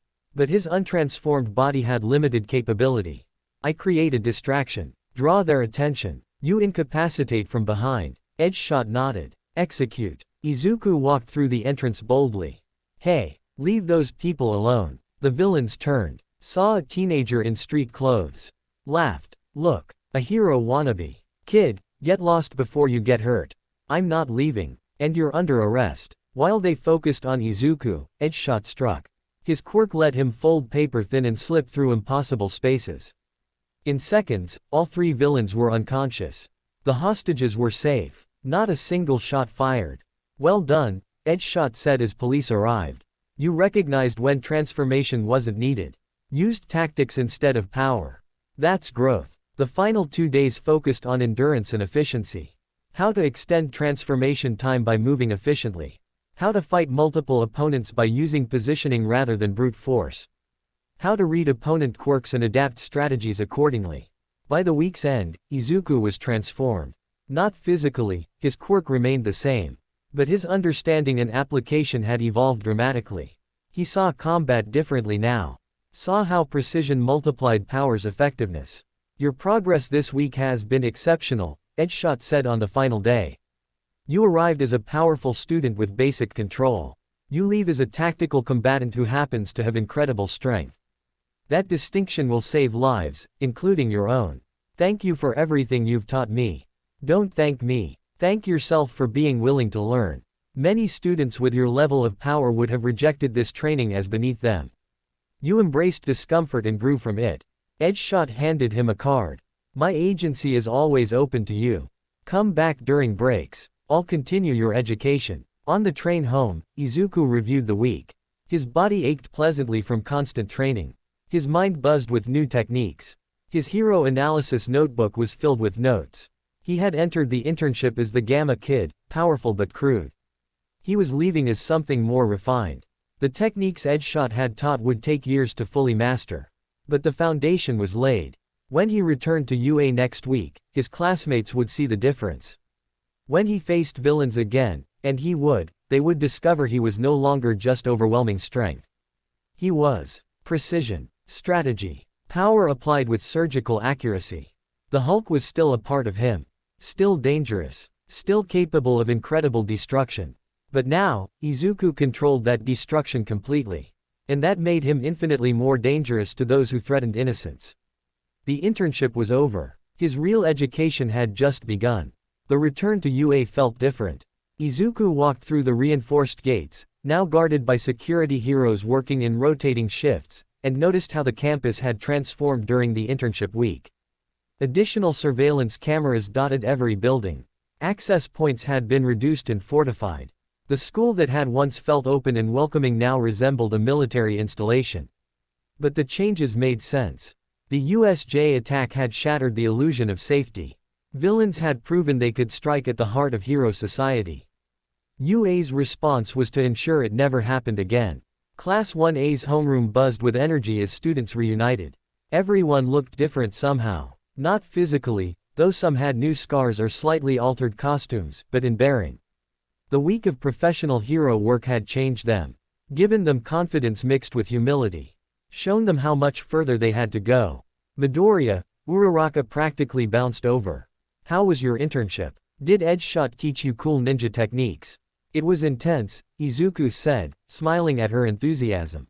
He focused on precision and control. Made me right while transformed. Fight without relying purely on strength. It was the hardest training I've ever done. Right while transformed. That's so specific. Uraraka's eyes widened. But I guess that's what you need. Your quirk is so powerful that learning to use it gently is probably harder than learning to hit hard. Exactly. What about you? How was Gunhead's agency? Her expression shifted to determined pride. Amazing. He taught me actual combat techniques. I've always relied on my zero gravity for mobility and surprise. But now I can fight even without my quirk. He said I had natural talent for close quarters combat. Iida joined them, his usual rigid posture somehow even more formal. My internship with my brother was enlightening. Ingenium showed me that heroism extends beyond dramatic rescues. Community engagement, crime prevention, building public trust, these are equally important aspects of professional hero work. Around them, other students shared their experiences. Todoroki's internship with Endeavor had been complicated, powerful training mixed with family tension. Bakugo complained loudly about Best Jeanist trying to fix his attitude, though Izuku suspected the experience had affected him more than he'd admit. Kirishima was enthusiastic about old-school heroics. Yaoyorozu had learned tactical leadership. Even students who hadn't received major agency offers had valuable experiences. Kaminari talked about learning equipment support. Ishido had assisted with community outreach. Every internship had taught something. Aizawa arrived and the room fell silent immediately. Their teacher's arm was still in a cast, his face still showed fading bruises, but his presence commanded absolute attention. "Welcome back," he said flatly. "I hope you all took your internship seriously. Because starting today, training intensifies. The USJ attack exposed weaknesses in your combat readiness. We're addressing those." He pulled up a presentation on the smartboard. New curriculum additions. Advanced combat scenarios. Villain psychology. Crisis management. You'll be trained not just as heroes, but as soldiers who might face war. The words sent a chill through the classroom. War. No teacher had used that term before. "Sir," Yaoyorozu raised her hand hesitantly. "Do you really think things will escalate to war? The villain organization that attacked the USJ, the League of Villains, remains at large. They have resources, coordination, and a specific goal of destroying hero society. That's not random crime. That's organized opposition." Aizawa's expression was grim. "We hope it doesn't become war. But hoping isn't a strategy. Preparation is." The rest of the day proceeded with heightened intensity. Hero training incorporated elements from their internships. Izuku found himself using edge shots precision techniques during combat drills. Present Mike's English class included villain communication scenarios. Even mathematics involved calculating trajectory and force vectors for quirk applications. During lunch, Izuku found a quiet corner of the cafeteria to review his training notes. Edgeshot had given him homework, exercises to maintain the skills he'd learned. Precision drills he could practice alone. Meditation techniques for emotional control. "Mind if I sit?" Izuku looked up to find Todoroki standing with his lunch tray. The dual quirk user had been somewhat distant since the sports festival, processing whatever had happened during his internship. Of course. They ate in companionable silence for a moment. Then Todoroki spoke. "I wanted to thank you again. For what you said during our match. About my quirk being mine. You thanked me before. I know. But I don't think you understand how much it mattered." Todoroki's heterochromatic eyes were intense. "I spent my whole childhood hating half of myself. Rejecting my father's power out of spite. But that meant I was still letting him control me. You made me realize that freedom isn't about rejecting power, it's about choosing how to use it." "How did the internship with Endeavor go?" Todoroki's expression complicated. "Difficult. He pushed me hard, criticized everything, showed no warmth or approval." He paused. "But I learned from him. Took his techniques and made them mine. Used his teaching without accepting his ideology. That's the real victory." "That sounds healthy. It's progress. I'm not healed. Still angry. Still dealing with family trauma. But I'm moving forward instead of staying frozen in the past." Todoroki managed a small smile. "Your quirk is interesting. Born from accident and rage. But you use it to protect. That's choosing who you want to be." The observation was unexpectedly profound. Izuku had never quite thought of it that way, that every transformation was a choice to use rage for protection rather than destruction. "We should train together sometime," Todoroki suggested. "Your strength versus my elemental control. We could both learn from sparring." "I'd like that." The afternoon brought All Might's Hero Fundamentals class. The symbol of peace looked more tired than usual. The USJ battle had taken its toll. But his smile remained bright as he addressed the class. "Today we discuss adaptability," All Might began. "Your internships exposed you to different hero styles. Different approaches to the same fundamental goal of protecting people. Now you must integrate those lessons into your own developing styles." He divided them into teams for a new exercise, rapid scenario adaptation. Each team faced a simulation that changed constantly. One moment it was a hostage situation. Then an earthquake. Then a fire. Teams had to adapt their strategies instantly. Izuku found himself paired with Bakugo and Tokiyami. The combination was volatile: Bakugo's aggression, Tokiyami's measured darkness manipulation, and Izuku's controlled power. But they made it work. "Hulk smash isn't always the answer, Deku." Bakugo snarled during a building collapse scenario. "Think before you act." "I am thinking," Izuku shot back. "If I transform and hold up this section, you and Tokiyami can evacuate civilians." "That's actually smart." Bakugo's admission sounded painful. "Fine. Do it." The Hulk emerged. positioned himself under a collapsing section of building. His strength held tons of rubble while his teammates worked. The precision training from Edgeshot helped. He knew exactly how much force to apply, where to position his body for optimal load distribution. When the simulation ended, All Might reviewed their performance. Excellent teamwork. You recognized individual strengths and used them strategically. Young Midoriya, your transformation was precisely calibrated. Young Bakugo, your tactical awareness has improved. Young Tokiyami, your dark shadow manipulation remained controlled despite the chaos. Well done. The praise felt earned. This was growth. Not just individual improvement but learning to work with others whose styles differed dramatically. After class, Izuku stayed behind. He had been waiting for a private moment with All Might. Young Midoriya, All Might deflated to his thin form, the effort of maintaining his hero shape clearly draining him.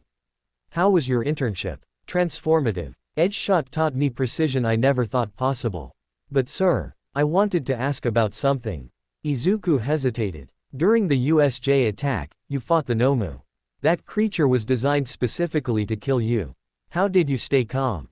All Might was quiet for a moment. I wasn't calm. I was terrified. That monster was stronger than most villains have ever faced. And knowing my students were in danger while I fought it, fear doesn't adequately describe it. But you didn't show it. Because that's what the symbol of peace does. We smile to give others courage.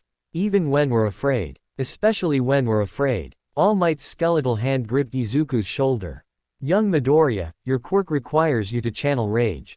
But true heroism often means acting despite fear. Finding the courage to transform even when you're terrified of losing control. How do you find that courage? By remembering why you're fighting. Who you're protecting. The people who believe in you. All Might's smile was sad but genuine. Your mother. Your classmates. Everyone who looks at you and sees a hero instead of a monster. Fight for them. Let their faith be your anchor when the rage threatens to overwhelm you. The words resonated deep in Izuku's chest.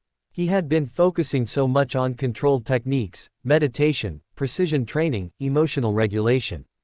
But perhaps the greatest control came from purpose. From having something worth staying human for. Thank you, sir. One more thing, All Might pulled out a folder. I've been asked by the administration to monitor your progress closely. Given your quirk's power level and the attention you've attracted from villains. This isn't punishment, it's protection. The League of Villains specifically targeted UA students. You're one of the most recognizable after the sports festival. You think they might come after me specifically? I think we need to be prepared for anything. Which is why I'm assigning you additional training sessions. Twice a week. Just you and me. Refining your combat skills and strategic thinking. All Might's expression was serious. You have incredible potential, young Midoriya. But potential means nothing if you're not alive to realize it. The private training sessions began the next week. Early mornings before regular classes. All Might would meet Izuku at one of UA's private training grounds and push him relentlessly. But it wasn't just physical training. All Might taught him about the psychology of heroism. How to read crowds. How to project confidence even when uncertain. How to make split-second decisions in chaotic situations. When you transform, what's the first thing people see? All Might asked during one session. A large green monster. Correct. And their instinct is fear. You need to counteract that immediately. How? Izuku thought back to Edgeshot's lessons about presentation. Best Jeanist's emphasis on appearance and communication. Body language. Posture. How I move and speak. Exactly. The Hulk is intimidating. Use that against villains. But show civilians through your actions that you're controlled. Gentle despite your size. Precise despite your strength. All Might demonstrated with his own body language. Watch how I move in hero form versus thin form. Everything is calculated to inspire confidence. These lessons combined with Edgeshot's precision training to create a more refined version of Izuku's Hulk form. He was still powerful, still intimidating, but now he moved with purpose instead of just reacting. Spoke clearly instead of roaring. Used his size to shield rather than simply destroy. 2 weeks after internships ended, Aizawa made another announcement that sent ripples through Class 1A. The final exams are in 1 month, he said. Written tests covering everything we've studied this semester. And practical exams that will test your hero capabilities. Both must be passed to attend the summer training camp. Training camp. The words sparked excitement. An opportunity to train intensively away from school. To push their limits in controlled but challenging scenarios. The practical exam will involve combat, Aizawa continued. Against opponents chosen to challenge your specific abilities. Study hard. Train harder. Failure is not an option. That evening, study groups formed spontaneously. Yaoyorozu organized review sessions for the written exams. Iida created study schedules. Even Bakugo grudgingly participated, though he insisted he didn't need help. Izuku found himself tutoring several classmates in tactical analysis while they helped him with subjects where he struggled. The collaborative atmosphere was new but welcome. They were becoming a true class.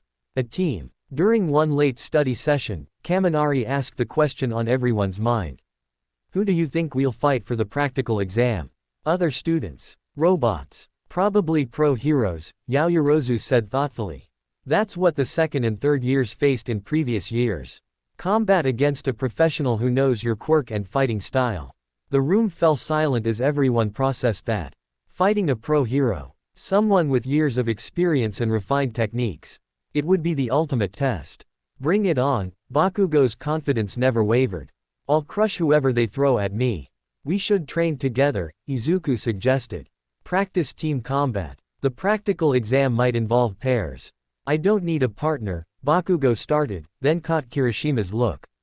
Fine, whatever. If it means passing. The next month was a blur of studying and training. Written exam preparation consumed evenings. Physical training filled mornings. Hero classes grew increasingly complex. Everyone felt the pressure mounting. Izuku maintained his additional sessions with all might while incorporating edge shots precision drills into his daily routine.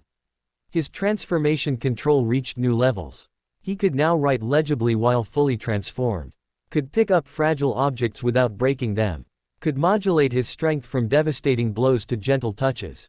But the greatest improvement was mental. His consciousness during transformation was completely stable now. The rage was still there, would always be there as part of the quirk, but it no longer threatened to overwhelm him. He had integrated the Hulk as an aspect of himself rather than a separate entity to fight. The night before finals, Class 1A gathered in the common room. No one could sleep. Nervous energy filled the space. We've got this, Kirishima said, trying to boost morale. We've trained harder than any first-year class in UA history. Fought actual villains. Survived the USJ. A test is nothing. Easy for you to say, Mineta whined. Your quirk is straightforward. Some of us have quirks that are hard to use in combat. Then use them creatively, Izuku found himself saying. Every quirk has applications beyond the obvious. Your pop-off balls could be traps. Distractions. Defensive barriers. Think strategically. The advice came from Edgeshot's teaching. From All Might's lessons. From his own experience learning to use overwhelming power with precision. When did you get so wise, Midoriya? Ishido teased. I've had good teachers. Morning arrived too quickly. The written exams were first, hours of questions covering everything from hero law to quirk science to tactical mathematics. Izuku's hand cramped from writing. His brain felt fried from concentration. But he had studied hard. Felt confident in most of his answers.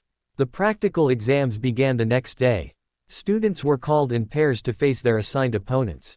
Each match broadcast to waiting rooms so everyone could watch and learn. When Izuku's name was called along with Bakugo's, the pairing felt both inevitable and worrying. The two of them had complex history. Could they actually work together? Their opponent was announced. They would be facing All Might, the symbol of peace himself. The most powerful hero in Japan. Izuku's stomach dropped. They had to fight All Might. How was that even possible? The man could level buildings with a punch. Move faster than the eye could track. Had decades of combat experience. This is impossible, even Bakugo looked shaken. Nothing is impossible, Aizawa said flatly. But you'll need to work together. Actually work together. Not as rivals. As partners. That's the real test. They were led to a mock city district. All Might waited at the far end, his hero smile gleaming. But his eyes held determination. He wasn't going to go easy on them. Young Midoriya, young Bakugo, All Might's voice carried across the distance. Your objective is simple. Either capture me with these restraints, he held up special cuffs. Or one of you reaches the escape gate within 30 minutes. If you fail the exam. The implications were clear. Summer training camp. Their hero futures. Everything depended on the next 30 minutes. Izuku looked at Bakugo. The blonde looked back. For once, hostility wasn't the dominant emotion between them. Mutual understanding was. They both knew this was beyond individual capability. We need a plan, Izuku said. No shit, Bakugo's usual hostility was muted by pragmatism. That monster will crush us in direct combat. We need to be smart. Agreed. Your explosions for mobility and offense. My transformation for defense and distraction. We work together. Draw him into a trap. Bakugo's jaw clenched. Admitting he needed help went against every instinct. But he nodded. Fine, but if we fail because you screw up, Deku, I'll never forgive you. Same to you. All Might's voice boomed. Begin. And the symbol of peace charged forward with earth-shaking speed. The real test had begun. All Might's charge shook the ground beneath their feet. The symbol of peace moved with impossible speed, one moment distant, the next nearly upon them. Izuku barely had time to register the movement before Bakugo's hand grabbed his collar and yanked him sideways. The explosion propelled them both clear as All Might's fist cratered the concrete where they had stood. The impact sent debris flying in all directions. The shockwave rattled windows in nearby buildings. Scatter, Bakugo shouted, already launching himself in the opposite direction with controlled blasts. Don't give him a single target. Izuku rolled to his feet and ran. His mind raced through strategies. All Might was holding back, had to be, otherwise that first punch would have ended the exam immediately. But even restrained, the symbol of peace was overwhelming. Direct combat was suicide. I expected better from my students, All Might's voice carried across the mock city. Running, where's that plus ultra spirit? The taunt was deliberate, trying to bait them into emotional responses. Izuku recognized the tactic from their private training sessions. All Might was testing their ability to think under pressure. Bakugo clearly recognized it too. Don't listen to that bastard. He wants us angry and stupid. We need to be smart. They regrouped behind a building, both breathing hard. 28 minutes remained. The escape gate was at the far end of the district, impossible to reach with All Might between them and the objective. Which meant their only option was capturing him. We can't beat him in a straight fight, Izuku said quickly. His power output is probably limited for the exam, but it's still beyond what we can handle. We need to trap him. No shit. But how do you trap someone who can punch through buildings? Bakugo's frustration was evident. My explosions won't slow him down. Your Hulk form is strong but he's stronger. Not stronger. More experienced. Better technique. Izuku's mind worked furiously. But technique requires assessment. He analyzes opponents before committing fully. If we can overwhelm his ability to analyze constant unpredictable attacks from multiple angles, Bakugo finished the thought. His competitive mind had reached the same conclusion. Keep him reactive instead of proactive. Exactly. I'll transform. Draw his attention. You hit him from angles he's not expecting. You're using yourself as bait. I'm using my strength appropriately. The Hulk can take hits that would kill me normally. That's the advantage. Izuku triggered his transformation. The familiar heat built in his chest. His body expanded, muscles filling out with gamma-enhanced power. But this time, he maintained perfect clarity. Edge shots, precision training, All Might's tactical lessons, everything combined into a Hulk who thought as clearly as Midoriya Izuku. Go, the Hulk rumbled. He charged around the building directly at All Might. No stealth, no subtlety. Pure obvious aggression designed to capture attention completely. All Might's eyes widened slightly seeing the transformed student charging. So you're taking this seriously now, young Midoriya. Good. The symbol of peace met the charge head-on. His punch collided with the Hulk's block. The impact created another shockwave. The Hulk slid backward but held his ground. Then he pressed forward, throwing combinations that forced All Might to defend. Impressive power, All Might acknowledged, deflecting strikes. But power alone. Bakugo's explosion caught him from behind. Not enough to damage but enough to disrupt balance. All Might pivoted, saw Bakugo launching another assault. Divided his attention between two threats.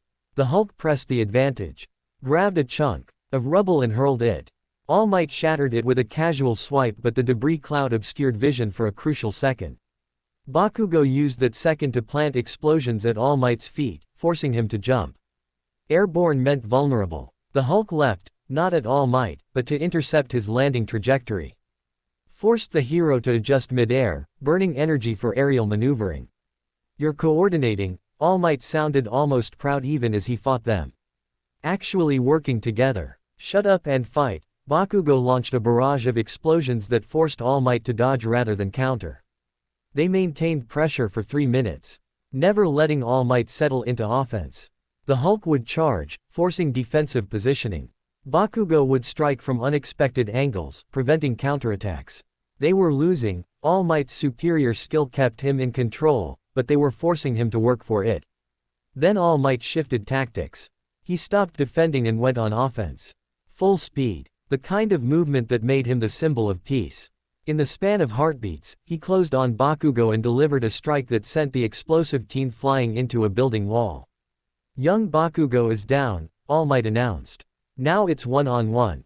But Bakugo wasn't down. Dazed, definitely. But conscious. His hand rose, forming explosion preparations even as he struggled to stand.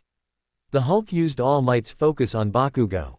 Charged from behind. His massive arms wrapped around All Might in a restraining hold. Not trying to hurt, just immobilize. "Good attempt." All Might's voice was strained but controlled. But young Midoriya, strength isn't just about muscles. He demonstrated by executing a perfect throw. The Hulk, despite his mass, was lifted and slammed into the ground with enough force to crack pavement. The impact drove air from the Hulk's lungs. Technique beats raw power. All Might continued the lesson even mid-combat. Remember that. 15 minutes remained. The Hulk struggled to rise. Bakugo was barely standing. They had given everything and All Might hadn't even worked up a sweat. The gap in ability was too vast. "We can't win." Bakugo's voice was harsh with frustration. "That monster is too strong. Then we don't win. We pass." The Hulk forced words through transformed vocal cords. "The objective isn't defeat him. It's capture or escape." "Escape." Bakugo looked toward the gate. "He'll never let us reach it. Not both of us. But one, if the other buys time." Understanding dawned in Bakugo's eyes. "You're suggesting I run while you distract him. Like I need you to." "This isn't about need. It's about strategy." The Hulk stood, facing All Might who waited patiently. "You're faster with your explosions. I'm more durable. I can keep his attention. You can reach the gate. That's giving up on winning. That's choosing success over pride." The words were Edgeshot's lesson. All Might's wisdom. Choose the objective over the ego. Bakugo's jaw clenched. His pride warred with pragmatism. Then, surprisingly, he nodded. "Fine. But you better survive. If you die being heroic, I'll kill you." The contradiction was so perfectly Bakugo that the Hulk almost smiled. "Go." Bakugo launched himself toward the escape gate with explosive propulsion. All Might immediately moved to intercept. But the Hulk was faster. His massive form blocked the path. Took the hit intended for Bakugo. The punch drove the Hulk to one knee. But he held position. Became a wall that All Might had to go through. "Young Midoriya, do you understand what you're doing?" All Might's expression was serious. "Taking hits like this is dangerous even for your transformed state." Protecting classmates, the Hulk rumbled. "Being a hero. Indeed." All Might's smile returned. "Then show me. Show me the hero you're becoming." What followed was less a fight and more a lesson. All Might demonstrated the difference between student and master. Every punch was placed with surgical precision. Every throw executed with perfect technique. He dismantled the Hulk's defenses systematically. But the Hulk didn't fall. Refused to fall. Every hit was absorbed. Every throw weathered. His regeneration kept him functional despite accumulating damage. And most importantly, he kept All Might's attention completely focused on him. Bakugo was halfway to the gate now. All Might knew it. Could have disengaged to stop the escape. But he didn't. "You're letting us pass," the Hulk realized. "I'm testing whether you understand heroism. Whether you can make hard choices." All Might delivered another strike that cracked the Hulk's ribs. Young Bakugo's pride says win by force. Your growth says win by strategy. That understanding is worth more than any direct victory. The Hulk blocked another punch. His arms were going numb from repeated impacts. "Then, we pass. If young Bakugo reaches that gate, yes." But, All Might's expression turned serious. "Young Midoriya, drop your transformation." "What? Why?" "Because you're at your limit. Your body is breaking down under the sustained damage. If you maintain the Hulk form much longer, the medical consequences will be severe. All Might's voice carried genuine concern. You've proven your point. Now show me you're smart enough to know when to stop. The Hulk hesitated. Every instinct screamed to keep fighting, to maintain the transformation until the objective was secured. But Edgeshot had taught him about efficiency, about knowing limits. He let the transformation fade. Izuku collapsed immediately, his normal body unable to support itself after the punishment the Hulk had endured. Pain flooded through him, ribs definitely cracked, muscles torn, probably internal bleeding. All Might caught him before he hit the ground. Gentle despite his power. Well done, young Midoriya. You protected your teammate and accomplished the objective. That's heroism. In the distance, Bakugo crossed through the escape gate. The exam timer stopped. They had passed. Recovery Girl's office was becoming too familiar. Izuku woke to the sound of medical equipment and the elderly hero's scolding voice. Foolish boy. 3 cracked ribs, severe muscle damage, a concussion, and exhaustion that nearly sent you into cardiac arrest. She administered her healing quirk. You treat your body like it's disposable. We passed though. Bakugo and I. We worked together. Izuku's voice was hoarse. Yes. And half the class watched you nearly die in the process. Very heroic. Very stupid. But her expression softened. Also very effective. You demonstrated tactical thinking and self-sacrifice. The teachers are impressed despite wanting to throttle you for the risk-taking. The next bed overheld Bakugo. The explosive teen was conscious but silent, staring at the ceiling. His injuries were less severe, mostly exhaustion and a few broken bones from All Might's initial strike. We passed, Izuku said to him. Because you played tank while I ran away. Bakugo's voice was bitter. Real heroic. You reached the objective. That's what mattered. Don't give me that crap. You took a beating so I could escape. That's. Bakugo struggled with the words. That's what heroes do. Sacrifice themselves for others. When the hell did you get so heroic, Deku? When I decided being a hero was more important than proving I'm strong. Took me a while to learn.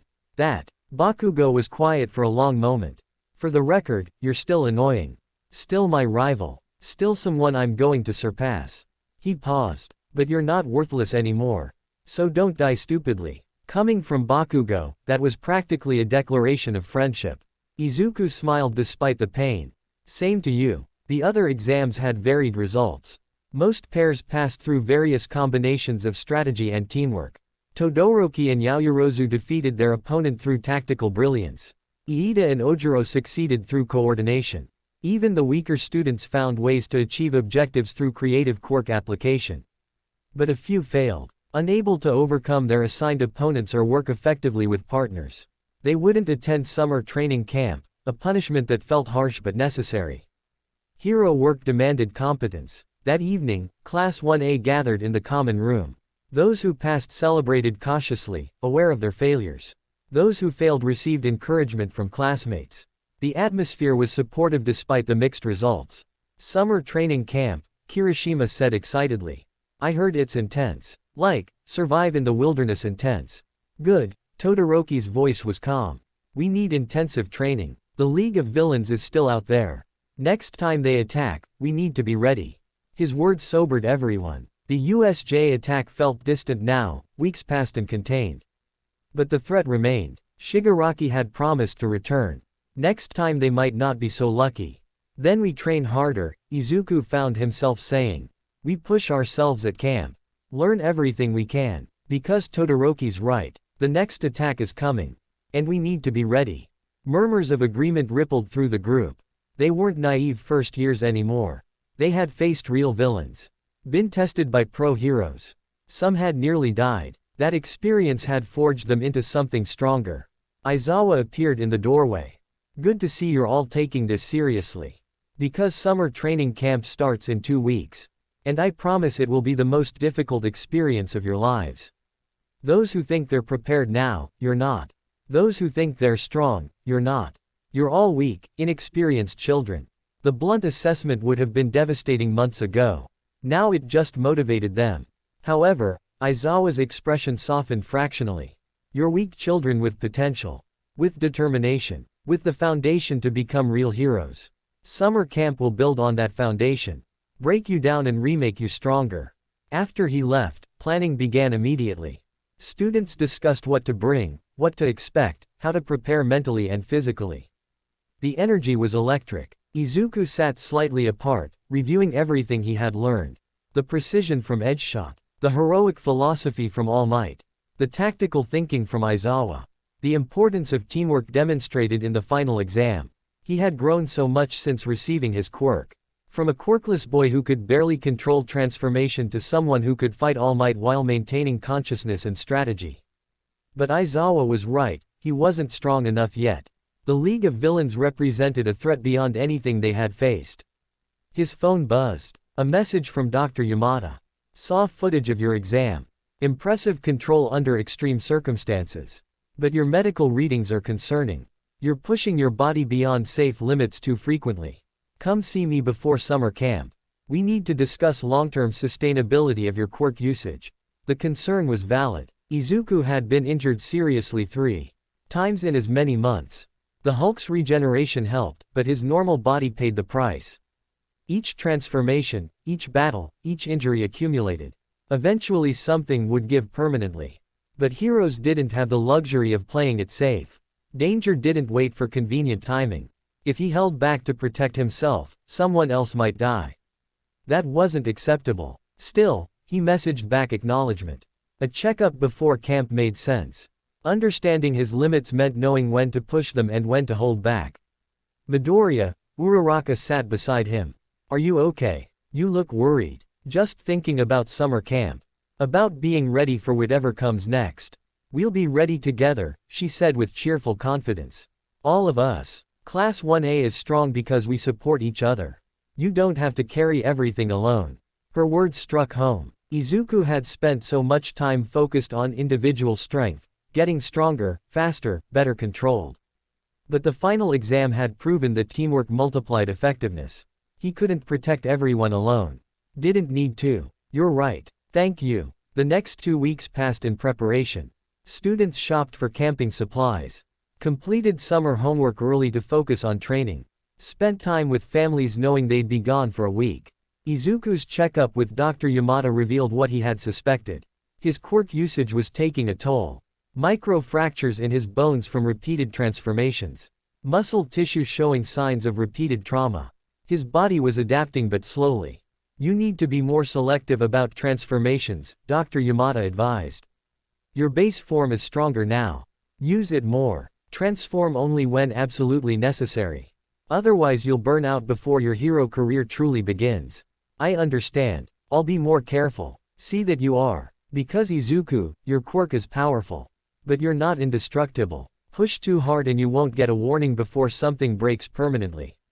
The words were sobering, but also motivating. He needed to get stronger in his base form. Rely less on transformation. Become a hero who could function effectively even without the Hulk. The morning they departed for summer training camp, Class 1A assembled at UA with bags packed and spirits high. 2 buses waited to transport them to an undisclosed mountain location. The adventure was beginning. Izuku stood with his classmates, feeling a sense of anticipation mixed with determination. This training camp would push them all beyond their limits. Would forge them into stronger versions of themselves. Would prepare them for the battles ahead. The League of Villains was out there somewhere. Planning. Preparing their own assault. But when that day came, Class 1A would be ready. Because they weren't just students anymore. They were heroes in training. And they would protect each other no matter what came. As the buses pulled away from UA, carrying them toward their next challenge, Izuku looked at his classmates. Saw the same determination in every face. They had all been tested. All grown. All chosen this difficult path. Together, they would walk it. Together, they would face whatever darkness approached. Together, they would become the heroes society needed. The summer training camp awaited. And with it, the next chapter of their journey toward greatness. The buses wound through mountain roads that grew progressively narrower and more isolated. Tokyo's urban sprawl gave way to dense forest and steep cliffs. Class 1A's initial excitement evolved into quiet anticipation as civilization disappeared behind them. Even Kaminari's usual chatter faded as the wilderness enveloped their journey. How far into the mountains are we going? Mineta asked nervously. This looks like the kind of place where horror movies happen. Probably exactly far enough that we can't easily escape when the training gets brutal, Jiro said dryly. UA doesn't do anything halfway. Aizawa sat at the front of the bus, apparently sleeping but undoubtedly aware of every conversation. Beside him, Vlad King from Class 1B's bus communicated via radio about their route. The two classes were taking this training camp together, 40 students total pushed beyond their limits simultaneously. After 3 hours, the buses pulled to a stop at a scenic overlook. Students filed out, stretching legs cramped from the long ride. The view was breathtaking, endless forest stretching toward distant peaks, a valley far below, crystal clear sky overhead. This is beautiful, Uraraka breathed, taking in the scenery. Everyone, gather around, Aizawa's voice cut through the moment of appreciation. I'd like you to meet the heroes who will be overseeing your training. Two figures emerged from a nearby vehicle. Both wore matching cat-themed hero costumes. The taller one, Pixie Bob, waved enthusiastically. The shorter one, Mandalay, smiled more reservedly. Between them stood a small boy who glared at everyone with obvious distrust. Hello, students, Mandalay's voice was professional and warm. We're the Wild Pussycats. We specialize in mountain rescue operations. For the next week, you'll be training in our territory. Now, look down into that valley, Pixie Bob pointed at the forest far below.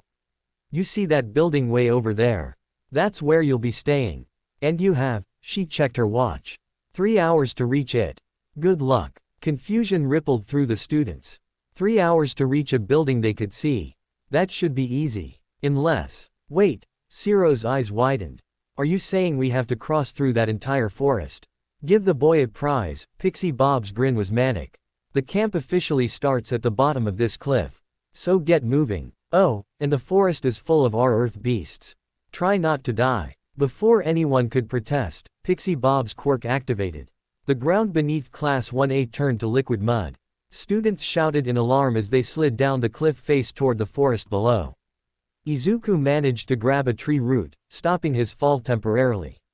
Around him, classmates crashed through undergrowth. Bakugo used explosions to control his descent. Todoroki created ice slides. Others weren't as lucky, tumbling into bushes and trees. This is insane, Kaminari yelled from somewhere below. They just pushed us off a cliff. Welcome to UA training camps, Aizawa's voice carried from the overlook. Pro heroes will be waiting at the facility. If you're not there by 6 p.m., no dinner. Get moving. Izuku pulled himself up and assessed the situation. They were scattered across the upper slope of a massive forest. The facility was visible in the distance, but that distance was deceptive. Miles of dense woodland separated them from their destination. Everyone okay? Ida's voice called out. As class representative, he was already trying to organize. Sound off if you're injured. Various responses confirmed that while bruised and annoyed, no one was seriously hurt. They gathered into loose groups, students naturally clustering with those who had landed nearby. We should move as a class, Ida suggested. Strength in numbers. Screw that, Bakugo was already charging ahead. I'm not waiting for extras to slow me down. Wait, Bakugo, but he was gone, using explosions to propel himself through the trees. Does he ever listen? Kirishima sighed. I'll go after him. Make sure he doesn't get himself killed. The rest of the class formed a larger group. Todoroki used ice to mark their path. Yaoyorozu created a compass to ensure they maintained correct direction. Iida took point, his engines allowing him to scout ahead for obstacles. They had traveled for maybe 15 minutes when the first earth beast appeared. A massive creature made entirely of dirt and stone. It resembled a bear but moved with unnatural fluidity. Its roar shook the trees. Defensive formation, Iida commanded. Those with long-range quirks, attack from distance. Close-range fighters, protect them. The beast charged. Todoroki's ice caught its legs but it shattered through. Yaoyorozu created a cannon but its shots only staggered the creature. This wasn't a villain that could be reasoned with or a robot with circuits to target. This was elemental earth given hostile shape. Izuku analyzed rapidly. The beast was large but moved clumsily. Its attacks were powerful but telegraphed. Precision wasn't needed here, just overwhelming force. He triggered his transformation. The Hulk emerged in seconds, his green form a stark contrast to the forest's natural colors. The Earth Beast noticed him immediately. Two large creatures facing off. Everyone back, the Hulk rumbled. Let me handle this. He charged the Earth Beast head-on. Their collision was like continental plates shifting. Trees shook from the impact. But the Hulk's gamma-enhanced strength proved superior. His fist shattered the beast's earthen body. Another strike reduced it to rubble. Incredible, Sato breathed. It's like watching natural disasters fight. We don't have time to watch, Asui pointed ahead. More are coming. 3 more Earth Beasts emerged from the forest. Then 5. Then a dozen. They weren't dealing with isolated encounters, this was a gauntlet designed to push every student to their limit. Split into combat teams, Yaoyorozu took charge. Todoroki, Bakugo's group needs ice support. Tokiyami, your dark shadow excels in the forest shade. Midoriya, you and Kirishima are our tanks. Wait, Bakugo's group. Izuku looked and saw that Kirishima had indeed caught up to Bakugo. They were surrounded by Earth Beasts, fighting back to back. Old rivalries forgotten in the face of immediate danger. The battle became a running fight through the forest. Earth Beasts would emerge, students would engage, victory would come but at the cost of time and energy. An hour passed. Then 2. The facility seemed no closer despite constant movement. We're not going to make it in 3 hours, Kaminari panted. There's too many of them. Then we fight faster, the Hulk said, pulverizing another beast. Use quirks more efficiently. Work together. Izuku was maintaining his transformation longer than usual. Dr. Yamada's warning echoed in his mind, be selective about transformations, conserve energy. But his classmates needed protection. He couldn't revert while they were in danger. The exertion was mounting. His muscles burned even in Hulk form. The repeated battles were draining his stamina faster than normal combat. Pixie Bob's Earth Beasts kept coming, relentless and numerous. Midoriya, you need to rest, Uraraka called. You've been transformed for almost an hour. Can't, the Hulk grunted, smashing through another beast. Too many enemies. Then let us handle some. Sato's sugar-powered strength activated. He charged an Earth Beast with surprising effectiveness. We're not helpless. The reminder was necessary. Izuku had fallen into the habit of shouldering too much. His classmates were capable heroes in training. They could handle threats without his constant intervention. He let the transformation fade. Immediately exhaustion hit like a physical blow. His legs nearly gave out. Asui caught him with her tongue before he could fall. Easy, Midoriya-chan, she said. You pushed too hard. I'm okay. Just need a minute. The class adapted quickly. Without the Hulk's overwhelming power, they relied more on coordination. Todoroki's ice would trap beasts. Bakugo's explosions would shatter them. Yaoyorozu created weapons for those whose quirks weren't combat-oriented. Even Mineta's sticky balls proved useful for immobilizing enemies. They were learning in real time. Adapting to challenges without teacher intervention. This was the point of the exercise, forcing them to problem-solve under pressure. As the sun began setting, painting the forest in orange and gold, they finally emerged from the tree line. The training facility stood ahead, a large building complex nestled in a clearing. They had made it. Exhausted, bruised, covered in dirt, but intact. Pixie Bob and Mandalay waited at the entrance. You're late, Pixie Bob said cheerfully. It's been 5 hours, not 3. That's because you threw impossible challenges at us, Zero protested. Impossible. Everyone survived. No serious injuries. You adapted and overcame. That's not impossible, that's hero work. Mandalay's smile was genuine. Well done. Now get cleaned up. Dinner is waiting. The facility was more impressive inside than outside. Large common areas. Individual rooms for students. Training grounds visible through windows. A hot spring, traditional Japanese onsen, steamed invitingly in the distance. Hot spring first or food first? Kaminari posed the eternal question. Food, most voices chorused. Dinner was massive. Huge portions of rice, vegetables, meat, and soup. Students ate ravenously, recovering energy spent in the forest. The dining hall buzzed with conversation as everyone compared experiences from the journey. Did you see the size of the beast Midoriya took down? Kirishima said enthusiastically. It was like watching titans fight. His control has improved dramatically, Todoroki observed. During the sports festival, maintaining transformation while conscious was clearly difficult. Now it seems almost second nature. Izuku accepted the compliments modestly. I've had good teachers. And a lot of practice. Too much practice, Bakugo muttered. Stop getting injured every other week, Deku. It's annoying. The concern disguised as complaint was quintessentially Bakugo. Izuku smiled. I'll try to be more careful. After dinner, Aizawa gathered everyone for orientation. Tomorrow, real training begins.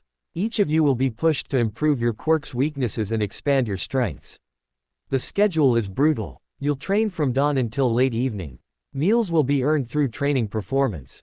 Failure means consequences. What kind of consequences? Mineta asked nervously. Extra training. Extra chores. Whatever we decide will motivate you most. Aizawa's smile was almost sadistic. This week will break you down and rebuild you stronger. Those who can't handle it will wash out of the hero course. Any questions? Silence. No one wanted to appear weak by questioning further. Good. Get some rest. Tomorrow at 5 a.m., we begin. The hot spring beckoned after the grueling day. The boys' side was blissfully hot and relaxing. Sore muscles unclenched. Exhaustion faded slightly. Everyone groaned in appreciation. This might be the best part of camp, Kaminari sighed contentedly. Don't get comfortable, Iida warned. This is likely the last moment of peace we'll have all week. Always so serious, Iida, Kirishima laughed. Live a little. Izuku floated in the hot water and reflected on the day. The forest trial had been intense but valuable. He had learned to trust his classmates more. To recognize when to transform and when to conserve energy. To function as part of a team rather than a solo powerhouse. The week ahead would test them all. But they would face it together. Class 1A had become a real team through shared adversity. Whatever challenges the Pussycats threw at them, they would overcome. In the distance, thunder rumbled. Storm clouds gathered on the horizon. A weather system moving in or something more ominous. Izuku couldn't shake the feeling that this training camp was the calm before a greater storm. But for tonight, he would rest.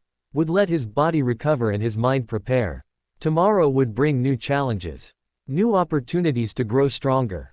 The path to becoming the greatest hero was long and difficult. But Izuku Midoriya had never been afraid of difficulty.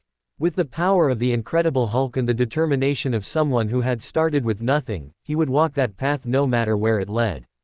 Because that's what heroes did. They never gave up. They faced every challenge with courage and determination. They protected others even at cost to themselves. And Izuku was determined to be the greatest hero of all. The week of training camp had begun. The real test was yet to come. Chapter 18, Limits and Growth. 5 a.m. arrived with the subtlety of a thunderclap. Loudspeakers blared throughout the facility, jolting students from deep sleep. Groans and complaints echoed through hallways as Class 1A stumbled toward the assembly point. Aizawa stood waiting with the patience of someone who had done this many times. Beside him, the Pussycats looked far too energetic for such an early hour. And behind them, workout equipment arranged in ominous formations. Morning, Kittens, Pixie Bob's enthusiasm was almost offensive at this hour. Ready to push your quirks past their limits. Can we at least have coffee first? Kaminari mumbled. Coffee is for people who don't need to become heroes. Aizawa's flat response killed that hope. You'll get breakfast after morning training. Now line up. What followed was systematic torture disguised as quirk enhancement. Each student was assigned exercises specifically designed to push their quirk beyond comfortable limits. Bakugo was submerged in water and told to create explosions despite the terrible medium. Todoroki had to rapidly alternate between ice and fire, forcing his body to handle extreme temperature shifts. Uraraka was spun continuously while maintaining zero gravity on multiple objects. For Izuku, the training was different. Pixie Bob created earth constructs of varying sizes. Your assignment, transform and destroy the large ones. Then pick up the small ones without breaking them. Repeat until you can't maintain consciousness. The challenge was brutal. The Hulk's strength demolished massive earth constructs easily. But then immediately shifting to delicate precision work. It was like asking a sledgehammer to perform surgery. Every attempt to grasp the small constructs crushed them. Again, Pixie Bob commanded. Heroes don't have the luxury of choosing when to be gentle. You need to switch instantly between maximum force and minimal impact. Hours passed in this pattern. Destroy. Fail at gentleness. Transform again. Repeat. Izuku's control improved incrementally. By the 20th attempt, he managed to pick up one small construct without breaking it. By the 40th, he could handle 3. But the exhaustion was mounting. Each transformation drained him. Each attempt at precision required intense focus. His consciousness during the Hulk state was wavering. The rage threatened to overwhelm his control. I can see your limits approaching, Pixie Bob observed. That's good. You need to know where they are so you can expand them. Push harder. Izuku pushed. Transformed again despite his body screaming for rest. The Hulk emerged but his movements were sluggish. The clarity he had fought so hard to maintain was slipping. For the first time in months, he felt his rational mind being subsumed by primal rage. That's enough, a new voice interrupted. All Might had appeared, his skinny form looking concerned.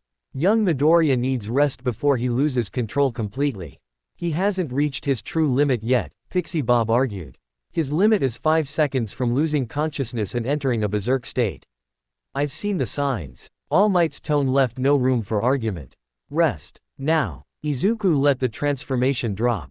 Collapsed immediately. All Might caught him before he hit the ground. You pushed too hard, All Might said quietly as he carried Izuku to the medical area. There's dedication and then there's self-destruction. Learn the difference. But everyone else is still training. Everyone else doesn't have your quirk's risks. Your transformation requires a level of control that burns mental energy as fast as physical. Exhausting that completely means you become the monster everyone fears. All Might set him down on a cot. Rest for 2 hours. Then resume with a different training approach. Izuku wanted to argue but his body betrayed him. Exhaustion dragged him into unconsciousness before he could form words. When he woke, sunlight streamed through windows. The clock showed he had slept for exactly 2 hours. His body still ached but the dangerous exhaustion had faded. Outside, training continued. His classmates looked as worn as he felt. Bakugo's hands were covered in blisters from constant explosion generation. Todoroki shivered despite the summer heat, his internal temperature regulation disrupted by the rapid switching exercise. Everyone was being pushed to their absolute limits. Feeling better, Mandalay appeared with a tray of food. Eat. You'll need energy for afternoon training. Afternoon training is different. All Might suggested a modified approach for you. Less about pushing transformation limits and more about improving your base form capabilities. She smiled. Even powerhouses need solid fundamentals. The afternoon session focused on combat without transformation. Aizawa supervised personally, his capture scarf making him a formidable training opponent. Izuku had to evade, counter, and strategize using only his human capabilities.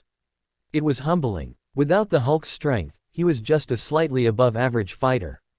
His tactical thinking was sound, months of hero analysis provided strong foundations. But execution required skills he hadn't fully developed. You rely too much on your quirk, Aizawa observed after easily capturing him for the 5th time. Imagine you're in a situation where transformation is impossible. Enclosed space with civilians. Or your quirk is being erased by someone like me. What then? I'd be nearly useless. Wrong. You'd be a trained hero with sharp analytical skills and decent physical conditioning. That's not useless. That's a foundation to build on. Aizawa released him. Your quirk is powerful. But the moment you think it defines your worth, you've already lost. The lesson resonated deeply. Izuku had been so focused on mastering the Hulk that he had neglected his base capabilities. His untransformed combat skills were adequate but not exceptional. His physical conditioning was good but not great. He had become dependent on gamma-enhanced power. The next 3 days followed similar patterns. Mornings pushed quirk limits. Afternoons developed fundamental skills. Evenings were for recovery and reflection. The routine was brutal but effective. Every student showed visible improvement. Bakugo's explosions grew more powerful and controlled. Todoroki's switching between ice and fire became seamless. Uraraka could maintain zero gravity longer without nausea. Kirishima's hardening strengthened significantly. Even students with non-combat quirks found ways to expand their capabilities. For Izuku, the growth was multifaceted. His transformation time increased by 20%. His precision while transformed improved dramatically. He could now write full sentences and manipulate small objects consistently. But most importantly, his untransformed capabilities strengthened. Aizawa's combat training taught him how to fight effectively as Midoriya Izuku, not just as the Hulk. On the fourth evening, Class 1A was given free time. Students gathered in the common area, sharing stories and bonding. The intense training had forged stronger friendships. Even Bakugo seemed slightly less hostile, though he would never admit it. Test of courage tonight, Pixie Bob announced cheerfully. Class 1B will go through the forest trying to scare Class 1A. Then you'll switch. Should be fun. A test of courage. After everything we've been through. Kaminari laughed. What's scary compared to Earth Beasts and Quirk training? Famous last words. As darkness fell, Class 1A assembled at the forest edge. Class 1B had already entered, positioned throughout the woods to create frightening scenarios. The point was to walk through the forest without panicking, testing composure under pressure. Pair up, Aizawa instructed. Each pair goes in 5 minutes apart. Your goal is to reach the clearing on the other side and collect a card with your team number. Simple. Izuku was paired with Todoroki. The dual quirk user nodded acknowledgement. Let's get this over with. They entered the forest third. Darkness enveloped them immediately. Todoroki created a small flame for light. Ahead, sounds echoed, rustling leaves, distant screams, mysterious movements. Class 1B is trying too hard, Todoroki observed. These scare tactics are obvious. Still impressive setup, Izuku noted various props and effects. They're using their quirks creatively. A figure lunged from the shadows. Izuku's instincts kicked in, his body tensed, ready to transform. But he recognized the attacker as Monoma from Class 1B, just trying to startle them. He relaxed. Todoroki casually froze Monoma's feet to the ground. Nice try, Todoroki said as they walked past. They continued through the forest, encountering various scare attempts. All were creative but ultimately harmless. The test of courage was turning out to be more amusing than frightening. Then the smell hit them. Smoke. That's real fire. Todoroki's expression shifted immediately to serious. Not part of the exercise. They ran toward the source. Emerged into a clearing where flames consumed trees. And in the center of the inferno stood a figure Izuku recognized from television. Blue flames. Scarred skin. Staples holding damaged tissue together. Dabi. A member of the League of Villains. Well, Dabi's voice was casual despite the raging fire. UA students. Perfect. More figures emerged from the smoke. Villains. At least a dozen. They had found the training camp. The League of Villains had returned. And this time, they weren't here for reconnaissance. They were here for blood. Izuku's mind raced. His classmates were scattered throughout the forest. The teachers were at the facility. They were isolated, outnumbered, in immediate danger. He triggered his transformation. The Hulk emerged with a roar that echoed across the mountain. This wasn't training. This was war. And Class 1A was about to face its greatest test yet. The Hulk's roar shattered the night's deception. What had been a harmless test of courage transformed into a battlefield in seconds. Dabi's blue flames illuminated the forest with otherworldly light, casting dancing shadows that made the villain army appear even larger than it was. Get back to the facility, the Hulk commanded Todoroki. Warn the teachers. Protect the others. I'm not leaving you alone against. Not alone. Doing my job. The Hulk's eyes were clear despite the transformation. Months of training had led to this moment. You're faster. Go. Todoroki hesitated only a second before his tactical mind accepted the logic. He created an ice path and launched himself toward the training facility. The Hulk turned to face the villains, positioning himself between them in the direction Todoroki had fled. The famous Gamma Kid, Dabi's scarred face twisted into something resembling a smile.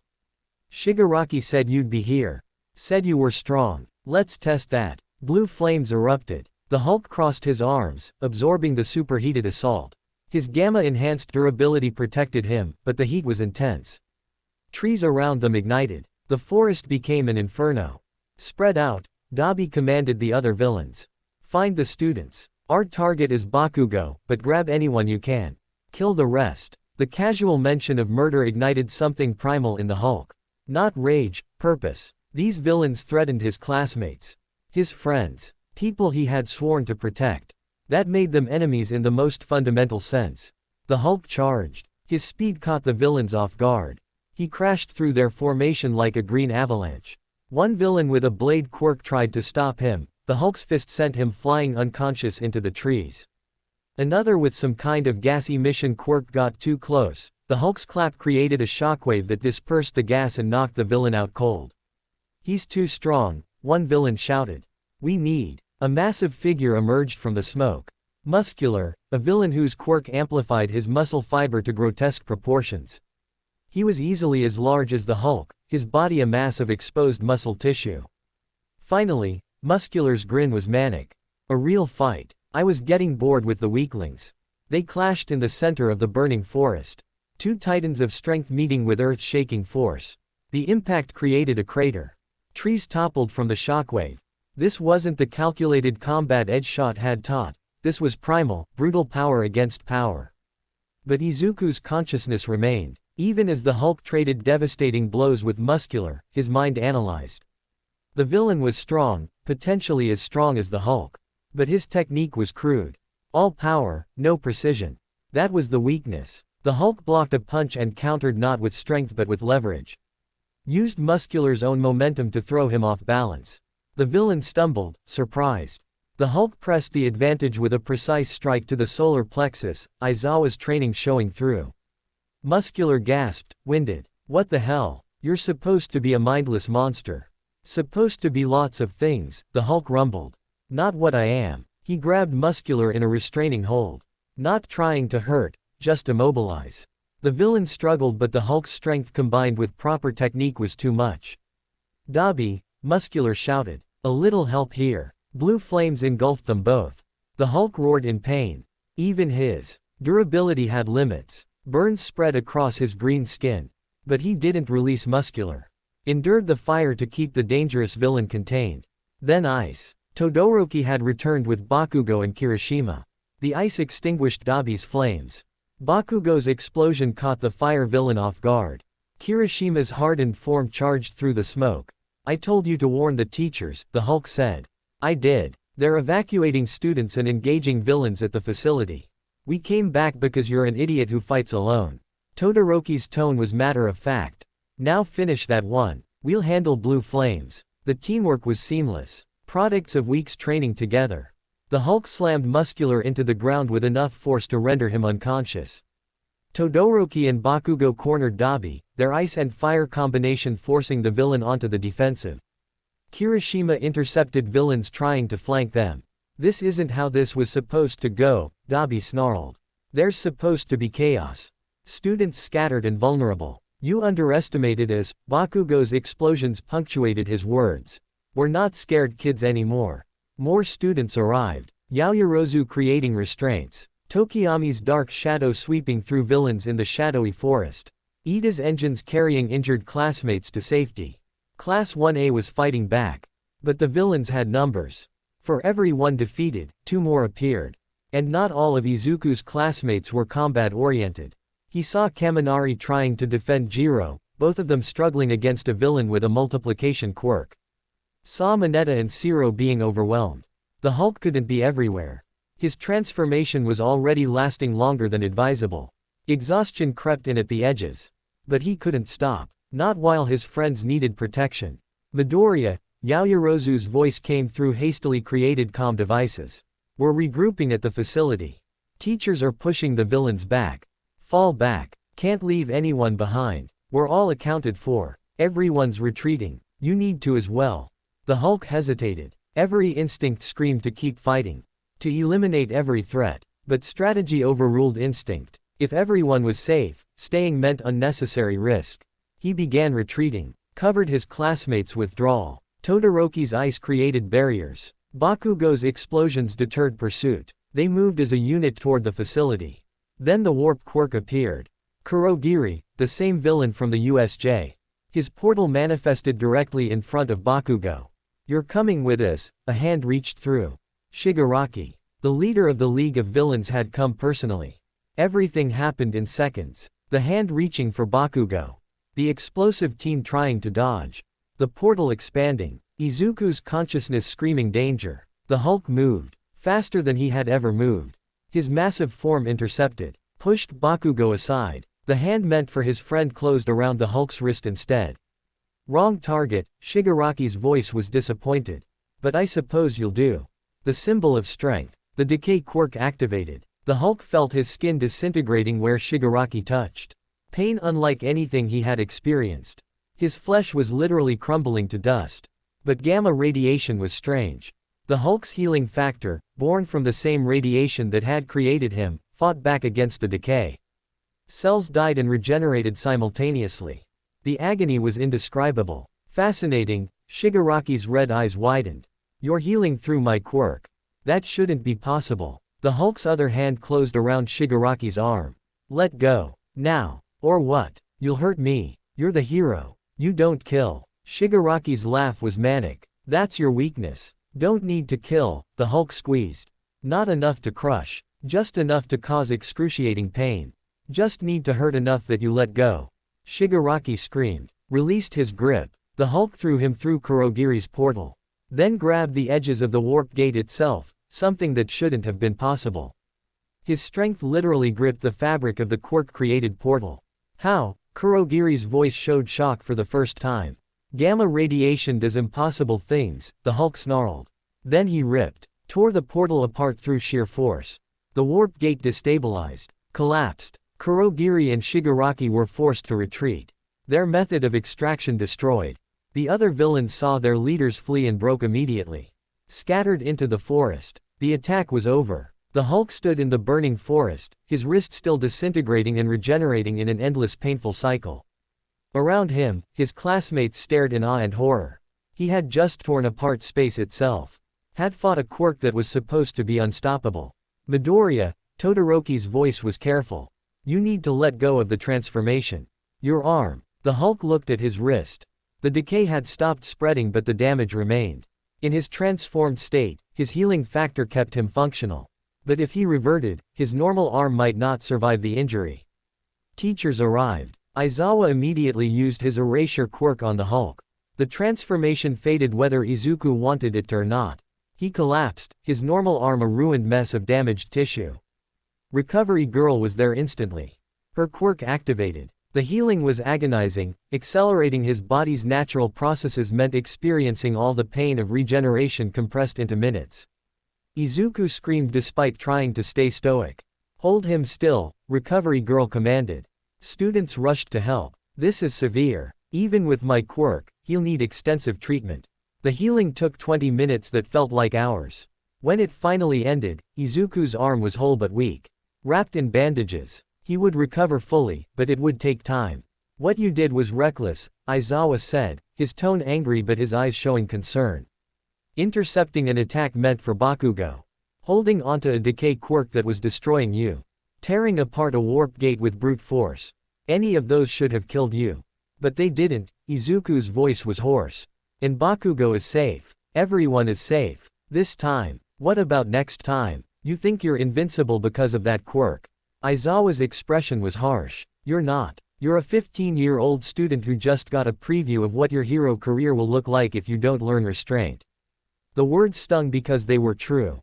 Izuku had pushed beyond safety. Had relied on his Hulk form to survive situations that should have killed him.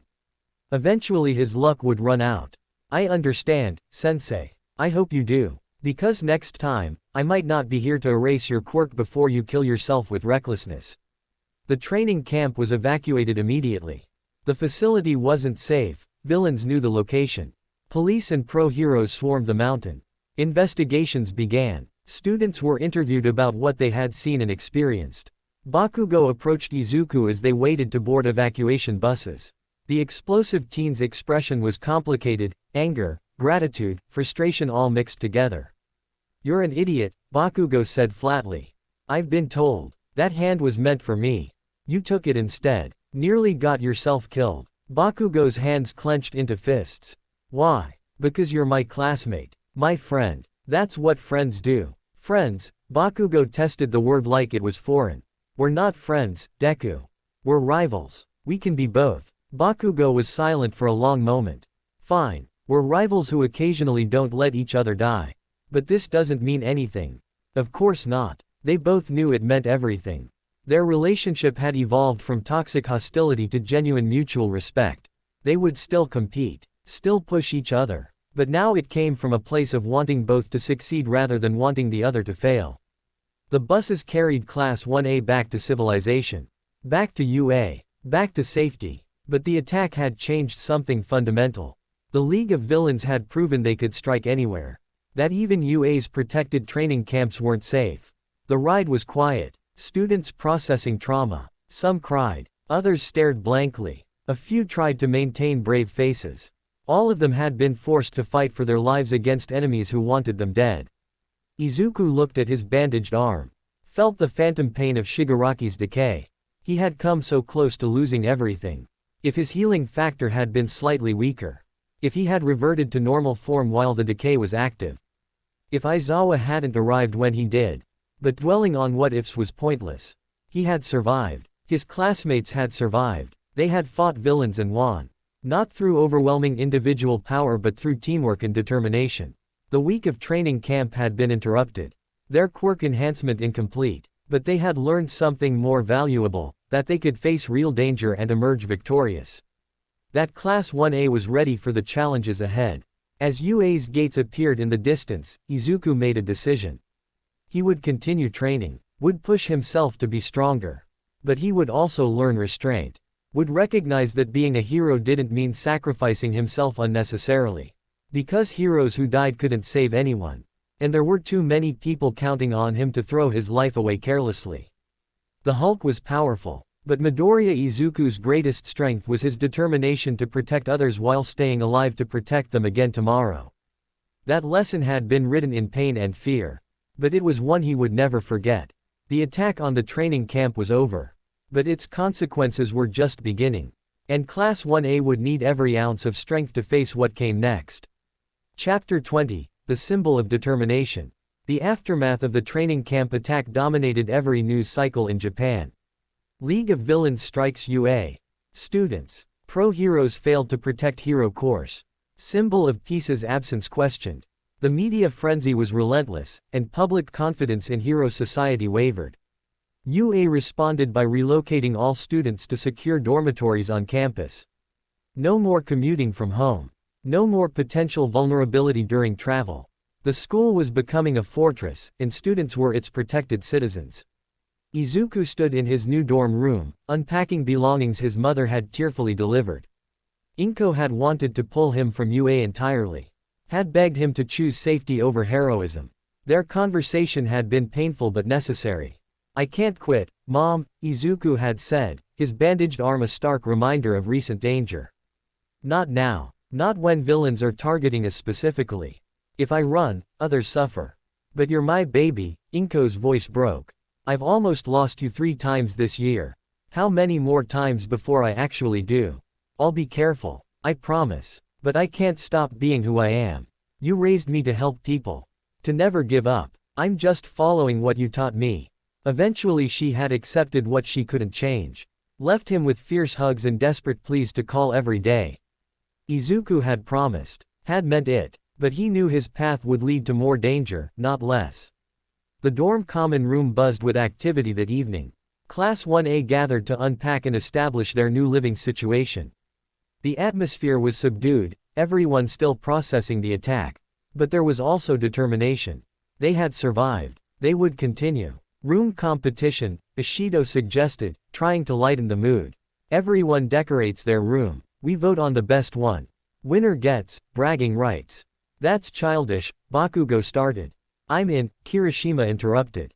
"Sounds fun." One by one, students agreed. Even Todoroki participated with his characteristic minimal enthusiasm. The distraction was welcome. A chance to think about something other than burned forests and villain attacks.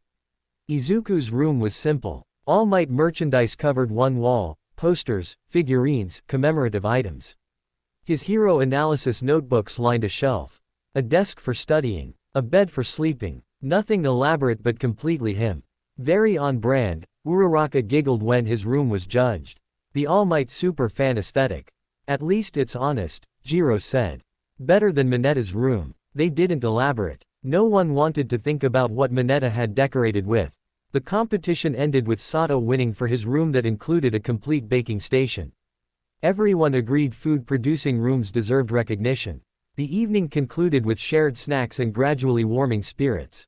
But as students dispersed to sleep, Izuku remained in the common room. His mind churned with thoughts too heavy for casual conversation. The training camp attack had exposed weaknesses. His recklessness. His over-reliance on transformation. His tendency to sacrifice himself without considering long-term consequences. Can't sleep either. All Might appeared in his thin form. The hero looked tired, more tired than usual. Mind if I join you? Please. They sat in comfortable silence for a moment. Then All Might spoke. I heard what you did at the training camp. Intercepting Shigaraki's decay. Holding it while your arm disintegrated. That was incredibly brave and incredibly stupid. I know. Do you? Because young Midoriya, your tendency towards self-sacrifice is becoming a pattern. The USJ attack. The sports festival. The final exam. Now the training camp. Every major event, you put yourself in extreme danger. All Might's skeletal hand gripped Izuku's shoulder. That's not sustainable. I'm trying to be a hero like you. Then learn from my mistakes, not just my successes. All Might's voice was heavy with regret. I sacrificed so much for heroism. My health, my personal life, my ability to maintain this form. I became the symbol of peace but lost myself in the process. Don't make that same mistake. What should I do differently? Remember that you're human, that your life has value beyond your utility as a hero. That protecting others doesn't mean destroying yourself. All Might's eyes held deep sadness. I'm dying, young Midoriya. My time as the symbol of peace is ending. When I'm gone, heroes like you will need to carry on. But you can't do that if you burn out before your career truly begins. The revelation shocked Izuku. He had known All Might was weakened. But dying? How long? Unknown. Could be years. Could be months. My doctors can't predict how long my damaged body will last. All Might smiled his sad smile. Which is why I'm telling you this. Learn to be a hero who survives. Who builds a life alongside heroism rather than sacrificing everything for it. Be better than I was. They talked for hours. About heroism and sacrifice. About the line between courage and recklessness. About building a sustainable career rather than burning bright and fast. All Might shared wisdom earned through painful experience. Izuku absorbed every word. When they finally parted near dawn, Izuku felt changed. He would still push himself. Still face danger. But with more awareness of costs and consequences. With understanding that long-term effectiveness mattered more than short-term heroics. The next day brought a school assembly. Principal Nezu addressed all students with his characteristic mix of cheerfulness and absolute seriousness. Recent events have shown that villains consider UA students high-value targets, Nezu said. The League of Villains specifically wants to corrupt or kill those training to become heroes. Our response is twofold: enhanced security and accelerated training.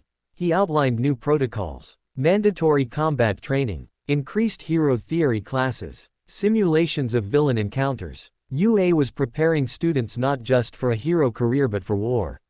Additionally, Nezu continued, we're implementing a provisional hero license program for first years who demonstrate exceptional capability. Those who qualify will be authorized to engage villains under specific circumstances. Excitement rippled through the student body. Provisional licenses typically required second-year status. Offering them to first years acknowledged both their growth and the dangerous times. Izuku's hand touched his bandaged arm unconsciously.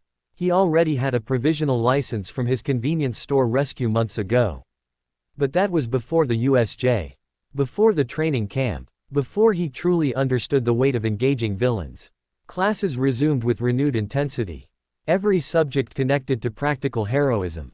Math became trajectory calculations. Science became quirk theory. Even English incorporated villain communication scenarios. Aizawa's hero course was particularly brutal. He partnered students with rotating teammates, forcing everyone to learn to work with different quirk combinations. Izuku found himself paired with Yaoyorozu, Tokiyami, Kaminari, and others throughout the week. Each partnership taught new lessons. Yaoyorozu's tactical brilliance complemented the Hulk's power. Tokiyami's dark shadow provided stealth the Hulk lacked. Kaminari's electricity created openings for overwhelming force. Izuku learned that teamwork multiplied effectiveness exponentially. 2 weeks after the training camp attack, Edgeshot visited UA. The ninja hero requested private training time with Izuku. They met in a secured facility designed for high-power quirk usage. I heard about the training camp, Edgeshot began without preamble. You fought well, protected your classmates, but you also made critical errors. I know. Do you? Because from my perspective, you forgot everything I taught about efficiency and precision. You transformed immediately, stayed transformed too long, took unnecessary damage, pushed beyond safe limits. Edgeshot's eyes were sharp. That's not the controlled approach we practiced. There wasn't time to be careful. Villains were everywhere. There's always time to think. Even in combat. Especially in combat. Edgeshot moved to the training mat. The difference between life and death is often making the smart choice instead of the brave one. Show me what you learned at the camp. What followed was the hardest training Izuku had experienced. Edgeshot created scenarios that forced him to choose between transformation and strategy. Between fighting and protecting. Between courage and wisdom. A villain threatens civilians, Edgeshot would say. Transforming guarantees you can save them but risks collateral damage. What do you do? Izuku had to think through each scenario. Consider consequences. Make choices that balanced immediate needs with long-term outcomes. It was exhausting mentally in ways physical training never was. Better, Edgeshot acknowledged after hours of this. You're learning to use your brain as much as your brawn. That's the difference between a powerful quirk user and a hero. Over the following month, UA established a new normal. Intense training, dorm life, constant awareness of villain threats. Class 1A adapted quickly, their shared experiences creating bonds stronger than typical friendships. Izuku's arm healed completely. His combat skills sharpened. His transformation control reached new levels. But most importantly, his mindset evolved. He was becoming the hero he wanted to be, strong enough to protect, smart enough to survive. One evening, the provisional license exam was announced. All first-year Hero course students would participate. The test would be comprehensive, written exams, practical scenarios, combat evaluations. Those who passed would be authorized to engage in limited hero work. This is it, Kirishima said excitedly. Our chance to be real heroes. We're already real heroes, Todoroki corrected. This just makes it official. Izuku listened to his classmates' excitement and felt his own determination solidify. The provisional license would be important. But what mattered more was continuing to grow. To learn. To become the hero who could stand beside All Might and eventually surpass him. Because that was the dream. Not just to be powerful. Not just to be famous. But to be the kind of hero who saved everyone with a smile. Who inspired hope. Who represented the best of humanity. The Hulk was a tool toward that goal. Gamma-enhanced strength used with precision and wisdom. Power channeled through compassion and strategic thinking. The monster transformed into a symbol of protection. As Izuku lay in bed that night, he reflected on his journey. From quirkless child to accident victim to struggling student to provisional hero. Each step had been earned through pain and determination. Each transformation, literal and metaphorical, had forged him into something stronger. The League of Villains would return. More threats would emerge. Danger was inherent to heroism. But Izuku was ready. Not just with power but with the wisdom to use it well. Not just with strength but with the heart to protect others. He had started as Midoriya Izuku, the quirkless dreamer. Become the Gamma Kid, the viral hero. Evolved into the symbol of determination, the hero who never gave up, no matter how impossible the odds. And his story was far from over. The provisional license exam would come. Then real hero work. Then graduation. Then a professional career facing dangers he couldn't yet imagine. But Izuku would face them all. Would transform every challenge into an opportunity. Would use the power of the Incredible Hulk to protect and inspire. Would prove that even someone who started with nothing could become everything. Because that's what heroes did. They rose to meet every challenge. They protected the weak and defeated evil. They smiled in the face of danger and gave hope to those who had none. Midoriya Izuku would be that hero. The greatest hero. Not because of his quirk but because of his spirit. His determination. His absolute refusal to give up or give in. The path ahead was long and dangerous. But he would walk it with courage. With friends beside him. With the teachings of great heroes guiding him. And with the power of gamma radiation reminding him that strength meant nothing without the wisdom to use it well. Tomorrow would bring new challenges. New opportunities. New chances to prove himself. And Izuku Midoriya, the boy with the power of the Incredible Hulk, would be ready. Thank you.